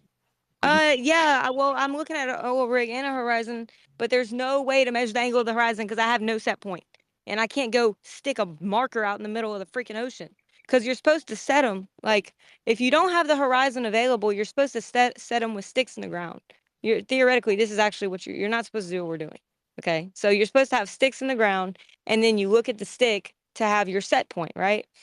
You like to calibrate it. You got to calibrate it with something. So you can't calibrate it with a horizon if you're measuring the angle of the horizon. But there was multiple Globers coming saying, "Hey, we looked at the horizon and it was dipping." How did you do that? Well, there's How? got to be a way to He's over set. here saying 0. It won't even give me an angle until I calibrate it. There's got to be a way to set level without referencing the horizon, right? Like, there's got to be a way to do Well, that. you got to show it where it's at, I guess, but it's just impossible if you're on the beach. Yeah, you're gonna have to. Yeah, you really need a live consultant. You're gonna have to hit that Baron dude up. Okay, I'm gonna go to TikTok real quick. I think Proud, did you DM it to me on here? Okay, I got it. Okay, thank you for your help, Proud. I guess I'm gonna head over there real quick. Should I stream the conversation, or probably you gonna go live? I mean, you Yeah, I gonna got it. stream? I got it pulled up. I'm gonna see if he let her up. It's level devil and all type of toxic. Oh my God, y'all gonna hear exactly how it is over there. Watch. Don't be afraid of y'all. Come to TikTok, but just know it ain't like this. Welcome to the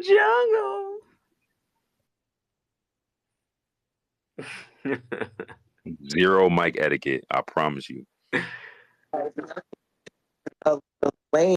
It's based off of your celestial orient latitude and longitude. Latitude and longitude. See, John Q knows what the fuck he's talking about. When you move Latitude north, you move 69 degrees. something on Your the longitude and latitude are made up nonsense. Towards the horizon. Latitude and longitude are north and south. talk. So whenever you reference to make you think you live on the ball. They have nothing to do with stars. So please stop lying, John. So when you reference the coordinate system and you move north or south, Polaris moves 0 to 0. John, 0, 0, buddy. It's okay, bud. It's okay to be wrong, and you're wrong. No. Why is 0 degrees? Y'all thought I was joking? This is how it is every day, all day long. Can you explain to us why 0 is triggered? 0 degrees latitude? It's the North Pole. It's the geographic North Pole. No, because you can't see Polaris no more. That's the equator. Do you hear this? This is some sort of proof. Oh, at the equator. Oh no, you can still see everyday reality. Oh, Baron C. Taylor in the comment section saying, "Let me up. I got a theodolite. I'm trying to do an experiment." He peeped her immediately. Uh-oh. Nice. You're on the You equator. have to use an on equatorial the star, and you have to use the sun. That's why the dude How in big is England Polaris came compared up to with the sun? the stopwatch, the pocket watch, because we have what's called prime meridian. That's where we set our clocks to when you sail and navigate on the oceans. It's all based off of your celestial orientation. No, it's not. Stars and the sun has shit to do with the land.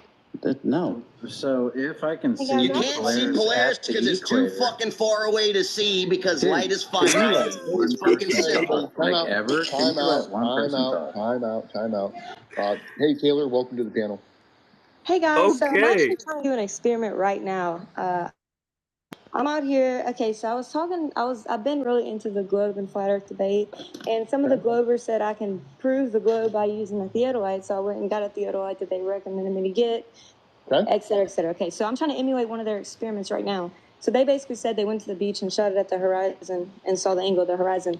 But I'm kind of confused. I was told to come talk to you because you know about theodolites. So my question is, how do I shoot it at the horizon? Because I have to set the vertical angle right now. So I cannot see the angle of the horizon because it says to calibrate it with the horizon. The theodolite says to calibrate it with the horizon? Yes, it says, so how do I calibrate? That's Barron. That's the surveyor. Yeah, she's got a theodolite app. Look at Right? look at the poisoning the well. Not a theodolite. Okay, wait. So my question is, how do I, if I'm shooting at the horizon, how do I calibrate the vertical angle? Okay, so once you point your theodolite at the horizon and you hit calibrate, right? It's giving you a reference point to calibrate to. Then what you do is on the screen itself, here, I'll kind of show you. I have a video of it actually. Let me get that video. So what I did when I was in a plane, I did it in a plane. I've never taken it out to the ocean to do it. But I went up in a plane and I pointed my phone at the horizon, calibrated, push calibrate. Here you go. Here it is right here. Let me pull myself up. I would definitely recommend getting an actual theodolite for this. Oh my god. I do have an actual theodolite. I So have a why don't Spectra you- Precision DET2. What kind? Yeah, why aren't you using it? I'm using it right now. I'm trying to ask you guys how You to do see it. how they are? What I I thought tell you you, were gonna using lie it straight to her on face, like this. gaslight her, all this weird shit. I'm literally out here trying to use it at the beach right now. Okay. And is it? Spectra Precision DET2, serial Nice. number 66550. Okay, cool. So here's what you do. Let me get my theodolite out real quick. Mine's gonna be a little bit different. I'm using a direct reading theodolite. I knew he would get up to go get Mike's that actually got theodolite. his. Mike can show you exactly. Mike, you got your theodolite? Yeah, let me get it out of my car. Okay. Mike's gonna go get his out of his car. So here's what you're gonna do. You're gonna set. You got it. Is it all leveled out? Their language. Got it leveled and everything documented. Okay. So now what you're gonna do is you're just gonna turn the scope to where the crosshairs touch the horizon and read what that angle says. Now the angle says absolutely nothing because it says SER0 because I have to calibrate it. I have to zero like the vertical angle. And so it won't give me an angle just shooting it at the horizon because it says I have to calibrate it with something. Okay. Right? Can you turn your camera on and show me the panel on it so I can kind of walk you through it? I wish I could. I'm new to TikTok, so I don't think I have enough followers to like live stream right now, but I wish I could. Gotcha. Well, I'm going to pull up your manual real quick. It's called a DE2, right? Yes, DET2, Spectra Precision. Mm-hmm. No, it's cool that he's gonna help Spectra out though. Precision. I like that.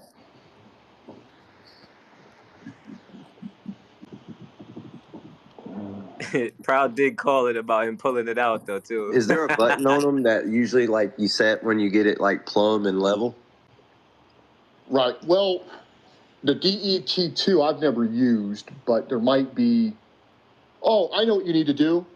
Turn the scope. So, Mike, point to the scope. Okay. Turn that 360 degrees. Unlock your thing, Mike. Turn that. No.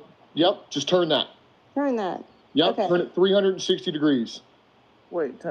Okay. This little piece. Yeah. That's unlocking the vertical. That's unlocking the vertical. Somebody got their Right. camera open right now and they showing they Yeah, theodolite. 360 All the way degrees. around. Yeah, Yep. all the way around. Okay. Oh, there we go. Okay. Yeah. Told you. Whoa. Okay, let's see what we get. Okay. Thank you for your help. Perfect Thank you look for at your help. yourself. That is awesome. Thank you. Thank you. Because Yeah. I was like, oh my gosh, how am I going to calibrate Yeah. it? So what you're using is a total station. This is a total station? Okay, I thought it was Correct. just. And total Because stations it doesn't have a require you to laser rangefinder. calibrate. I thought total stations had to have laser rangefinders. This one does not have one of those. Well, it might have a modulated micro, so it might measure time in flight. So if you look down at your buttons and you see a little triangle, like if you look down at your buttons and see a little triangle and you push that button and you see it start to like think, like it's trying to do something, it's shooting a modulated microwave at what would be a target or a prism. And so it measures time in flight and gives you what's called electronic distance measurement. Oh, interesting. So But I can don't you know. take a measurement while you're with us? Yeah, actually, I'm trying to figure out what this oil rig is out here. So I'm trying to measure the top of it. But I think we just got to figure it out. The last thing I have to do is get the water temperature. Yeah, yeah. So what you're looking for is the zenith angle, right? So the zenith angle is going to be what that instrument reads when you point those crosshairs at whatever you're looking at. And then what you're going to do is you're going to turn that instrument, because right now you're in face left, which means you're measuring angles from 0 to 180 degrees in the vertical plane. So you're going to write down whatever, you're going to point it. Make sure you don't have any parallax in the scope. Basically, when you look through the eyepiece and you move your eye back and forth, if it looks like the image is moving, there's a little bit of parallax. So that means you're not in focus completely. And then you're going to write down that angle, and then you're going to turn the instrument what's called face right. You're going to turn it 180 degrees to where the big. So if you look at the theodolite, there'll be a big fat part and a skinny part. The big fat part is called the vertical circle, and on the right should be the battery. Nah, this is fire though. Directly to your left, This like is that. working out. So then what you're going to do is you're going to turn it 180 degrees to where that big fat part is on the right. And then you're going to plunge that eyepiece and point it back at the target, and you're going to write that angle down. Right. That minimizes like mechanical distortion, right? That's how I read in the instructions. It's like so what it does is it tells you what the corrected angle should be, because you're going to add the 90 degrees or whatever you have, 91, 89. I'm pointing right at the horizon. It says like negative 0.12. And we're like 10 or 12 feet off the ground. Oh, correct. So what that means is what that really means is from you to your line of sight is 90 degrees. From 0 straight overhead to your line of sight is 90 degrees. So if you go below plumb or horizontal, which is 90, you start getting negative. Some theodolites read negative, some read positive. But technically it's a negative angle because it's an angle of depression. You're looking down. Sure. So I need a. Yeah, we're actually on an elevated state, so we expect. We're only like a few feet above the water. No, we're more than a few feet. Well, we have to remeasure it. Yeah. So what you're going to do is you know how to get the well, I guess. Well, I actually have a laser rangefinder. I'm on a dock of sorts. Okay. So I have. So how high off the water are you? I think that I'm about. Well, we're gonna have to measure this again, but I think we're about. And then we're about 4 feet here, so 7. So maybe around 12 feet. 12. Yeah, that sounds right. If you're on the beach, are you in Santa Barbara by any chance? Wait, hold on. Let's see what this measurement height is right here. Let's see. 50. Are you in California? No. We're 59.5 inches. You're right around 5 feet. Yeah, way off 12. No. That's just the theodolite. Then we're also in this dock. We have to add that. I understand. You're getting your total instrument height. Yep, I get it. You're getting your total instrument height. Yeah, my instrument height is 59 inches. We have to write that down. Yep. Oh, wait, was it 59 and a half? It did like pure. Oh. Dock right there. So. Yeah. So you're probably like at least 10 to 15 feet off of from sea level. Yeah, you'll want to measure down to the water. If you can, or get a rough estimate. From the dock. Okay, yeah, we're working on that right now, and then I have to get the water temperature to see which way refraction will be. I already have the 5-digit weather code, so. And then after I do the horizon, I'm going to be shooting at this oil rig that's like really far away. So I have to like try to figure out what exactly that is, how high it is, and how far away it is. So that's the next task. Yeah, but I just appreciate y'all's help. I really do. Thank you so much. Taylor, try to find a helicopter pad on it, right? And then put your crossers on that helicopter pad.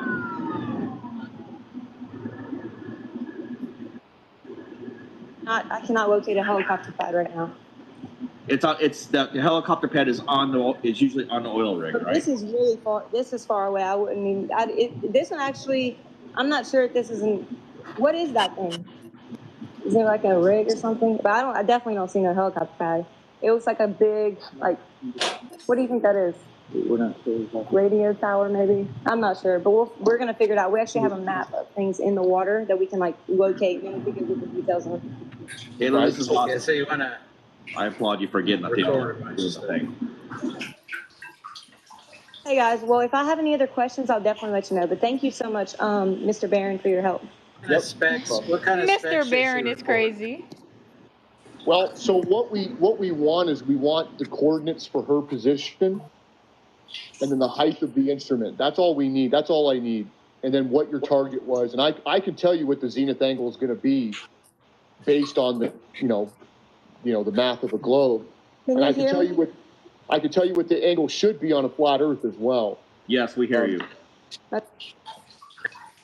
Oh, she don't remember you can't leave the app. When you're out of the app, though, no. Okay, well, I have to go to a different app to actually read it, so I don't know how I'm going to do that. You should put in the comment section, Sacred, asking Barron what time tomorrow he'll be available. Because I think Taylor said she's doing it today and tomorrow. 380. You cut out. Yeah, you're cutting in and out. You said I should put what? I'm in there in the chat going crazy. I'm like, Taylor, stand by Flat Earth Fridays. What up? What was the No one cares about your Flat Earth Fridays, Sacred. Someone's giving coordinates. It was 118 she was reading for the horizon? No. Y'all should see them with their notepads out right now. She said she had an angle to the horizon. Okay, right now I got a point. Okay, so I have a question. Negative 0.0170. What do I do with the difference? Because on around 180 degrees, reform it, it's negative 0.17. So I have these two different values, right? We're supposed to like average them to know what's the true angle? Yeah, so there might be a setting in your theodolite to where you can get it to actually. Did you turn on and off? So for instance,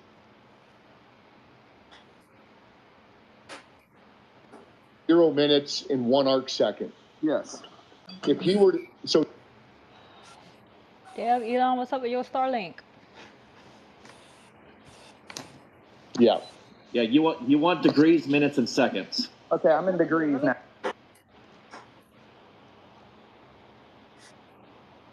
Okay, so I'm gonna I think I'm gonna recheck both sides again in degrees. So yep.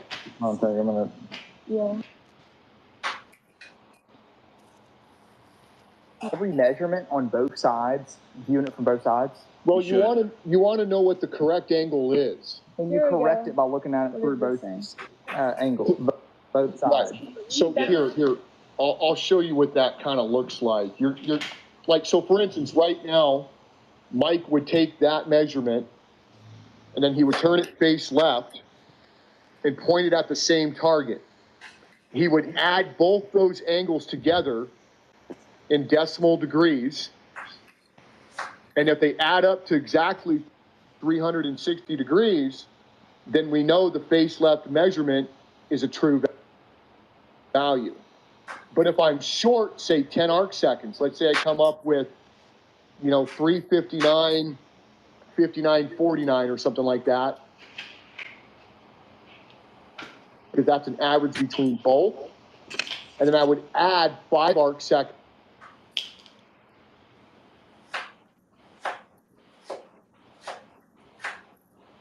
Can figure out what's going on here. I'm going to measure the height of the dot. Sigurd, I was saying, put in the comment section, asking Baron what time he's free tomorrow, so she could come ask more questions. So, this is what it looks like when I do a face right and face left measurement, and I'll do 3 sets. I try to get 3 sets to each target. And so that what's your left column? Horizon?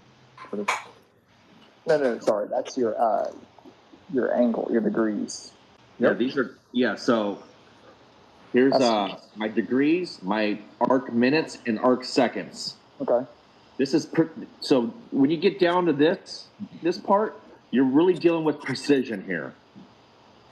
Oh yeah, definitely. Those are very, very minor. You see it changing. You're not moving anything. Right. Yeah. Yes. Correct. So if you see that, don't worry about that. It'll fluctuate between 1 second or so. Right.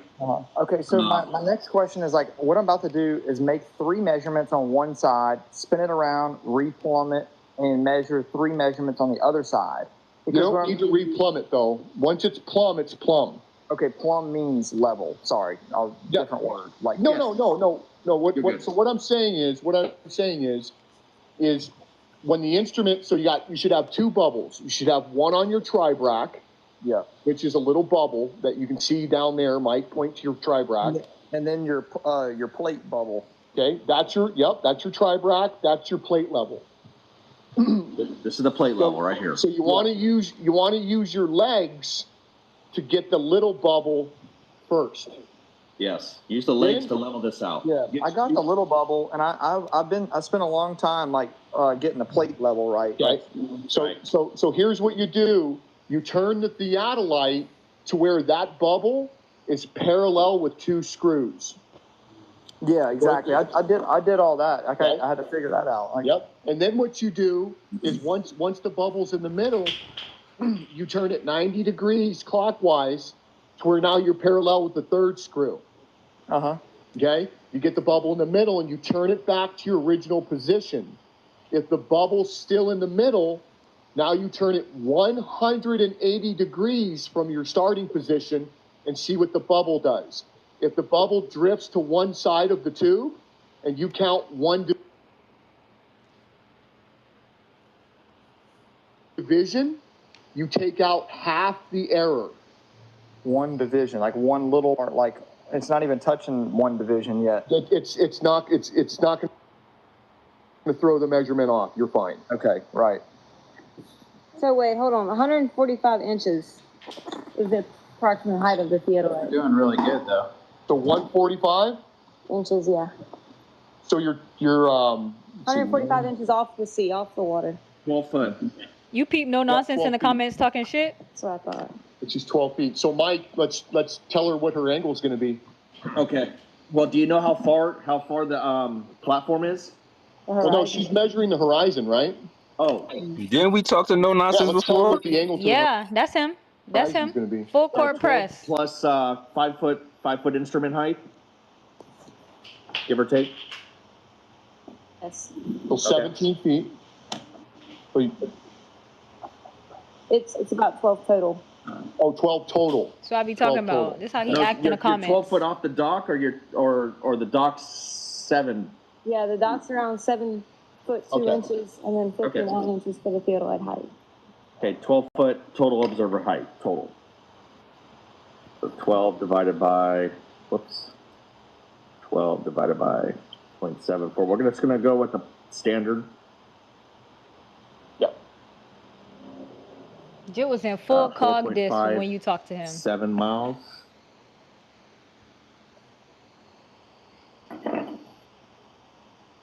.57 miles.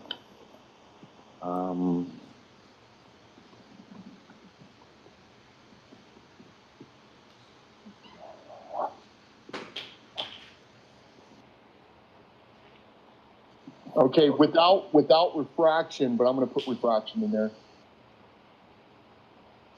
What is it, 0.17, right, Mike? If he's out at the water? Yeah, I'm clipping him up.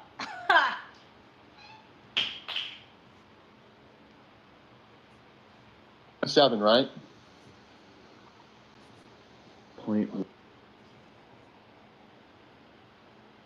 Oh, it's about the 3-body problem. He feel confident because he got Baron and Level Devil. He got a team now.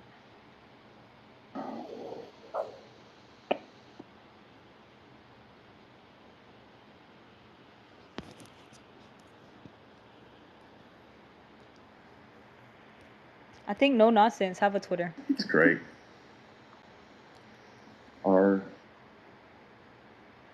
R minus 1 minus K. Whoops. Oh. Legit trying to get you alone? What?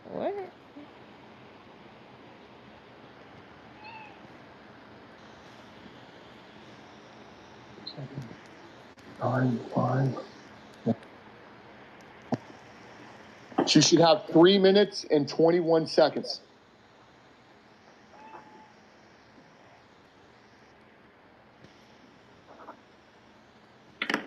Dip down to the horizon. Yep, should be 3 minutes and 21 seconds. Yep, check me on Bislins.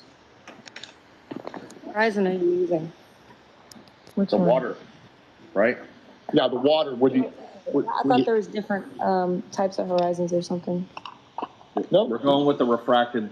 Isn't there a visual horizon, a Baron horizon?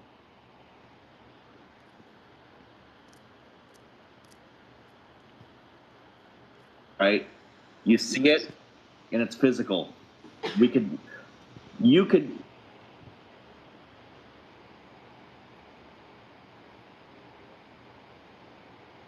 Physical place.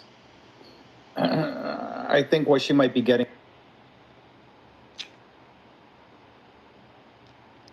I don't know why this is like lagging so much. You're dealing. I mean, they ain't really talking about much. I'm surprised Taylor's still in there. Yeah, that Mike guy, he have one too. For just the basic geometry, and minus that. You had talked to Mike before. Atmosphere is always doing something.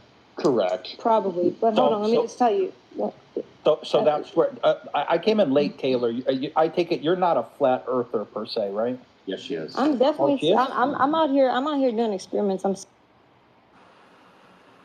skeptic. I'm skeptic. No, that's perfectly respectable what you're doing. Wait, hold on. Because I have this dude Jesse that y'all know Jesse Patholite that does theodolites. He told me my expected angle should be negative 1.06 on the good model. That he did the math for me. Yeah. Who's Jesse? Jesse Kozlowski? Yes, Jesse Kozlowski. You know Mordwand? I know Jesse really well. I talk to him pretty much daily. Okay, yeah. But 0.06 is what he told me it should be on a globe. Yeah. Get him, Tay Tay. It is 0.05. So.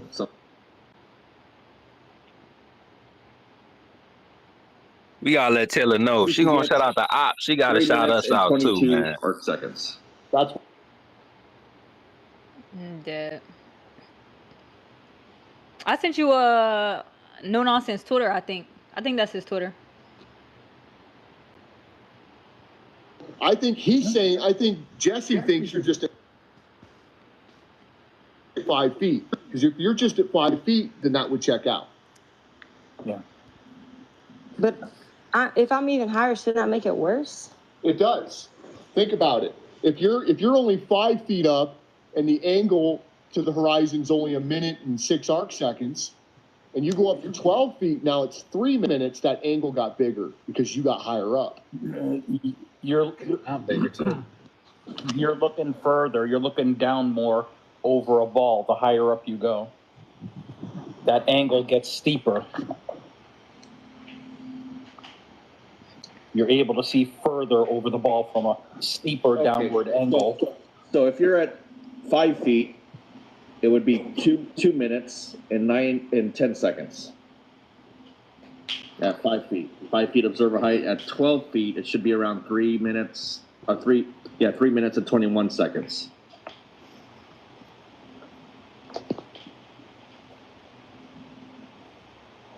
What y'all think? Keep this rocking for a little while longer? Don't. Just a little bit, man. This shit getting kind of boring. Like I ain't that. gonna Don't lie. do these measurements right where you live or something. You know, kind of travel a little bit. I'm on vacation right now. Are you by the goal? Definitely get your coordinates. You want to get your coordinates too, so that you know. I tried to read Make them out sure the earlier. elevation's right. So is this the Gulf of Mexico? Is this the East Atlantic Ocean? What are we looking at? Yes, we're looking at the Gulf. I'm in Biloxi. Cool. Awesome. What's the calculate? Because I have these like calculations that Jesse sent me, like a formula to plug in, but I haven't had a chance to do it. So if you're at 12 feet, it should be about 3 minutes looking down. If you're at 5 What angle feet, should we get on a flat Earth? Okay. on a flat Earth, it'd be about half that. Okay. I'm gonna show her how to get the angle on a flat Earth. Okay. Real quick. So I'm gonna draw it out for her so she can kind of understand it. So the angle is pretty simple. The distance, you need the distance to the horizon. So if you're at a 5-foot observer, the distance to the horizon would be, let me see here, 5 inner. She says she's at 12 feet though. I know. Okay. I'm just going to show her the formula, right? 4 miles. With refraction, it's about 3. Okay? So the way that this looks on a flat Earth is if this is you, here's your instrument. This is, damn it, do lead here. This is your instrument. Here you are. This is the beach. Okay? And we're going to make a rectangle out of this. Like this. The flat Earth is a Hard to rectangle? draw this. This is eye level. We're going to say this is eye level right here. This is that crosshair that you see in the instrument. And you turn an angle to look down at the horizon. This is the angle that you're trying to get.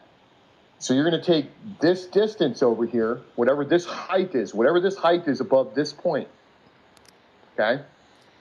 You're going to take that. It's going to be 5 feet. Right? So you have this side of the triangle. You want, here you go. You want this side of the triangle, actually. And then, so what you're going to do is you're going to take 5, enter. You're going to take 3 miles, enter, 5280 times. You're going to divide this into this. And now you're going to hit the arc tangent because we want this angle, right? So you're going to use the tangent because the tangent of the angle that you're trying to find is equal to the the adjacent side divided by I have that wrong, TOA. The opposite side divided by the adjacent side. So that's what we're trying to figure out.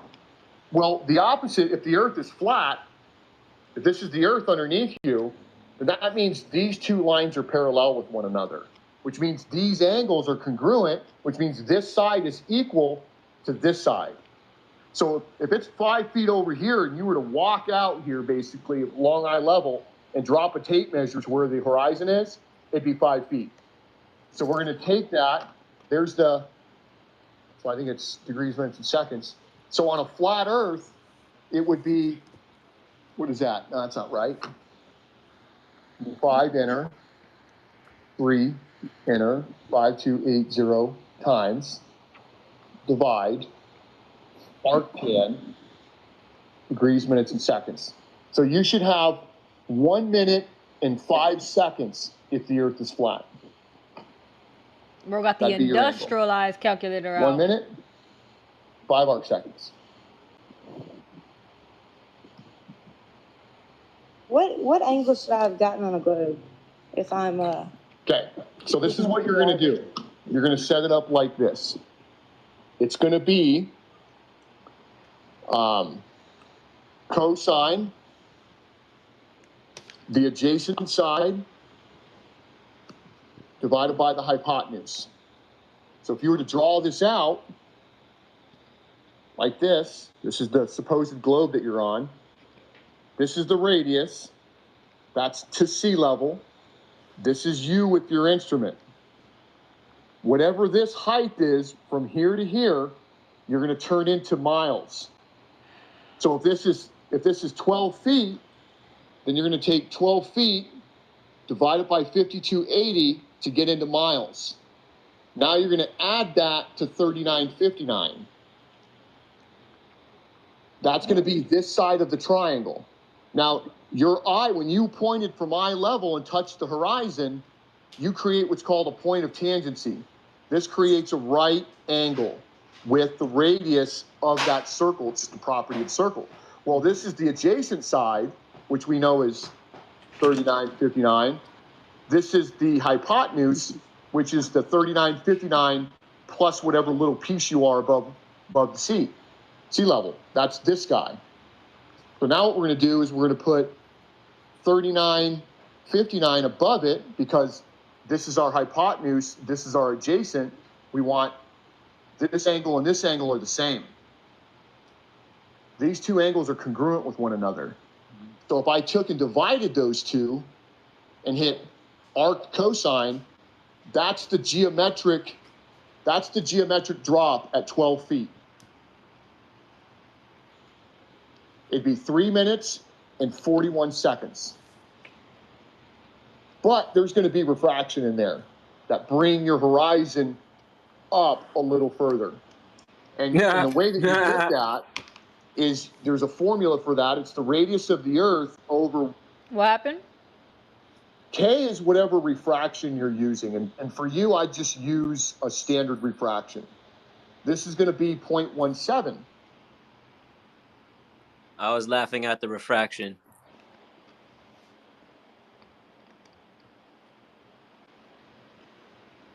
Now you're going to take the radius, which is 3959, and you're going to divide it by 0.83.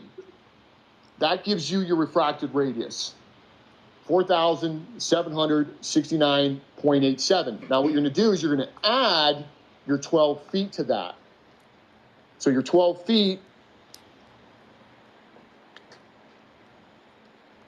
you're going to add that, which is plus, and now we're going to divide this into the actual refracted radius. So I'm going to write that down real quick so I don't lose it. It was 4,769.88. Barbara Dan not going for his. To go on the bottom. Did you get your measurement, Taylor? Barbara Dan. What Barbara Dan said? Okay. It's Barbara Dan said it's not refraction, dickhead. It's surface reflection. 21 seconds. Flat Earth would be 1 minute 43 seconds. I gotta relocate, guys. So you want to do a face angle. What about an angle? Not in minutes and seconds. Yeah, that is the angle. That's actually the angle is 3 minutes and 21 seconds. I just did the math. What did you come up with, Mike? That's what I just wrote down with Bislin's. Oh, this is what Bislin says, so it agrees with me. Okay, that's what you should have at 12 feet. Baron, there's 60 minutes in 1 degree, right? Correct. I think that's what she kind of wants to know. So if there's 60 minutes make up 1 degree, Taylor, you're not talking 60 minutes here. You're only talking 3 minutes. Well, let's find out if Taylor's in decimal degrees or if she's in degrees, minutes, and seconds on her instrument. Mm-hmm. What does your instrument say right now?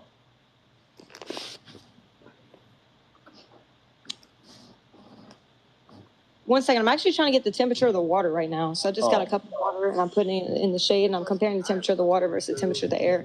So I'm a little preoccupied. Okay. Let's see. This is that angle Right in now I'm decimal seeing, degrees. One thing I think. right now I'm seeing 269 degrees. Okay. 5-4. You're in and face 32. right. You're in face right. Turn the instrument 180 degrees and plunge the eyepiece. Okay, give me a second. Yep. This was a great idea. I'm giving myself a round of applause. Negative point, what was it? 0.0126 or 0. I can't remember. I have it written down. I have pictures of it. And I told you guys whatever that angle was earlier, but I'm going to be remeasuring in a second. Okay.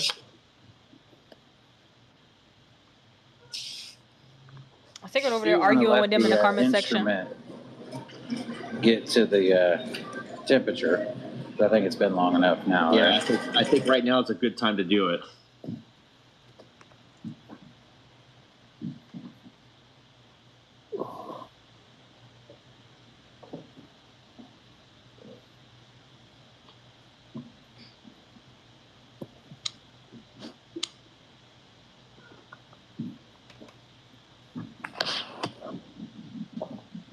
Okay, so right now I'm seeing 269 degrees, 54 minutes and 28 seconds. So again, your instrument is in face right. You need to rotate. Here, Mike will show you what you need to The do. instrument's in phase white. Right, we have to rotate. Go like this. Okay, got it. And then flip your telescope around, obviously, right? I don't know if you Yeah. like that, right?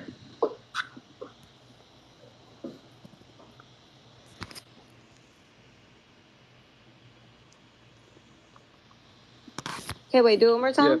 Bye. Watch this video. I'll see you later, dude. Okay, so yeah. Yeah, turn around. Okay. Didn't you That's just do turning that? it. You just did that, and then flip this piece. Does it matter which way you spin that? Does it matter which way you spin the eyepiece up and down? No. No. Because, well, one thing is when I record it from one angle, or when I come it from one side, and I look at the horizon, it's about 90 degrees. I spin it the other way, and then, I look at it the other way. It's going to be around 270, right? It's level the other way. How do we, is that okay?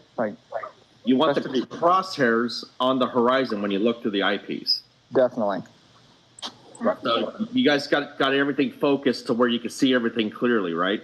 Right, with minimal, deviation with your eye movement. So this will focus your crosshairs. This will focus your image on this instrument. I don't know if it's probably similar on yours. That's how it is. Yeah, there's a little eyepiece focuser for the retina. I mean, a reticle, and then there's an optical focus for just an optic. So get both of those nice and clear, and then lay the crosshairs down on the horizon, and then tell us what the top number is. Okay, just a second. One should be a little bit more than it'll be 90 degrees, so minutes, so and so seconds. Well, his is going to read a negative, Mike. Or negative, right? So here you go. Wait, hold on. Okay. So right now it's 2. Wait, I have to take a picture of this. And you have to write that down too.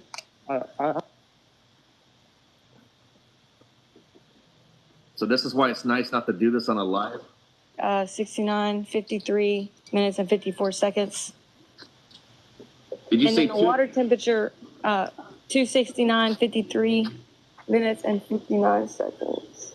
Okay. What's your face left measurement? 269, 54, 08 or 09. It's just kind of like moving.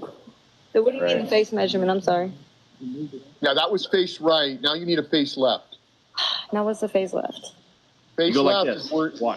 Watch like that, and then you do it, and then you turn this around like this, and then and then now you're doing the face left.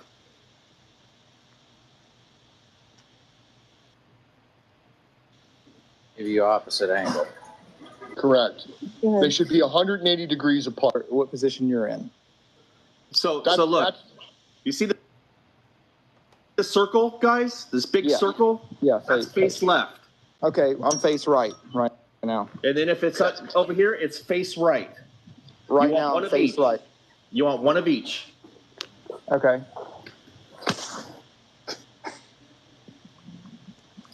To be honest, looking at the horizon is difficult because, there's differences between, waves and such. Like you sit here and watch it, it's going to like fluctuate. Well, that's with anybody. You do your best. It's not just with us. Sometimes you'll have fog or haziness, right? Depending on weather conditions. So it's real clear today. It's really clear okay, today. So we're face right, and we're at 269, 54 minutes and 9 seconds. Okay. Face left, you're right. Like, is it? Yep.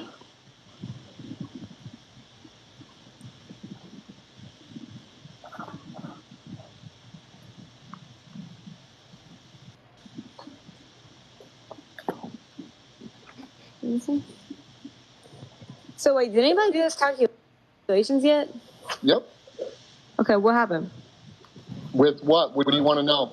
I want to know about, we're 12 feet off the ground, looking at the horizon. What should it have been on a globe and a flat earth in degrees? Okay. Right here. On a globe, it's 321. On a flat earth, it's or 1.3. an angle measurements, like 0.01, 0.02. That's the angle. The angle will dip down 3 minutes and 21 degrees. Okay, so on the screen, when it says negative point, what should I be reading? It should be negative. Yep, there you go. Negative 0.143 for a flat earth, negative 0.321 for a globe. Okay, we got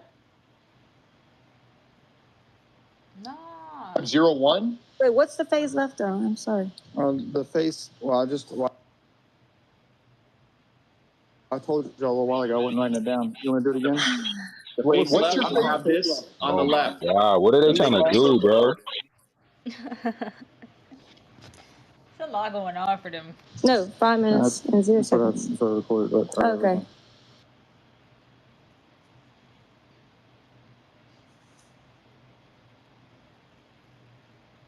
So you have 90.05?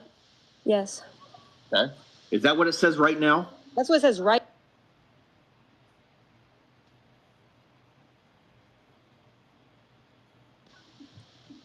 So the 00 is your left, and the one that ends up. Yeah, so she got something different than what they both predicted. So they're trying to figure it out, I guess, right? That's what's going on. Seems like it. So I'm going to chop that in half, and I'm going to add Can you send these numbers to me, by the way?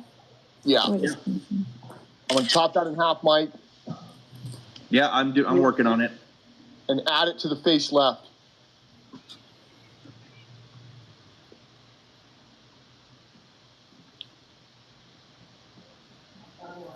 So it's a negative minus 360. Yep, I got 51 seconds. So divided by 2. Whoops, 51 divided by 2, 25.5. So I'm going to add that. So she got a 90.05, 25.5. Yep. Saker, you want to go press no nonsense? She's higher than 12 feet. Yep, she's higher than 12 feet. The angle is you're looking further down, which tells us that you're further your elevation's a little bit higher than you think you are. But Mike, what's weird is if that's the case, she said like a minute ago that she got a 0.1, which is way close to flat Earth at 12 feet. Never mind if she's higher than 12 feet. Well, it's kind of hard for us to say exactly what's going on because we can't see. Oh, she's gone. Here, so look, I'm gonna. Oh, she dropped Yeah. Her connection. I'm dead. Shenanigans talking about some. I don't trust her at all. She might be out of battery. You know, out there on the beach, being on a live, it sucks your juice down, right? But you know that you know what I was saying, that the numbers you're dealing with now, you're like, oh, she's higher than 12 feet. Well, she's higher than 12 feet. So Sal, check it out. These numbers match up. I'm liking what I'm hearing here because this is consistent. This looks like something that I would read, right? She's within 30 seconds on her face right measurements. No, so I picked up on that. And you know the numbers, they don't lie. Now doesn't mean that it's her first time trying to get a measurement. So you know, the more you do it, the better you get at it. But you know, if she's got a difference of 51 arc seconds, I'm going to say that's pretty damn good on your first shot without having someone there to show you how to do it. Right. I'm looking at the other numbers. So when you thought, okay, for globe, you'd be a -3, right? And she goes, actually, we're -1. Right. So now that -1 gets even more far-fetched if you think she's even higher than 12 feet. Well, no, she did. We don't know what her instrument's reading, if it's in decimal degrees, if it's in minutes. There was a confusion about that, right? Early in the morning, my step. There was all sorts of stuff going on. So, and then she just said something about one. Well, one what? Yeah. She didn't give us minutes or seconds, right? So, I think, isn't this the first time for either of you that you've had somebody Mom busted into my room once or theodolite in the live? Yes. Yeah. Right? So that made it much more interesting. The only downfall was she couldn't put her camera on. So if she's at 12 feet, the angle on a flat Earth would be 1 minute, 50.5 arc seconds. I got 1 minute 43. I got 1 minute 43. Yeah, what I did is I just divided 12 feet by 4.24 miles in feet and hit the arc tangent. Okay. That's all I did. I got the distance to the horizon, what it would be on a globe, because I don't know what it would be on a flat Earth. You know what I mean? Me and you are within a few arc seconds, okay? So. But no, I get it. I'm just saying that obviously there's an angle down to the horizon, right? Absolutely. Okay, so if I just construct a right triangle out of that and call the opposite side of the triangle 12 feet and call the adjacent side of the triangle what the distance to the horizon would be on a globe, because we can verify that, I'm still getting a negative angle. Yeah, that's what I did. Yeah. So you took 4.24 miles? Okay, maybe I got let me look. I got 4.57. I think I used a refracted horizon. Oh, okay. Yeah, I just did straight drop. Gotcha. I didn't use any refraction. I just used straight drop. Yeah, as it should be. It's right. So I mean, we're splitting hairs here, but man, I think we can get up out of here, bro. Save this. It's boring as hell. Yeah, she had left anyway, so we could close that. I just wanted to like make sure they were talking shit. They in the comments. Yeah, I don't trust her. Yo, they spiraling. All the anti-flat earthers, all the close. Yo, spiraling in the chat. That shit funny as hell. She jumped back up there, but yeah, I'm not surprised. Like, we had a feeling this would happen. Damn, is it feedback from me? Maybe I fixed it.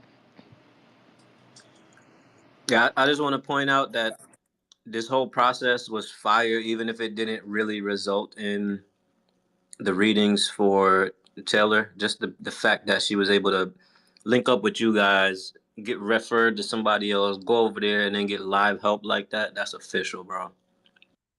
Yeah, but you see how they had to like gaslight her and lie and all this stuff, talking about, oh, she just got an app.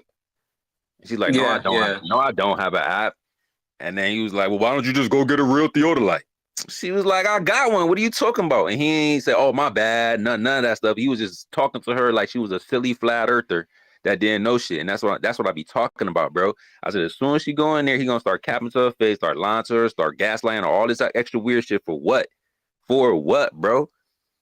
That's literally the thing that he did, and he ain't walked back none of that stuff. Oh, my bad, should never approach you like that. Oh, my bad, you actually coming here for help. Oh, okay, my bad, should never talk to you like that. None of that stuff. You just skate right past all that condescending bullshit, bro. This is look. I'm a chill off This it, is but the I'm just TikTok saying. spiral I have forewarned y'all about. Yeah, they don't care over there. That's crazy. No nonsense in the comment section really popping shit right now. Like, bro didn't completely glitch out because of a fucking point mask. Like, I can't believe it. So there's this guy like in the mentions over there. His name is No Nonsense. Completely full of nonsense. And he was saying that the 3-body problem didn't apply to the solar system. Like, bro, what? It's a different thing arguing with like TikTok anti-flat earthers, bro. It's something completely different. It's like you can't be serious. So then he put up a citation that says, "Hey, look, when we're calculating the 3-body problem or planetary motion, we use point masses." So he pulled that bitch up on screen showing point masses. I'm like, yo, that don't say sphere, gang. That say point masses. He been triggered ever since. I'm just saying, bro, that's your own citation, bro. Anyway, this is what we be dealing with over there on TikTok, man. Low key, they rock with us. They just don't want to acknowledge it because they're going to have to change up everything that they do. Because we not toxic. We don't be kicking. We don't be muting nobody. It'd be full court press over on TikTok. TikTok. There's some Globies that rock with us over there, though. As a matter of fact, one of them even modded me. I haven't been over there in a while, so I don't know if I'm still a mod, but Who live was that? he changed his name. It was Dirt. No. Who live was it that you talked to No Nonsense this morning?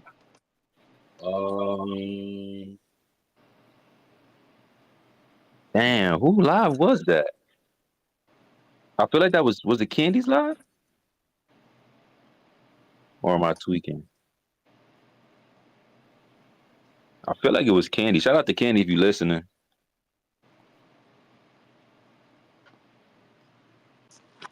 I might have got a screenshot from that day.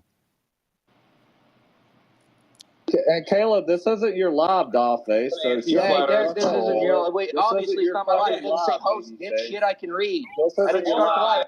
Wrong live. Hold on, they in there right now? Nah. That's what I said. That was Candy Live too. So I'm like, wait, that wasn't Candy Live. That both happened.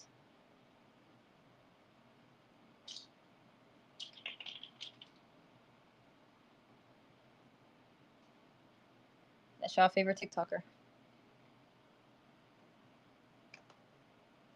Refuted the constancy of the speed of light. But anyway, I just wanted to show something real quick. You guys were talking about eclipses earlier.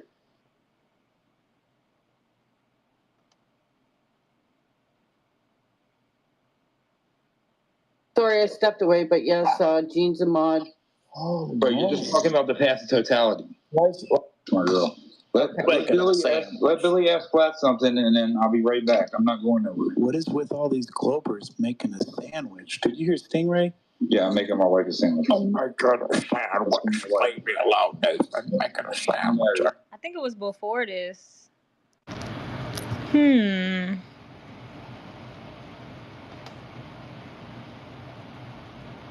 don't know if we should be giving all the saws right now, but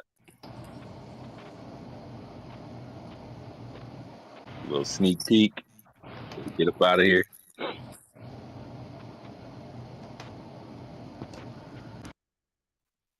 I feel like it was Candy's live, but I'm not sure, to be totally honest.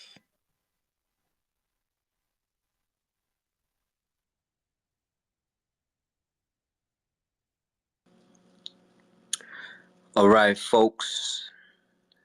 That about does it for me. I got to take my behind the bed. Yo, D3, appreciate you, man, for holding it down. It's probably early as hell over there. Yes, sir. 22 a.m. I was supposed to call it at 4. Dag nabbit. Yeah, we had last call like 5 hours ago. Facts. It's all good, though. All right, y'all. Peace. Y'all follow D3. See y'all next week. D3, my boy. Yes, sir.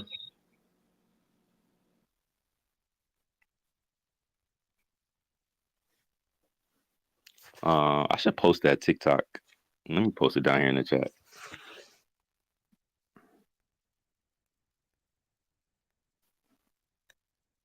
Shout out to all the machos in the chat.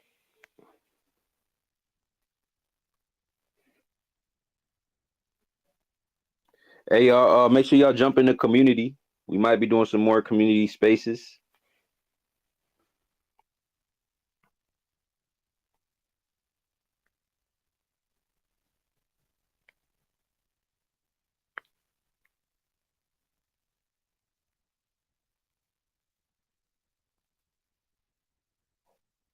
I'm gonna post what TikTok look like, y'all.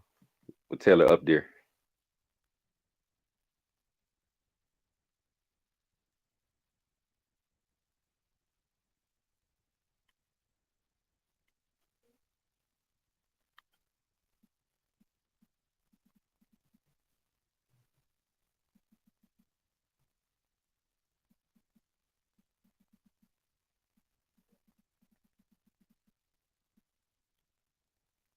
Taylor on TikTok with a surveyor. Stationary Saturdays.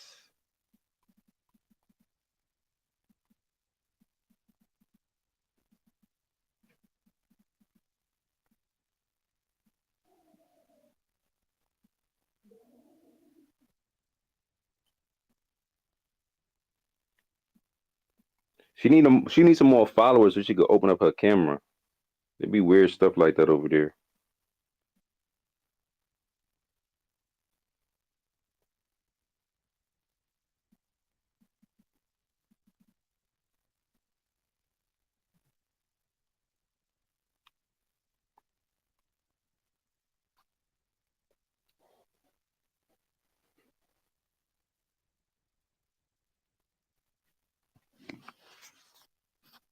Do y'all see that? Let me throw this up. All right, I want to let everybody get their piece off after listening to that. If anybody want to add anything else in, and then we'll get up out of here. Yeah, that was super fun. I made it home. I was listening to all that. I like that Taylor's out in the field. I was kind of waiting, trying to listen for when they I have to use math to make the globe because I think there's some trickery always, with the kinematic and dynamic equivalence of the stars and the Earth. Like we know it measure flat. And so that was cool that you recorded it.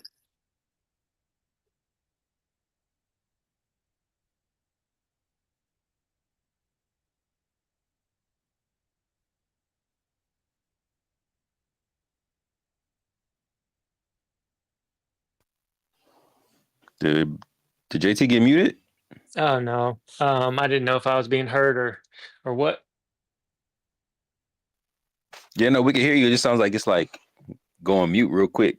But yeah, we heard you said that it was dope that we recorded it. Yeah, because kind of like a dual stream, but yeah. that was a lot of fun. Because isn't it true with plane surveying they measure flat up to 100 miles squared and then they do the trigonometry or the mathematics at the end before they submit their what is it their quote for what they're working on. They have to add the globe math at the end even though everything measures flat, right? 100 square miles. 100 Oh, square miles, yeah. That's right. And then they stitch all those flat planes together, readjust them and correct for their ellipsoid, and call it a day. Mm-hmm. Can you imagine that? Like not accounting for curvature for 10 miles in all directions? Right.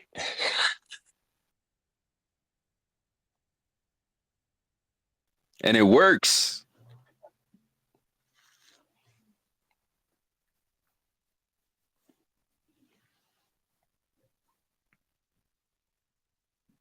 Ken, you got anything for us?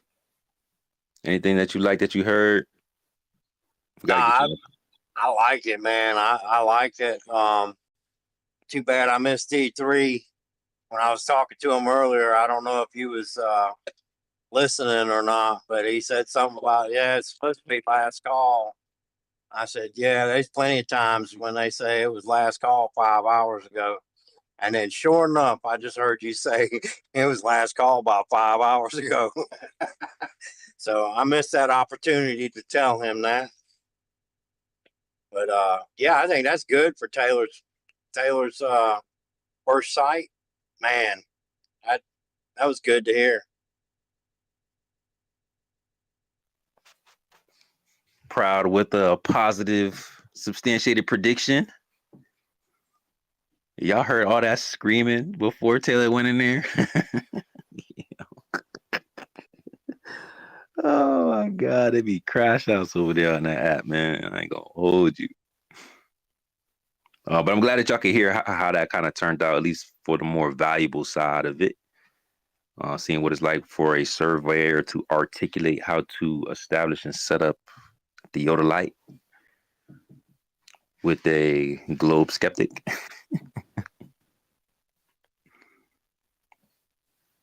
We should do more dual streams like that.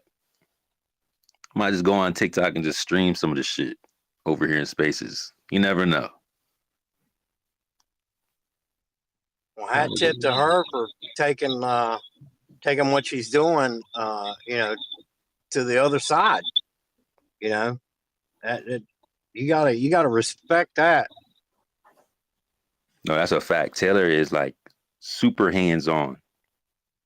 I feel like that's why she excels so much in her field. So that type of action is super valuable. I can't wait to see what she posts. I found the timestamp. Oh wait, is Alan talking? I don't think I can hear Alan. Nah, I was just about to tap in with him after we go to Pete. Pete, what you got for us, Pete? Hey, what's up, Crypto Keys? How was you guys' space tonight? Lit as usual. Yeah, I missed it. What were like the highlights? Abstract concepts to try to explain away Aries' success, and more abstract concepts to try to explain away Eric's success. Yeah, it's a classic. You want to add anything before we get up out of here? Oh, really? No, just checking in on you guys. Okay. All right. Well, good to see you, bro. Tell Baron we said hey. I found we the want to tap in with Baron. You said what, bro? I found the timestamp from when you were talking to nonsense. You want to give him a little sneak peek? Yeah. All right, we'll give him a little sneak peek. All right, probably gonna give y'all a little sneak peek. Unedited. This is raw. Pause. No Diddy. I'll do my best. Looking forward to all of y'all pulling up. Show love to the live too, King. You're doing this every day. I'm trying. Hey man, it's your image and your shit you're running. You can pull up too, no nonsense. You just gotta acknowledge points. You can't just dismiss. I mean, I acknowledge them, as long as you acknowledge points and address it with specificity, then we good. Yeah, but when I was talking about the 3 body problem, I was talking about 3 stars of the same mass. It had nothing to do Wait, what? with our solar system. But your challenge was a geometric claim, and then you presented evidence that they don't account. Geometric. Then you presented geometric. Then you presented evidence that it wasn't geometric. He wasn't talking about geometric. That was your whole claim. No, it I wasn't. Walked you through it. You want me to do it again? The 3 body problem has nothing to do with our solar system. He seems to think it has something to do with stars. Can you name even 3 2 objects stars? of the same size? Can you name 2 stars that revolve around each other? Sirius A and B. Let me do this for you. Antares. There's a bunch of them. That they actually revolve around each other in gravitational orbits? Sirius A and B do. Sirius B is small. It's really, really small. And they revolve around each other in gravitational orbits? All this is non sequitur. I just let them go. Do you know, can you name 3 stars? sequiturs for real. If you look out though, you can find triple stars. And this is like after he already tweaked out. So it's like, why are you now bringing this up when he didn't have an answer immediately? It pertains with stars, which it doesn't. So I'm asking you. It can pertain to stars. Oh, it can. Planets too. So these stars that are millions of light years away from each other, they have gravitational orbits? No, these stars aren't that far away. Some of them are in orbit. He said, Gene. Most stars are binary. He said stars. Most stars are binary. He said stars.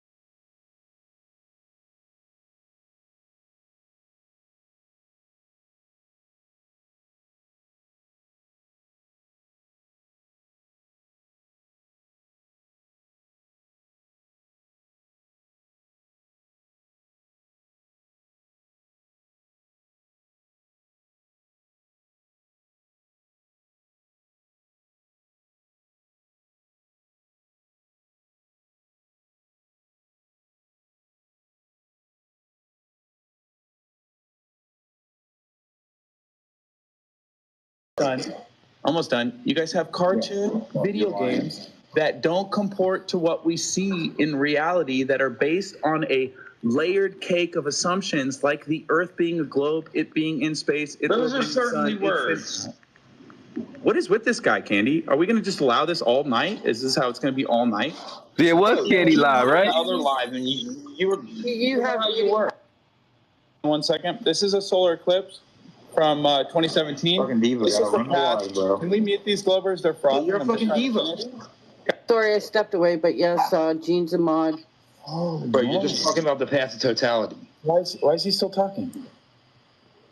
I mean, you guys gotta get some control. If you think you're winning this debate, I've seen this earlier, bro. What are you gonna show me again for? You're on your script. Nobody has shown you this. Okay. So how many times they done interrupted Nathan Thompson, bro?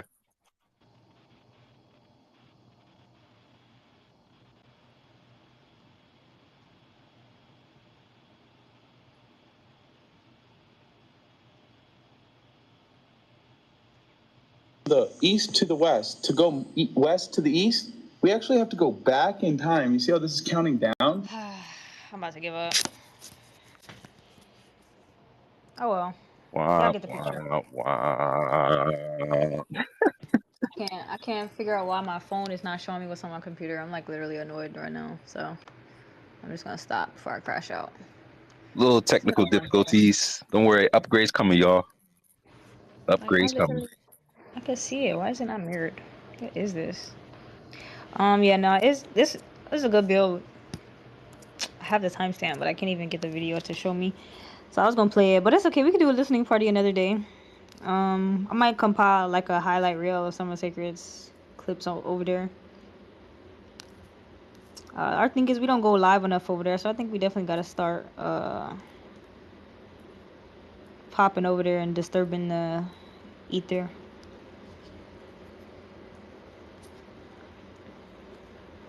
Yeah, I mean, we be making an impact though when we be over there. Like they know what's up when we pull up.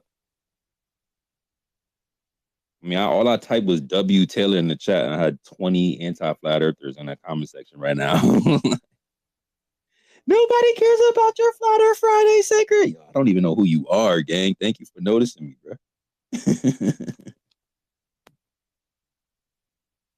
Yeah, I'm not surprised that no nonsense popping shit right now after all that. I mean, it is kind of embarrassing.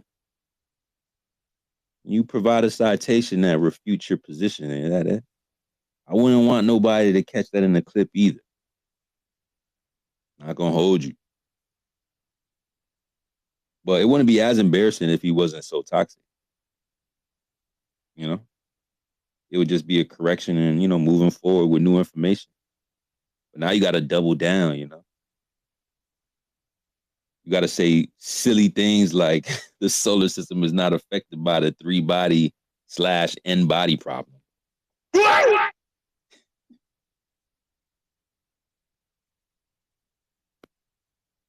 Pure cap, man. I mean, I probably could read just a citation right now.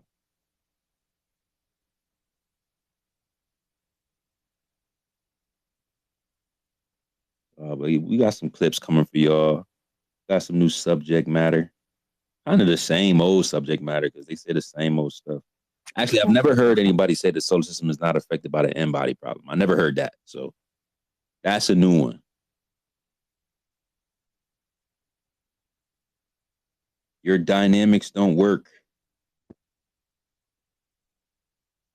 Not if you're accounting for spheres and masses. You don't have that. What'd you say, bro? I don't think my iCloud was synced to my computer. Yeah, iCloud, bro.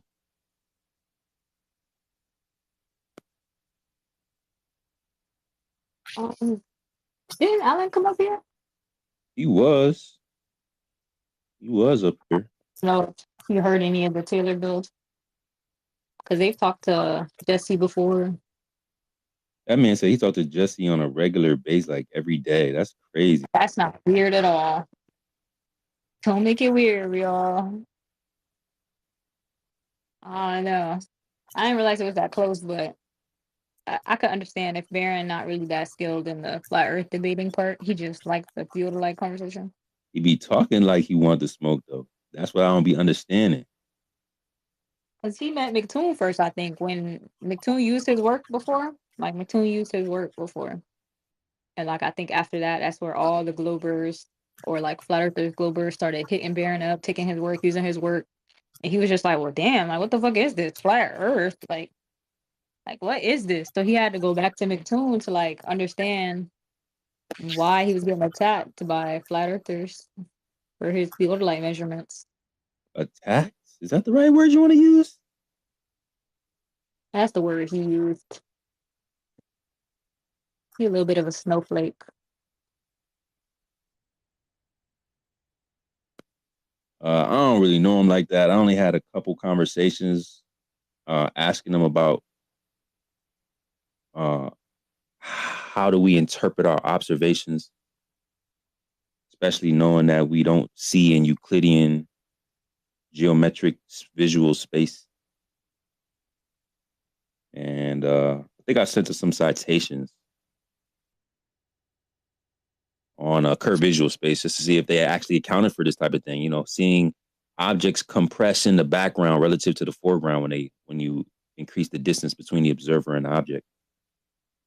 Because that's their whole point, right? Oh, when things drop from a horizontal, that's curvature. Not that it's compressing due to how we see the world. It's due to curvature. So I was like, well, what about these citations over here, Baron? Matter of fact, we got a space that we're talking about vertical zennies or reciprocal zennies, spherical excesses.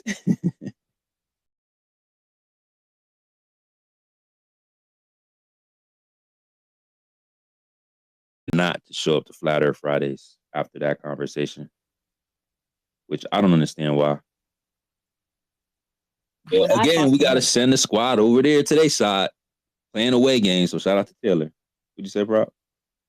When I talked to him, we talked for hours. I sat in that panel with Baron for like at least 4 hours, and we were going over reciprocal zennies and corrections, meridian corrections, a whole bunch of shit. And he conceded to making corrections. He conceded to having a margin of error. He conceded to needing to throw out measurements if they don't align with his presupposition.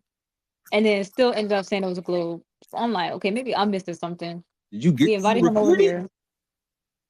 I mean, it is, but when I first went on TikTok, like, you can't hear me when I'm talking. So you can't hear the questions I'm asking. You just hear him responding. So it's like, bro, like, it's not useful. It's useless, basically, because I don't know what I specifically said at each point for the reply. But by the time we got him to come over here, and like we tweeted at him, he came into that live one time, and then left. After that is when he made the video about me, or he claimed it wasn't about me, quote unquote. But Jit woke up at 5 o'clock in the morning to sit in his car and make TikToks and tag me in them. Some analogy. Well, that's what I'm saying. He tagged you in this shit, right? Like, didn't he tag your comment or something? He literally tagged me. And it's like, so but you can't say it wasn't about you. I mean, I guess he could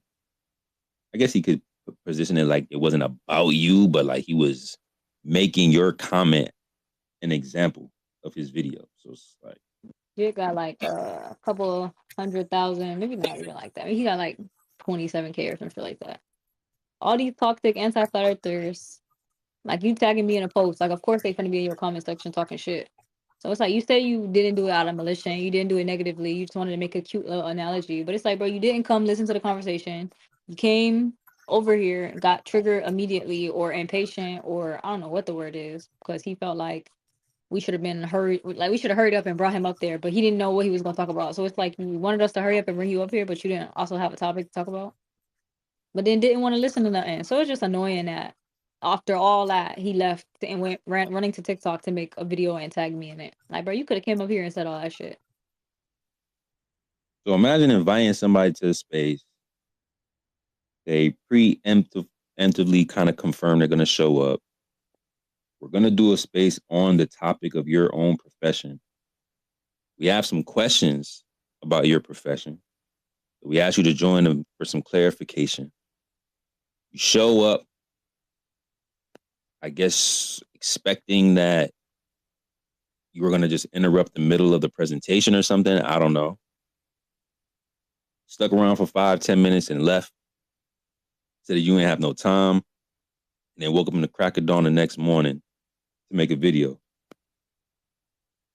Trying to make an example out of Proud. It's like, bro, you're doing too much, bro.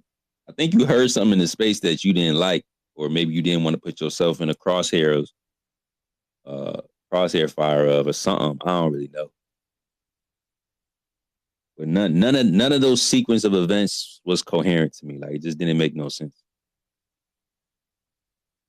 But hey, we got that effect on some people. I'm trying to get more of them TikTok glow birthers to pull up over here. What excuses are they giving? They don't have X. I don't have X. X is toxic. X is the mean place full of hate and anti-rhetoric and meanie faces and my fifis. Same old. I'm like, bro, like you can't even talk regular language over there on TikTok. You got to switch your whole vernacular up. You need TikTok slang to talk over there. You say the wrong thing, your whole shit gets shut down.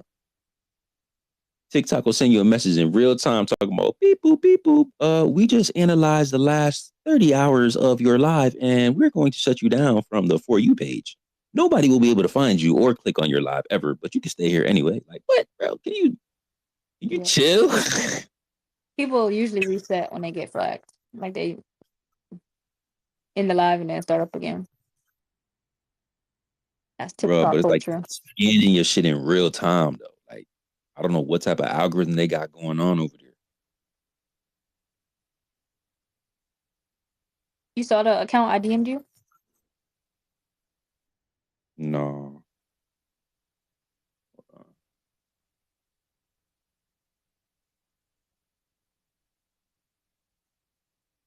Oh, nonsense. You might be on Twitter, eh? Not the You might be on Twitter, eh, mate? Not the Canadian coming out.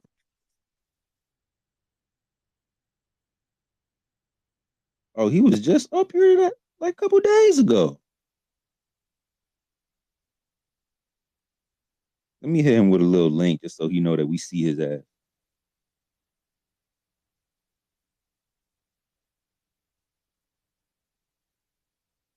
And no nonsense, this you?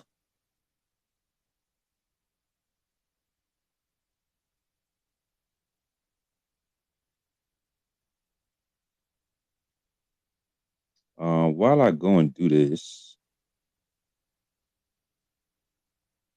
Is it a dance party with Beyonce? Beyonce, Beyonce, Beyonce. Dance party with Beyonce. Dance party with Beyonce.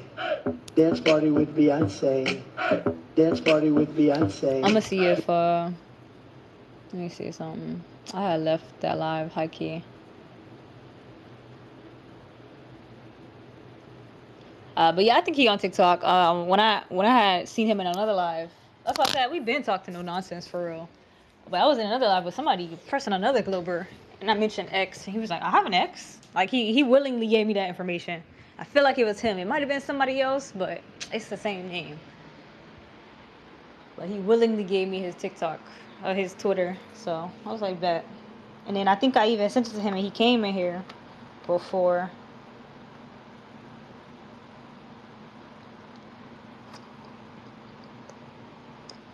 I don't think nobody else wanted to chime in. Hey, I'll just say thanks for running a long one. It was a great listen. Y'all got me home safely. Listening the whole time, and I can't wait till next time. Much love. Appreciate that. We are scouring for topics for next week. We will be in Discord. Monday meetings, of course. We got ether cosmology, breaking down papers. Oh, sorry, you guys probably can't even hear me. Breaking down papers, reading. Let me get my mic for you guys. Reading nights. Is it Thursdays or Tuesdays, guys? I thought but there are reading nights, and they break down the papers. It has a new show called Middle Ground, and we caught a tail end of that. I want to say last week, I guess. Of course, TikTok lives are always happening. As you can see, we caught one in real time today. Clap it up for real time measurements. Yeah, it's kind of fun just being able to hop from platform to platform, guys. We've made our fair our fair share of enemies across multiple platforms, but in all honesty, that's what keeps us going, keeps us our drive strong, knowing that we trigger y'all no matter where we go. My advice to the crash outs, the anti-flat earthers, and the flat earth rejects: make sure you put a pillow down or something soft when you crash out, because the floor is gonna catch you real hard. That ground gonna catch you, and ain't nobody gonna be there to pick you up. So good luck to y'all and y'all endeavors trying to destroy the community that you got kicked out of. But yeah, man, we're chilling. We still level-headed. We still here, still undefeated, still untouched. And it's actually quite comical watching you spiral like the motto you claim you don't believe in. To the anti-flat earthers tweeting at us. We might need to make a PSA, Sacred. I don't know. We might need to make a PSA for everybody so they know like what flat earthers or what ex-flat earthers have jump shipped or chosen the spherical side. That way there's no nobody's misconstruing who they're following and supporting. I don't think we Yeah, got be careful out here, man. End up getting duped. End up getting duped. Telling you, it's real scary out here. Getting a little spooky. Guys are going to get the switching up on you quick as hell, bruh.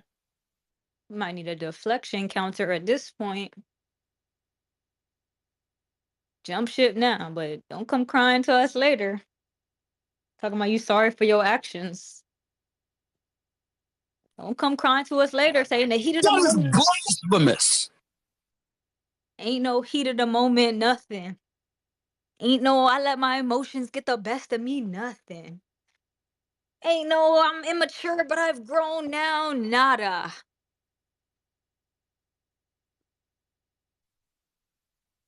Stupid. Some of y'all really gotta dig a little deeper. I'm telling you, it really will make life better. Embarrassing.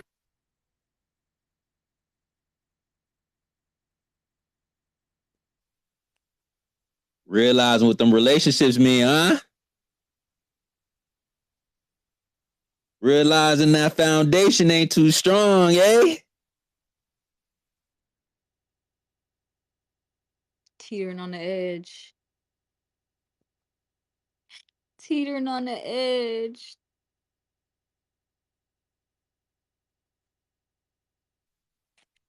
Don't push me, cause I'm close to the edge. Face ass. It's unfortunate. Mental health is really important, guys. Like, focus on that. Before you start reading dictator books. Show some consistency.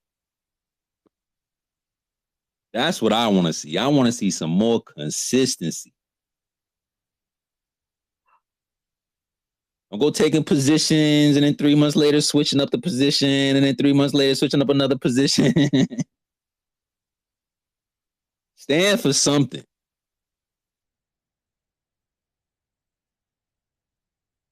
Or fall for everything.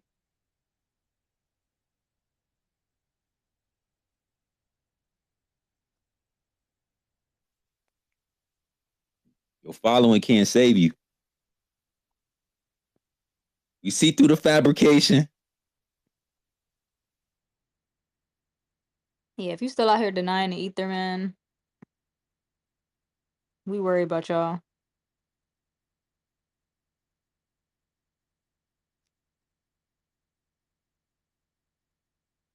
Bro.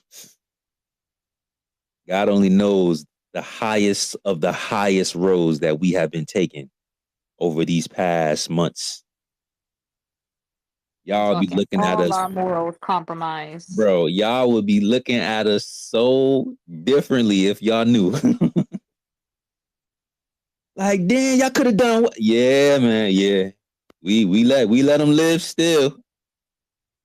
And they still dying out. I wouldn't call it swallowing our pride. But I think we just had to reevaluate, the platform that we built. Cause I'm a certified crash out. And I've been told Sacred this. I ain't never have to worry about no platform and keeping appearances up and remembering that it's people who don't want us to go nowhere. But yeah, man, our patience was really, really tested this month. The moon was working overtime. both moons was working overtime. I think we overcome. What you think, Sacred? I think we overcome the pressure to stoop low or go to hell. Listen, my car met debt better be, if not cleared, 99.999999999% clear, bro. That's all I'm saying. Cause man,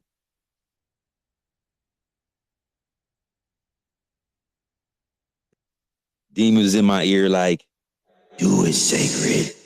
Do it. Like, no, I'm not gonna do it.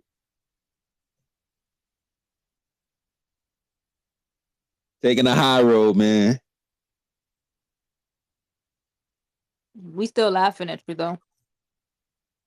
We're not laughing with you. We're laughing at you. We are laughing at you. Just a correction. Can you hear me? Can you hear me? Ding, ding, ding. I know you're listening right now. I know you're listening right now. We are laughing at you, and we are watching you crumble. And it was a nice touch on Thanksgiving dinner. So I hope the ground is comfortable. Remember, that pillow, it's there for your support.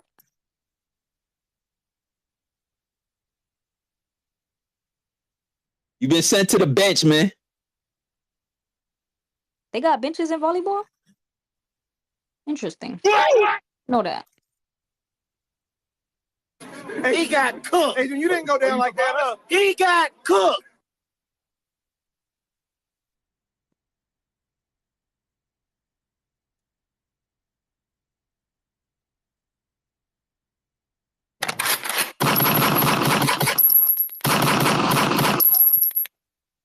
I think that's about Just one it. clip.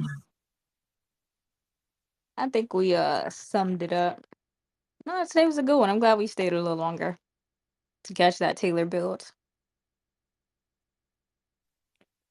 You never know what's gonna happen on Stationary Saturdays. Flat Earth Fridays got somewhat of a direction to it, but Stationary Saturdays, anything could happen. You wouldn't know if you pulled up the Stationary Saturdays, though. You know what I'm saying? So shout out to y'all, the true level heads, true OGs. Squad.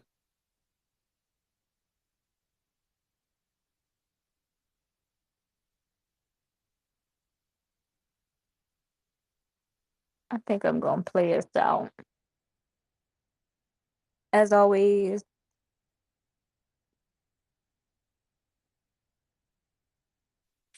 seek truth unequivocally. The truth does not fear investigation. Question everything. And say Just know nothing. we got shooters too. They in my You DMs never like, know. hey, yo, Sacred. Give me the green light. You never know who a level head is. Just watch who you talk about in rooms when you're not sure.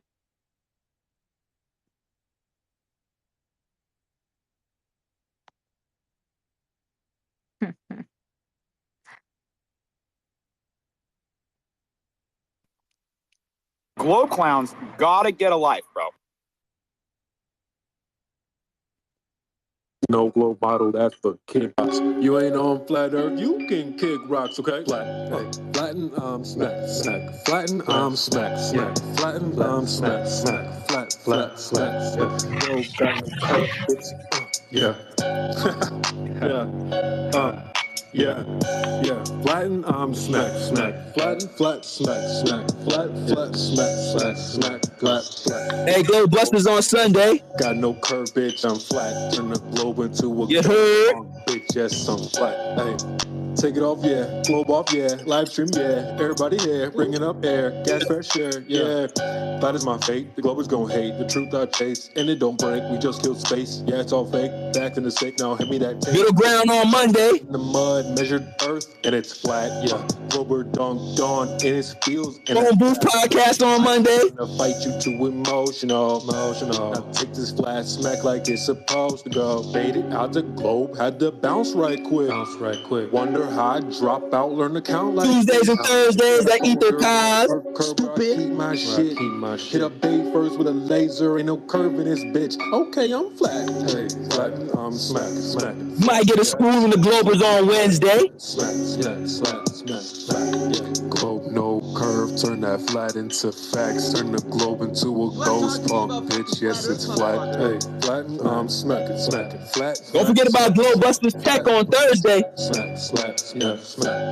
Globe gone flat, got no curve, bitch. I'm flat. Turn the globe into a ghost punk. And you know how we do on Fridays. Yeah. F.E. Thoyam globe spoken ass nigga, in the live stream joking, took his globe like it's stolen, broke brain can't focus ass nigga, Pause about we gotta every day of the week on Smash. Cut his head off, can't run the game around here, bro. Next time y'all see Creation Bear in a live, send them a link to Fodder Friday. Let them know where we be at. We getting to the money, y'all jogging? Yeah. Good times represent victory. To the same globes, just dead. Shout out Earth Awakeness. Blurf don't mean shit to me. Nothing. I'ma surf off the curve in a Tiffany. Globers do nothing for me unless you leave in BC where the curve be. I'm flat gang, savage free. Globers get smoked just trying to diss me. Yeah. Okay. Yeah. Flatten, I'm flat. Yeah. Flat, smack, flat, yeah, globe gone flat, ain't no curve, bitch, it's flat, turn the globe into a ghost punk, bitch, yeah, it's flat, hey, flatten, I'm smacking, flat, smack, flat, smack, yeah, flat, yeah, globe gone flat, ain't no curve, bitch, it's flat, turn the globe.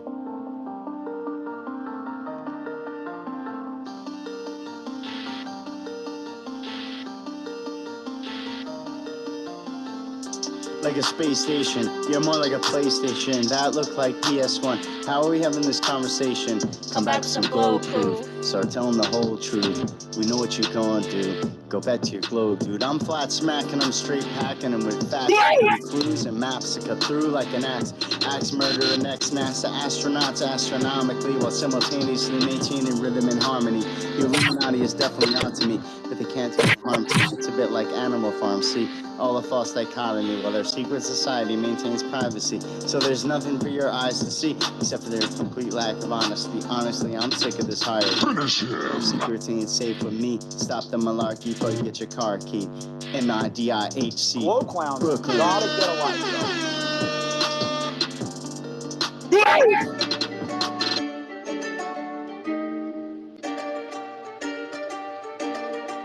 The best Friday ever.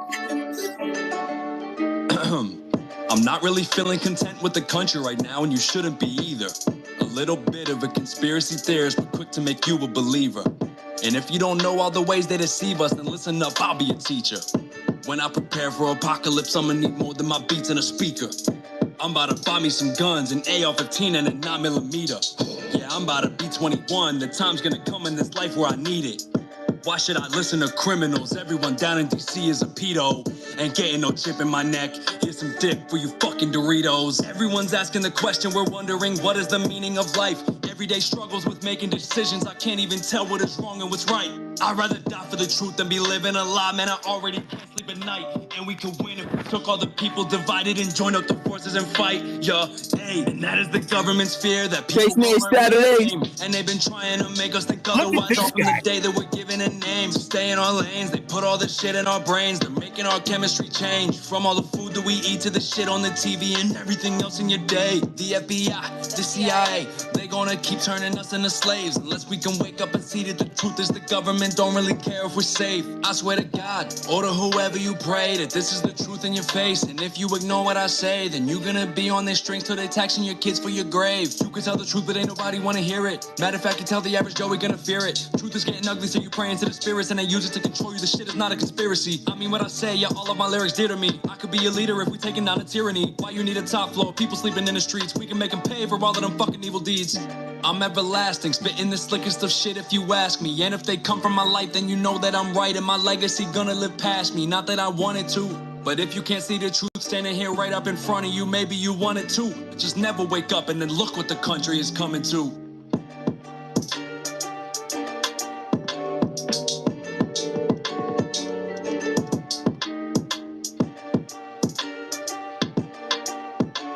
Flat Earth Fridays, we break through. Spreading whole globe, no curves, just a plane that's flat. Keeping you up all night, no need for a nap. Conspiracy theories, we're the talk of the town. We got the facts, yeah, We're breaking them down. nothing but truth, we ain't playing pretend. The world's flat, it's Time to comprehend. Late night sessions, we dive deep inside. exploring the truth, Taking you for a ride. no sleep tonight, Cause we're wide awake. questioning everything, the rules we break.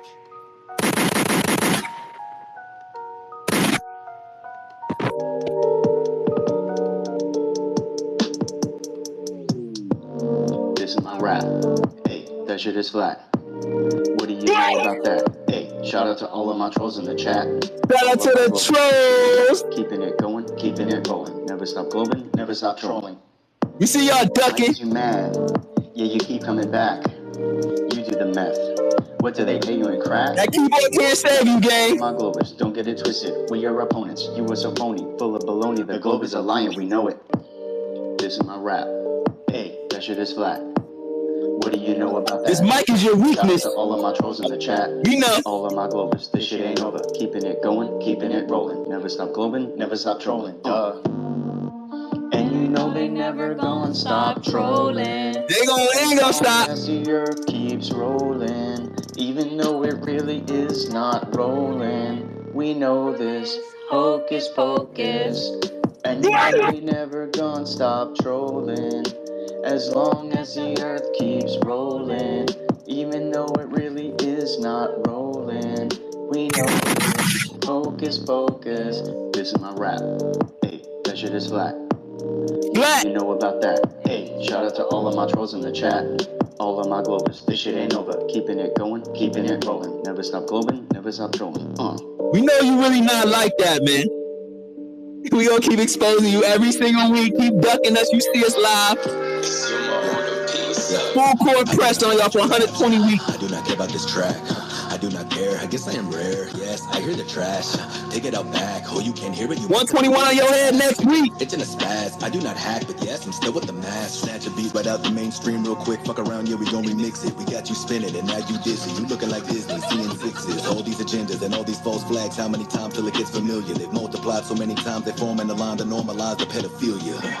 Half of these rappers, yeah, this shit getting handled. They're gone with one snap of my finger. Yeah, damn.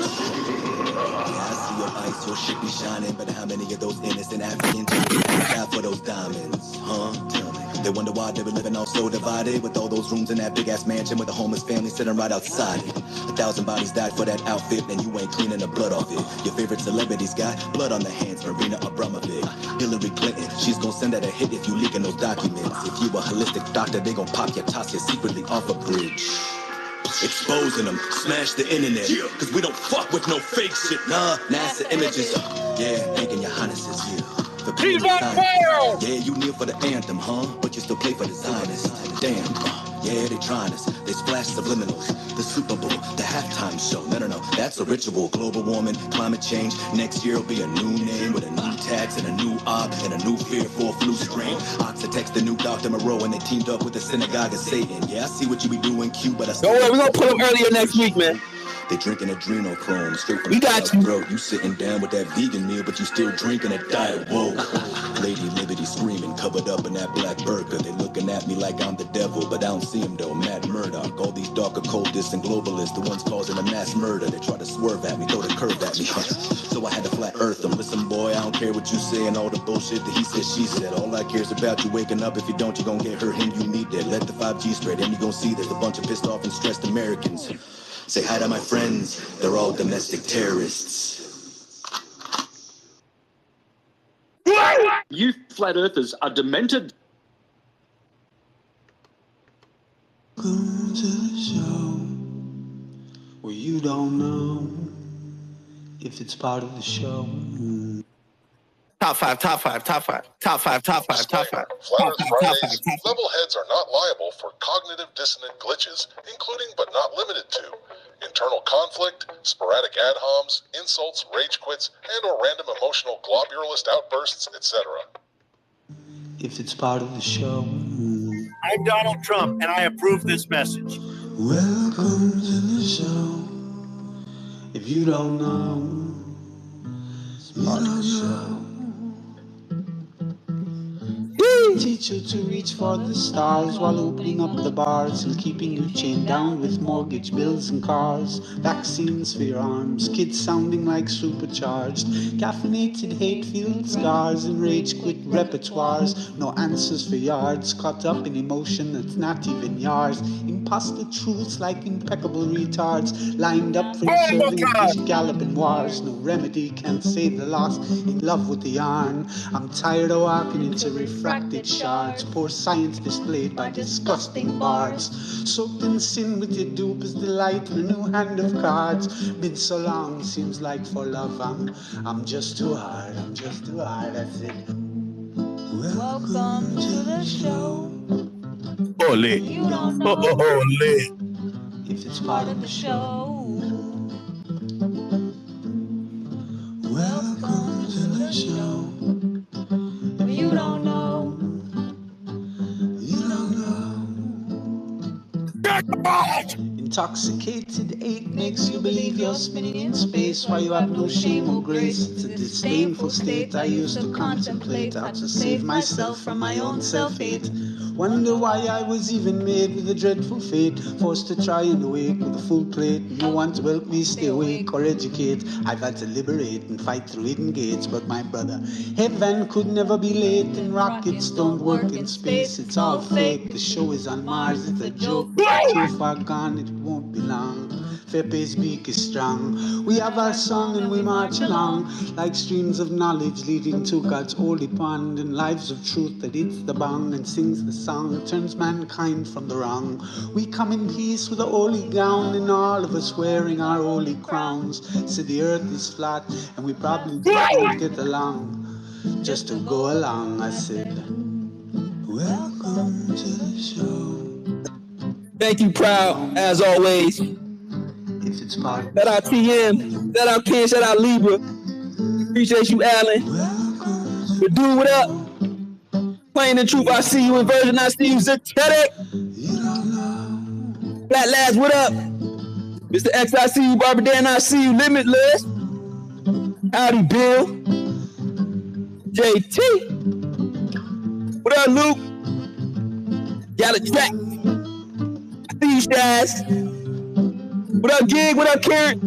What up, Sweet? DMF. Antonio. Miss Karen B, what up? Nathaniel, what up? Marty, what up? John, what up?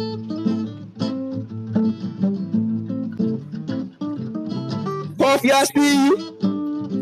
Bar, what up? Melissa, what up? Zach, what up? Alex still in here. Geo Station still in here. Donatello still in here. Patrick, what up? Magna, what up? Slinky. What up, Bo? Making my horizons broader, going on listening.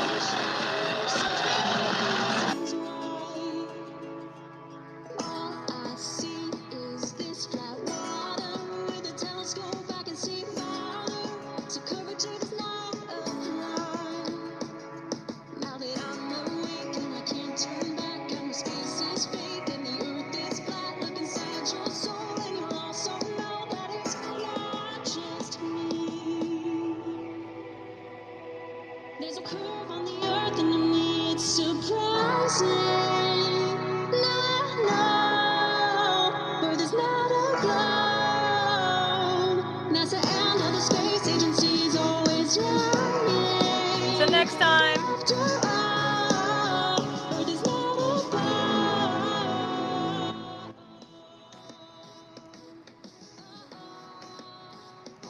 DM's open. We'll catch y'all again during the week. Send us any good space. Any action that we missed, let us know. If you see any NASA propaganda, please take a picture of it.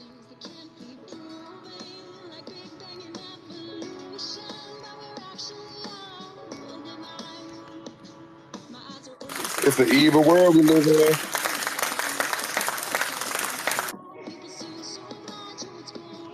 Get off Twitter and go outside.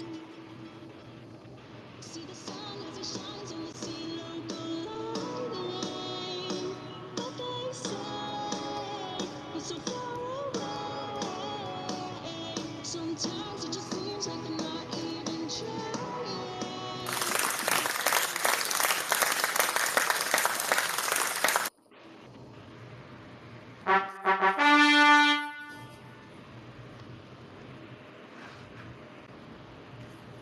Another successful episode following the success of Aries. And with it, y'all clap it up. Flat Earth is spreading. And that's really why they mad. That fuck 'em up. I'ma do my stuff.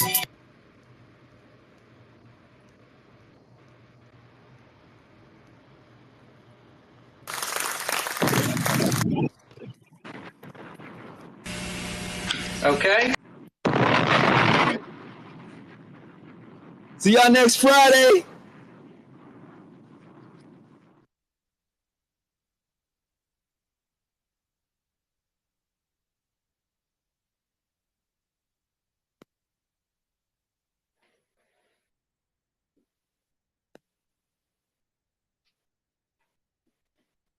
You're still here? It's over. Go home.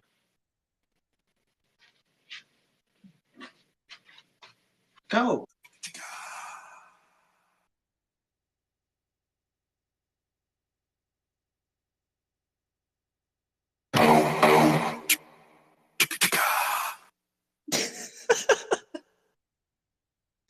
Gang, we out.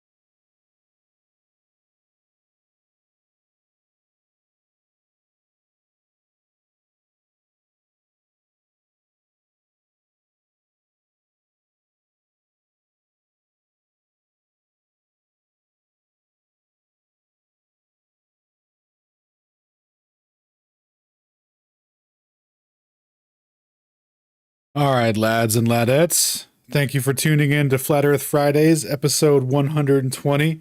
Hope you guys enjoyed that. There was an excellent discussion at the beginning regarding Aries failure.